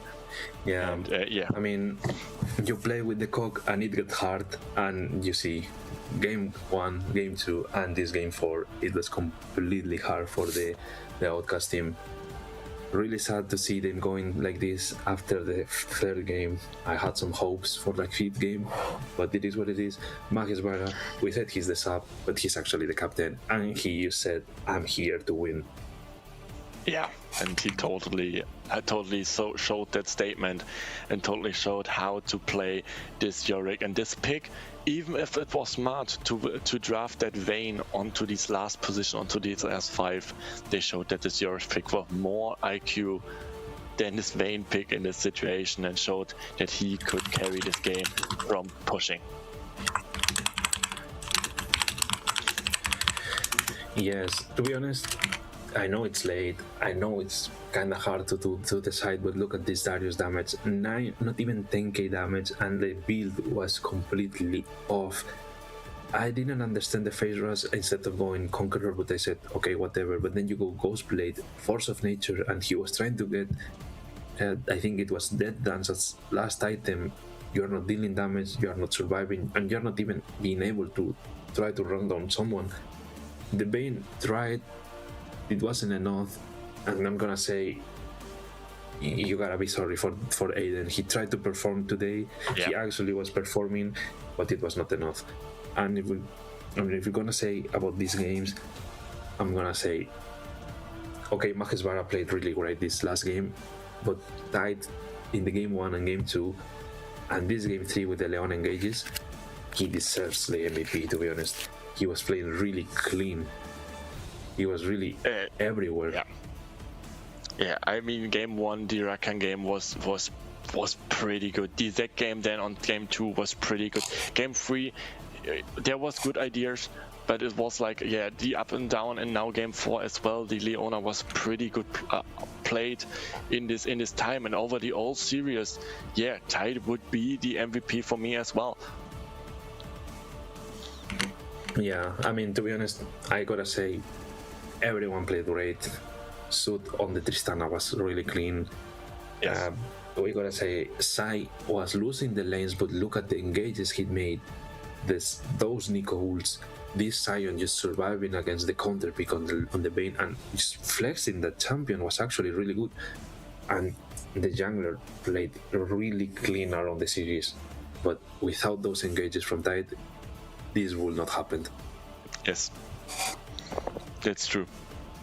Yeah, so we saw the first semi-final today with tomorrow in one combination, and saw the first finalists, and later on this day we see the bracket here.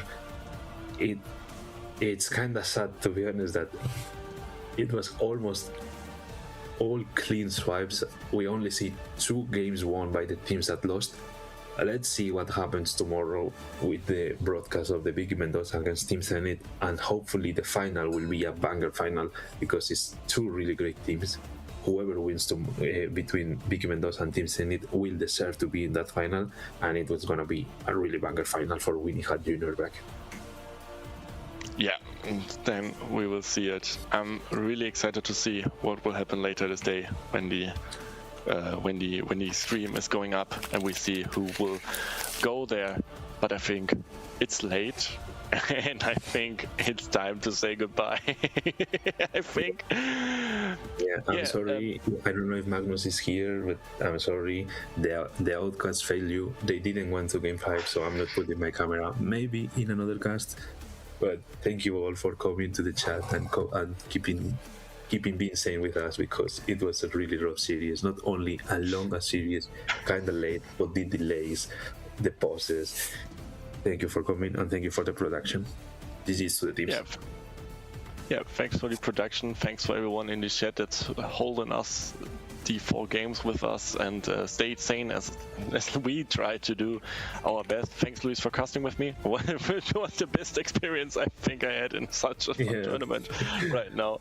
And yeah, I wish you a good night, and we'll see us here on the channel. Or not we, but you can see on this channel later on the next game for the final. And with that, I would say we see us at some other kind of stuff and other stream and whatever.